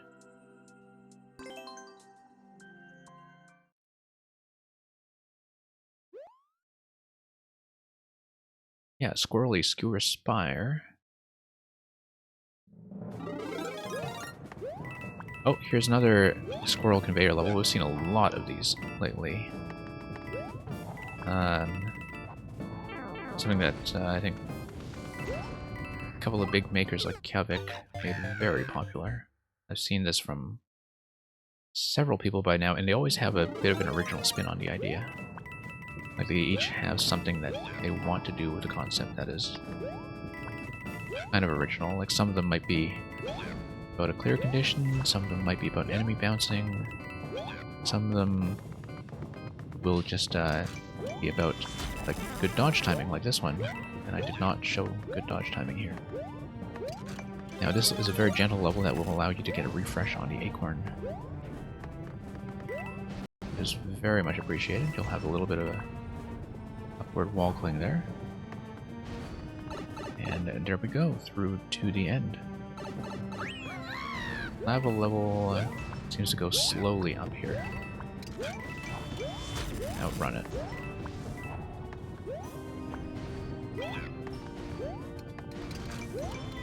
Yeah. It's a very accessible introduction to that mechanic, in fact. you know, like a squirrel and conveyor level that is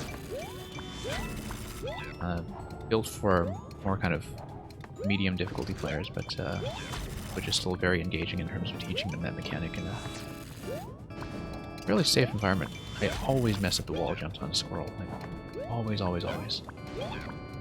Like don't get in the habit of pushing in the right direction for some reason. And see, we lost a ton of time there. Hey, West Second is going all right. We're going to be wrapping up pretty soon for tonight. I hope you've been doing well, and I don't know how far you got on the Odyssey stream the other night. I know you've been back to a bit of Maker as well. Yeah, I'm just recording levels for some other people that I've been following for a long time tonight, and we had some unfinished business to sort out earlier with people who had been hanging out on our viewer stream earlier this week, so, you know, some longer grinds that we couldn't finish. In some cases, still haven't finished.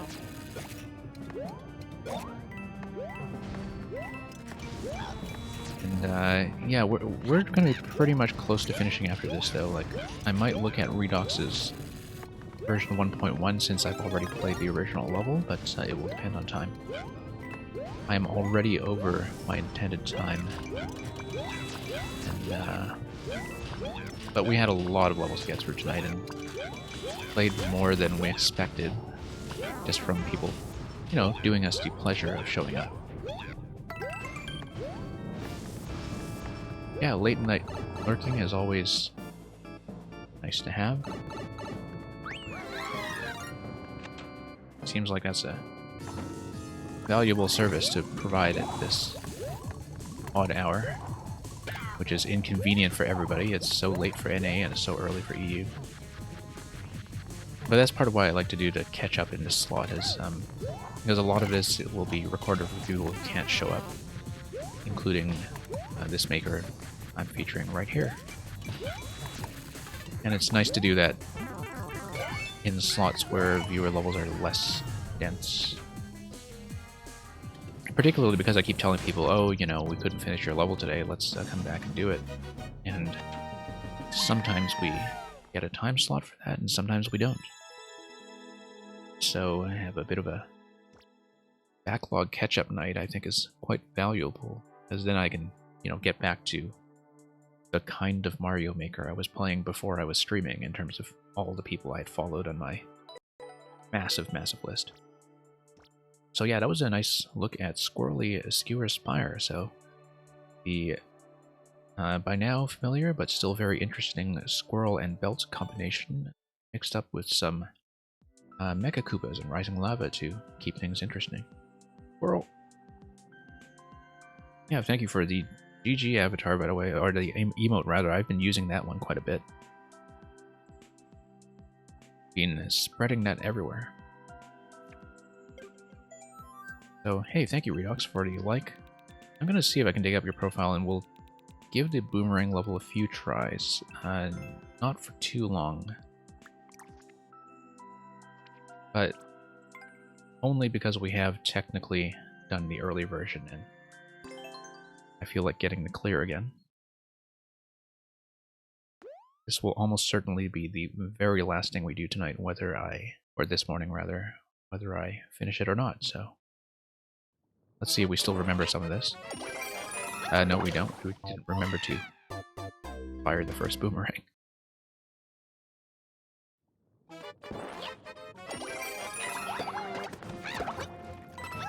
Okay, but after having had Electrodude's levels on for so long earlier tonight, I am a little bit warmed up for speedrun. Oh, thank you. I hope you enjoy it when you do get the clear.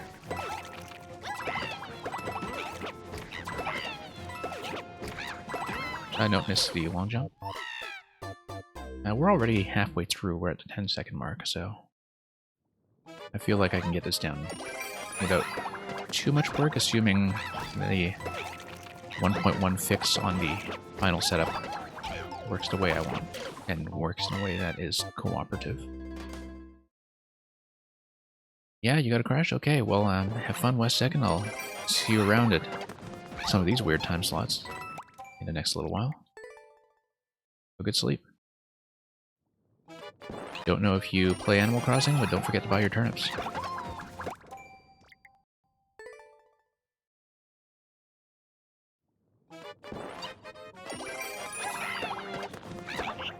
I forgot to release.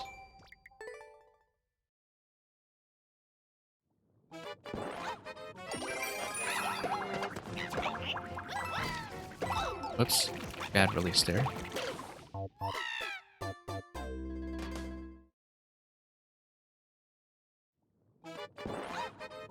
Yeah, well, have a good night. I'll see you around.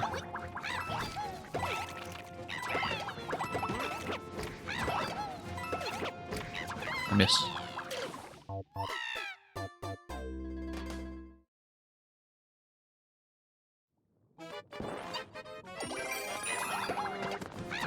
I know. Yeah, maybe I'm not really warmed up for this, but...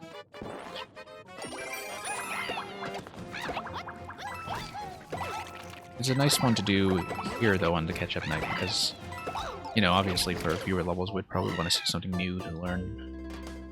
But just to give the 1.1 a test, to see if we can grab clear and still do this, that would be very nice to get done quickly. Note we were early on that long jump, like we were many times in version 1.0.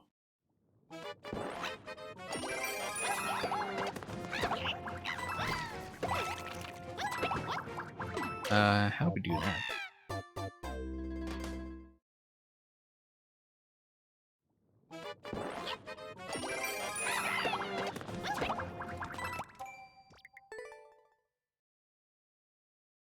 Hopefully not too much of the work we put in previously has been totally lost to us.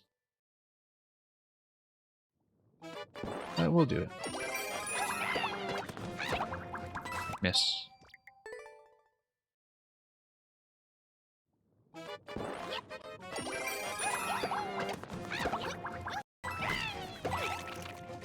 Yeah, I just gotta get in the habit of the long jump again. That's probably the issue here is... I haven't played too much intense 3D World in the last few days. So the long jump input is not really in our fingers right now.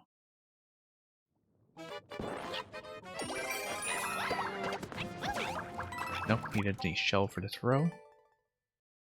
So far, we got so far in the first attempt earlier in terms of the halfway mark. Just kind of slipping and losing it. Yeah, so I don't necessarily know that I'll finish 1.1 tonight. Would like to, but I'm not really counting on it. Gotta fire the boomerang the second time.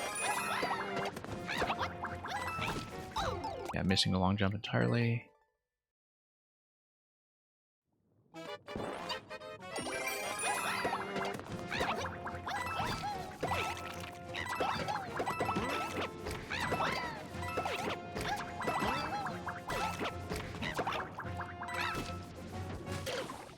Yeah, no, I see what the issue is here. I'm just kind of getting accustomed to doing the long jump separately from the main jump again, after not having done that all evening. And we still have to see if we can actually get the final setup to trigger properly this time. Yeah. Very easy to see what I'm doing wrong here. Fixing it, however, is a different question.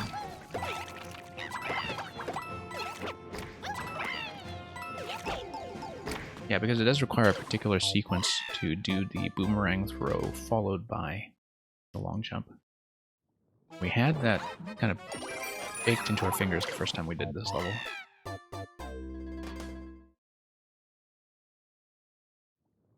But like I said, won't stay on it too long, especially if the D-pad gives us issues. The D-pad is giving us issues.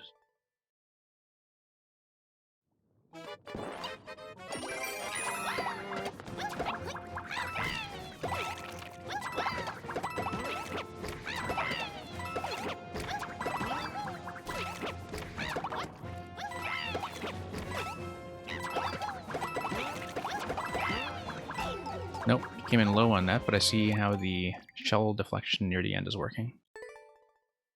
I don't think I see the exact change, but I do see how it's new and unfamiliar. I don't know the exact fix that you put in. I would have to compare videos, given that I just straight up broke the last setup the first time I did this.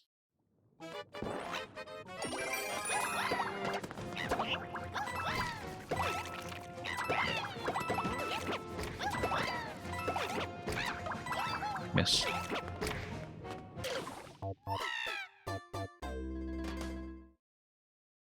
Yeah, I was a little bit off-center with my jumps near the end, and I could tell that my pacing was not quite right.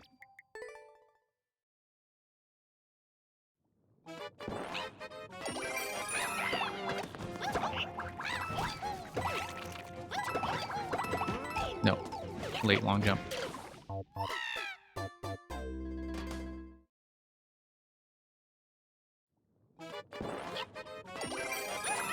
Nope.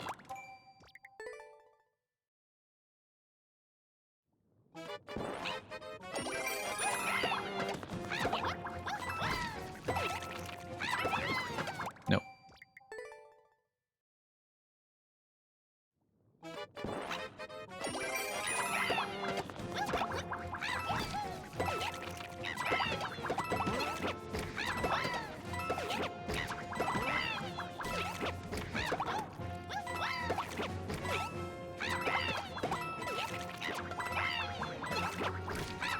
Nope. I did see the shell triggering the first time I got to that point, but I must have just had a complete miss that time.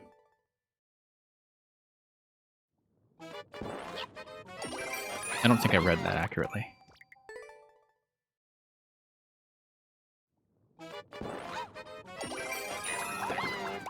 So I do know the piranha should not be in that spot. No, I do recognize how the setup has changed now, because you previously had just the sideways creeper piranha acting as a back and forth track for the shell, and actually that was very neat. I like that. It's a very unique way of using the creeper piranha in something time intensive, but I guess the way I navigated that last time, just smash that thing.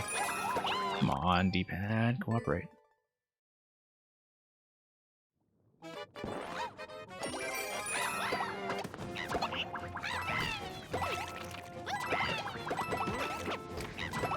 Nope.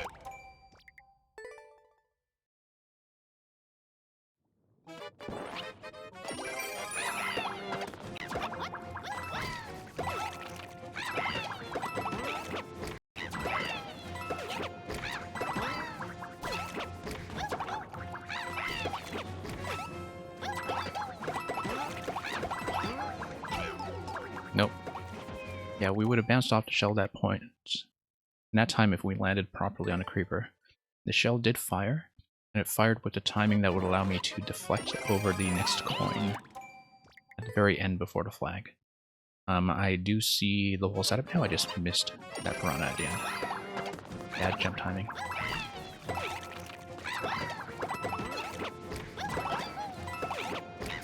Miss.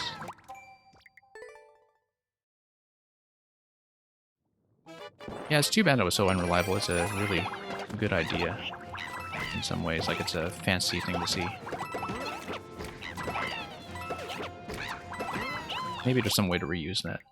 If you haven't used it already, I feel like you might have.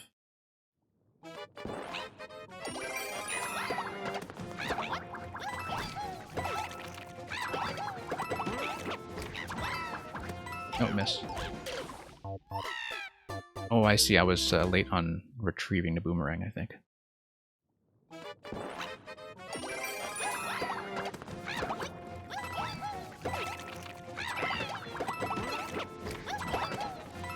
Nope.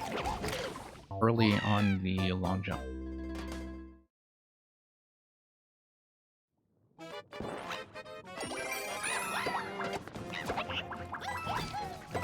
We'll see. It does look like it's going to be much cleaner for me to execute when I do get back there.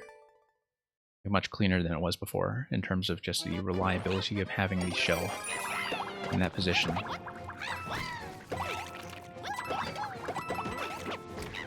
Even if it doesn't look as fancy. Missed a throw.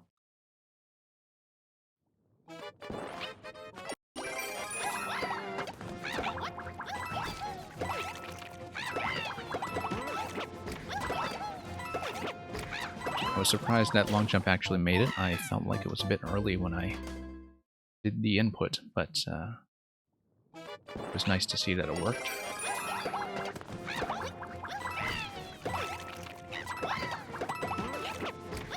I know. How did I just miss that throw completely?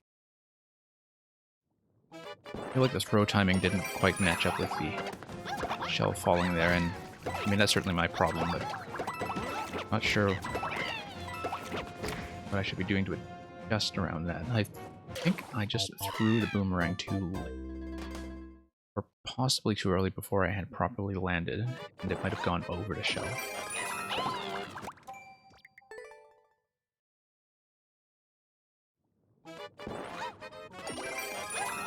Come on.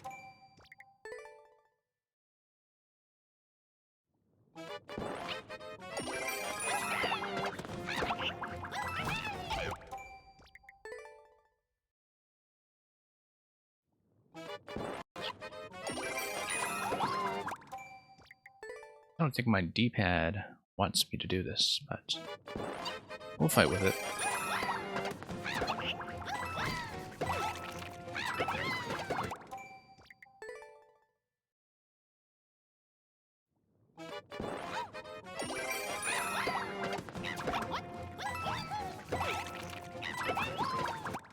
Yeah, look at that.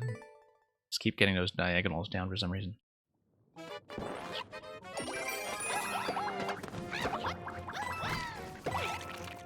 Change my D-pad posture a bit.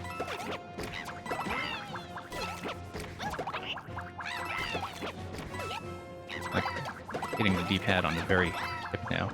Yeah, that long jump is early. That's the issue.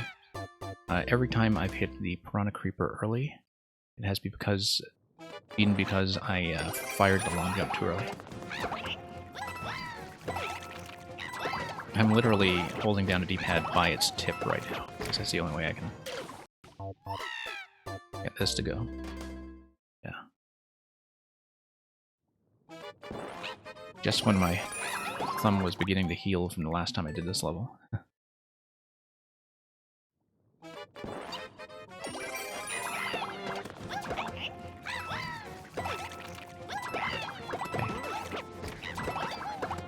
No, no, no. Oh, the boomerang did a double hit on a shell that time. Yeah, that was just a bad hit on the boomerang the first time, and then it hit the shell on the way back.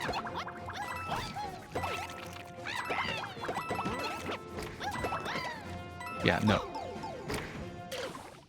Boomerang timing was wrong. Because it didn't send the shell over, as it should have done.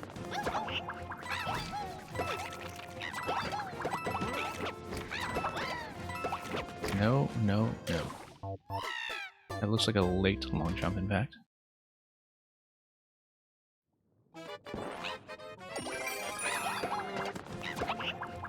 Well, I guess that answers the question of how consistently I actually managed to learn this thing. Yeah, Bullet Hat's fun. Bullet Hat is a lot of fun. Requires quite a bit of precision going into things like wall jumps. Bullet Hat works really well with a cat, actually.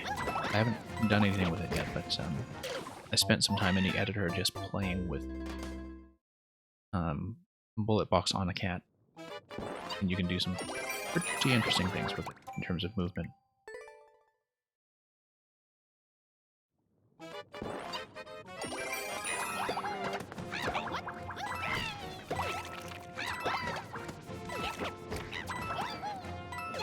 Totally missed that shell.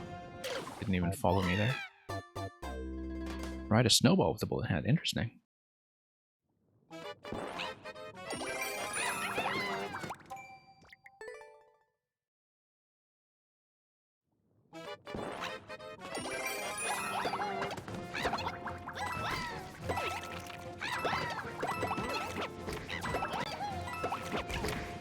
late. Kind of over adjusting for that long jump there now.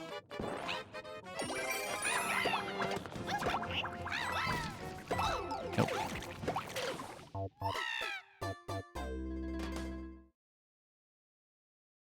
Yeah, I do want to stamp clear on this, and then you can find something else that breaks and upload 1.2, and I can do it all over again. I missed a shell completely.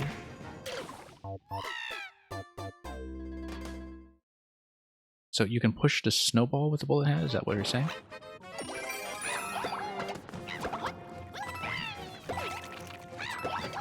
That sounds interesting. I don't think I've seen that yet. I haven't seen anybody try it. Like with the big snowballs, right? Oh.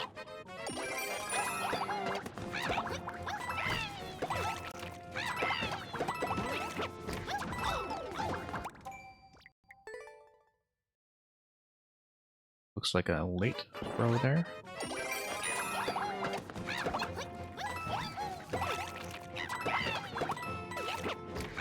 No, that shell did not come over with me at all. Oh no, I failed to trigger the next shell, that's what happened.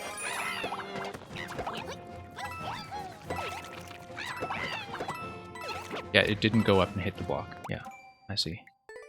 Something about hitting that shell and launching the next one is missing. I don't know what I'm doing wrong now, but just a firing timing, I think. Oh, yeah.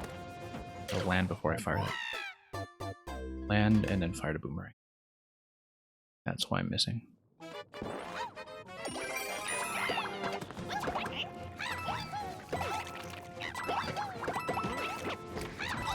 Oh, I'm missing. I don't know why I'm having so much trouble with that segment. Now, I don't know what adjustment I made that is suddenly getting me into trouble.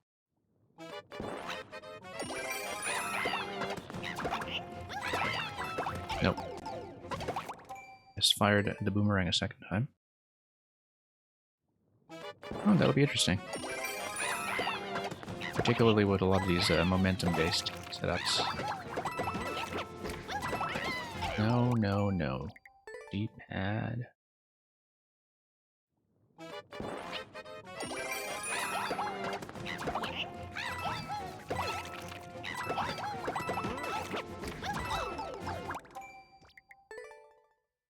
I don't know why that has become so inaccurate. Like, that spot used to be 100% reliable for me.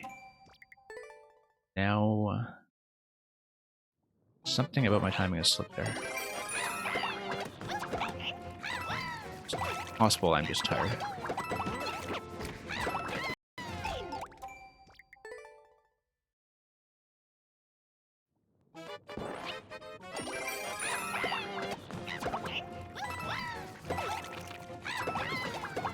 No.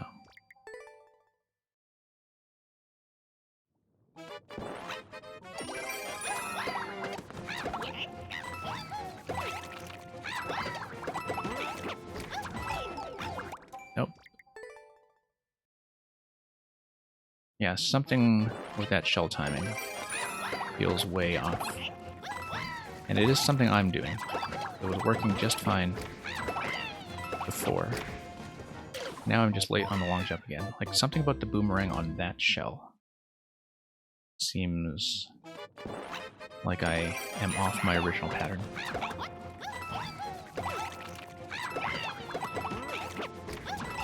Yeah, look at that. Every time. Every time.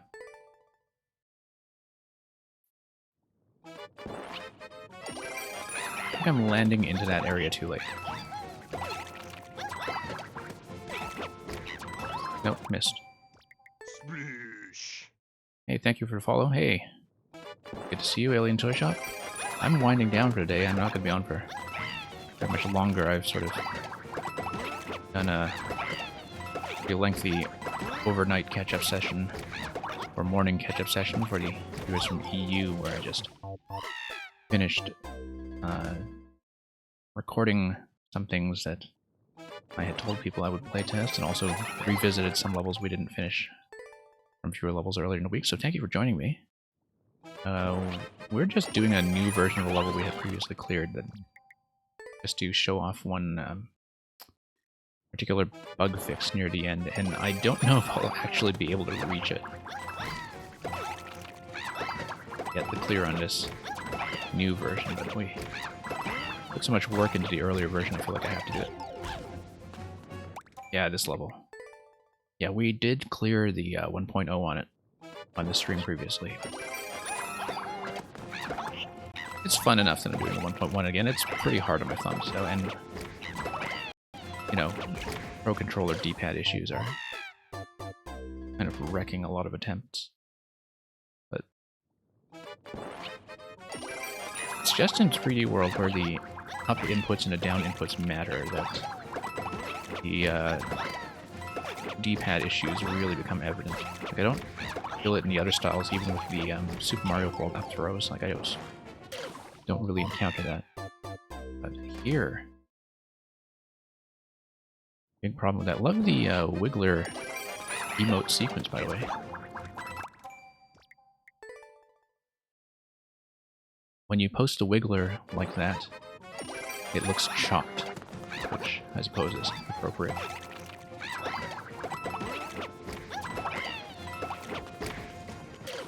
Hey, Kilchara. We're almost finished for tonight. Like, we're already over time, but thank you for joining me and saying hi anyway. We're wrapping up pretty soon. But just wanted to give this a proper playtest. You know, just for one setup change at the end that we've barely seen because we've gone back to having to relearn this level.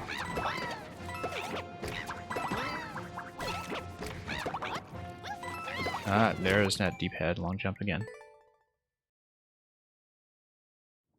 Yet again.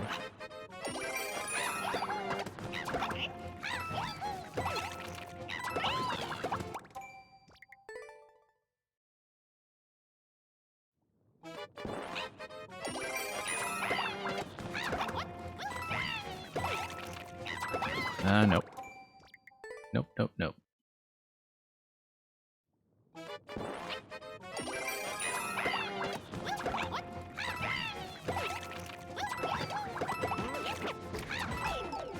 Yeah, that boomerang.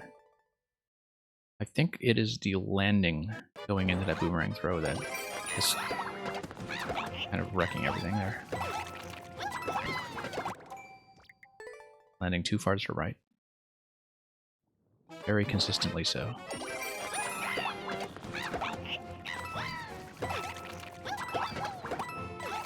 We didn't trigger that.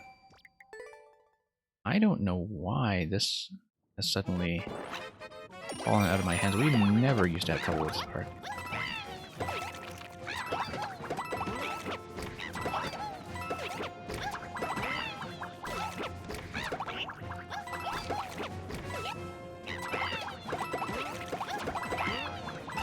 Yeah, okay. Early on the long jump yet again. And that's the very last jump. Over to Piranha, over to Shell, and that is the flag.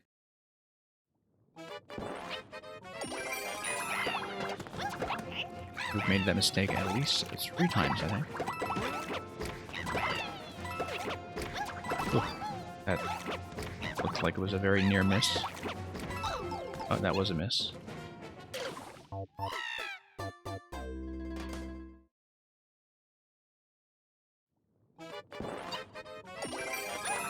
I thought I'd saved so much time on 1.1 from already having cleared 1.0, and that is not at all the case.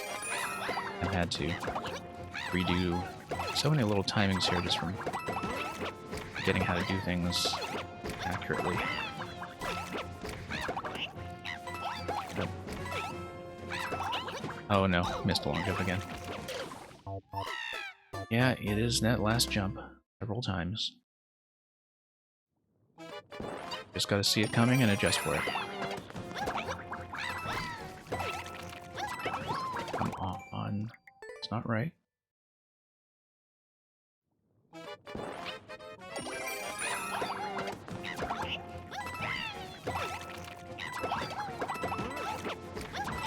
Nope.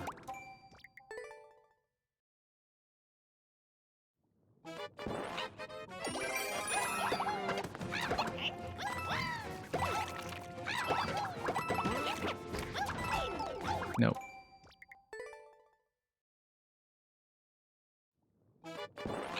Yeah, that boomerang throw is way off now. And has been for the last many attempts. Too early on the boomerang now. It's going too high. Going too high in such a fashion that it's not hitting the shell. It does need to hit it very accurately on ground level in order to trigger the next element. Nope.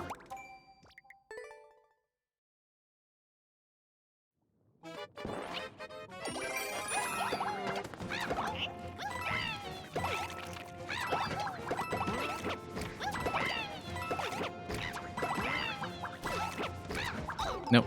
Too early on a throw. That was very clearly too early. Got to land and throw on ground level. I did feel like we did have enough room on the landing that time. So that at least got fixed.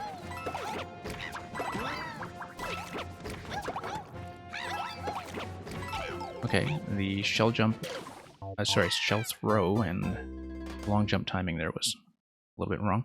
Hey Matthew, thank you for coming back. We're about to wind down tonight. This is the last thing we're doing, but thank you for joining me anyway. We're looking at a revised version of the stage with a new ending. And we have to actually see the ending a little more accurately than we have. Viewer levels, of course, will be back during weekdays later this week. And when viewer levels are back, I'll take the submission then. But thank you for coming by. Like, we only have been doing these ones on weekends. And yeah, so thank you for the submission, but we will take it a different day, because we are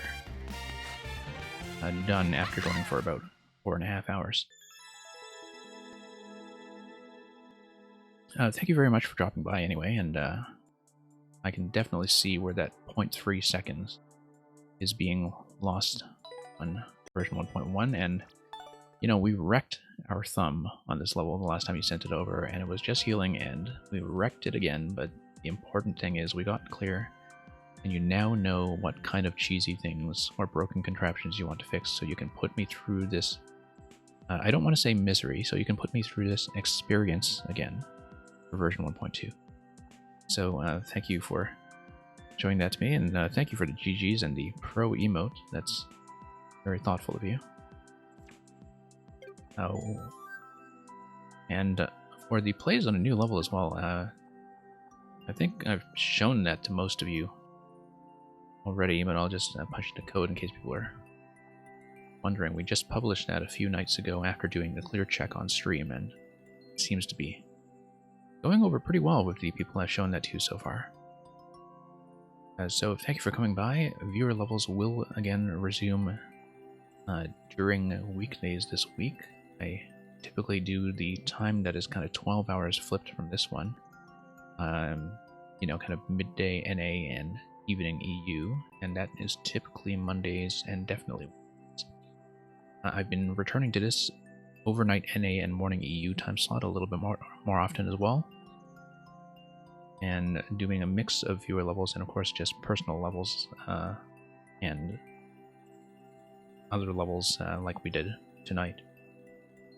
So thanks for watching. We'll see if anybody is particularly rateable, especially when it comes to Mario Maker, and we'll send you onward to that. So thank you for joining me again today, and good night or good morning wherever you are.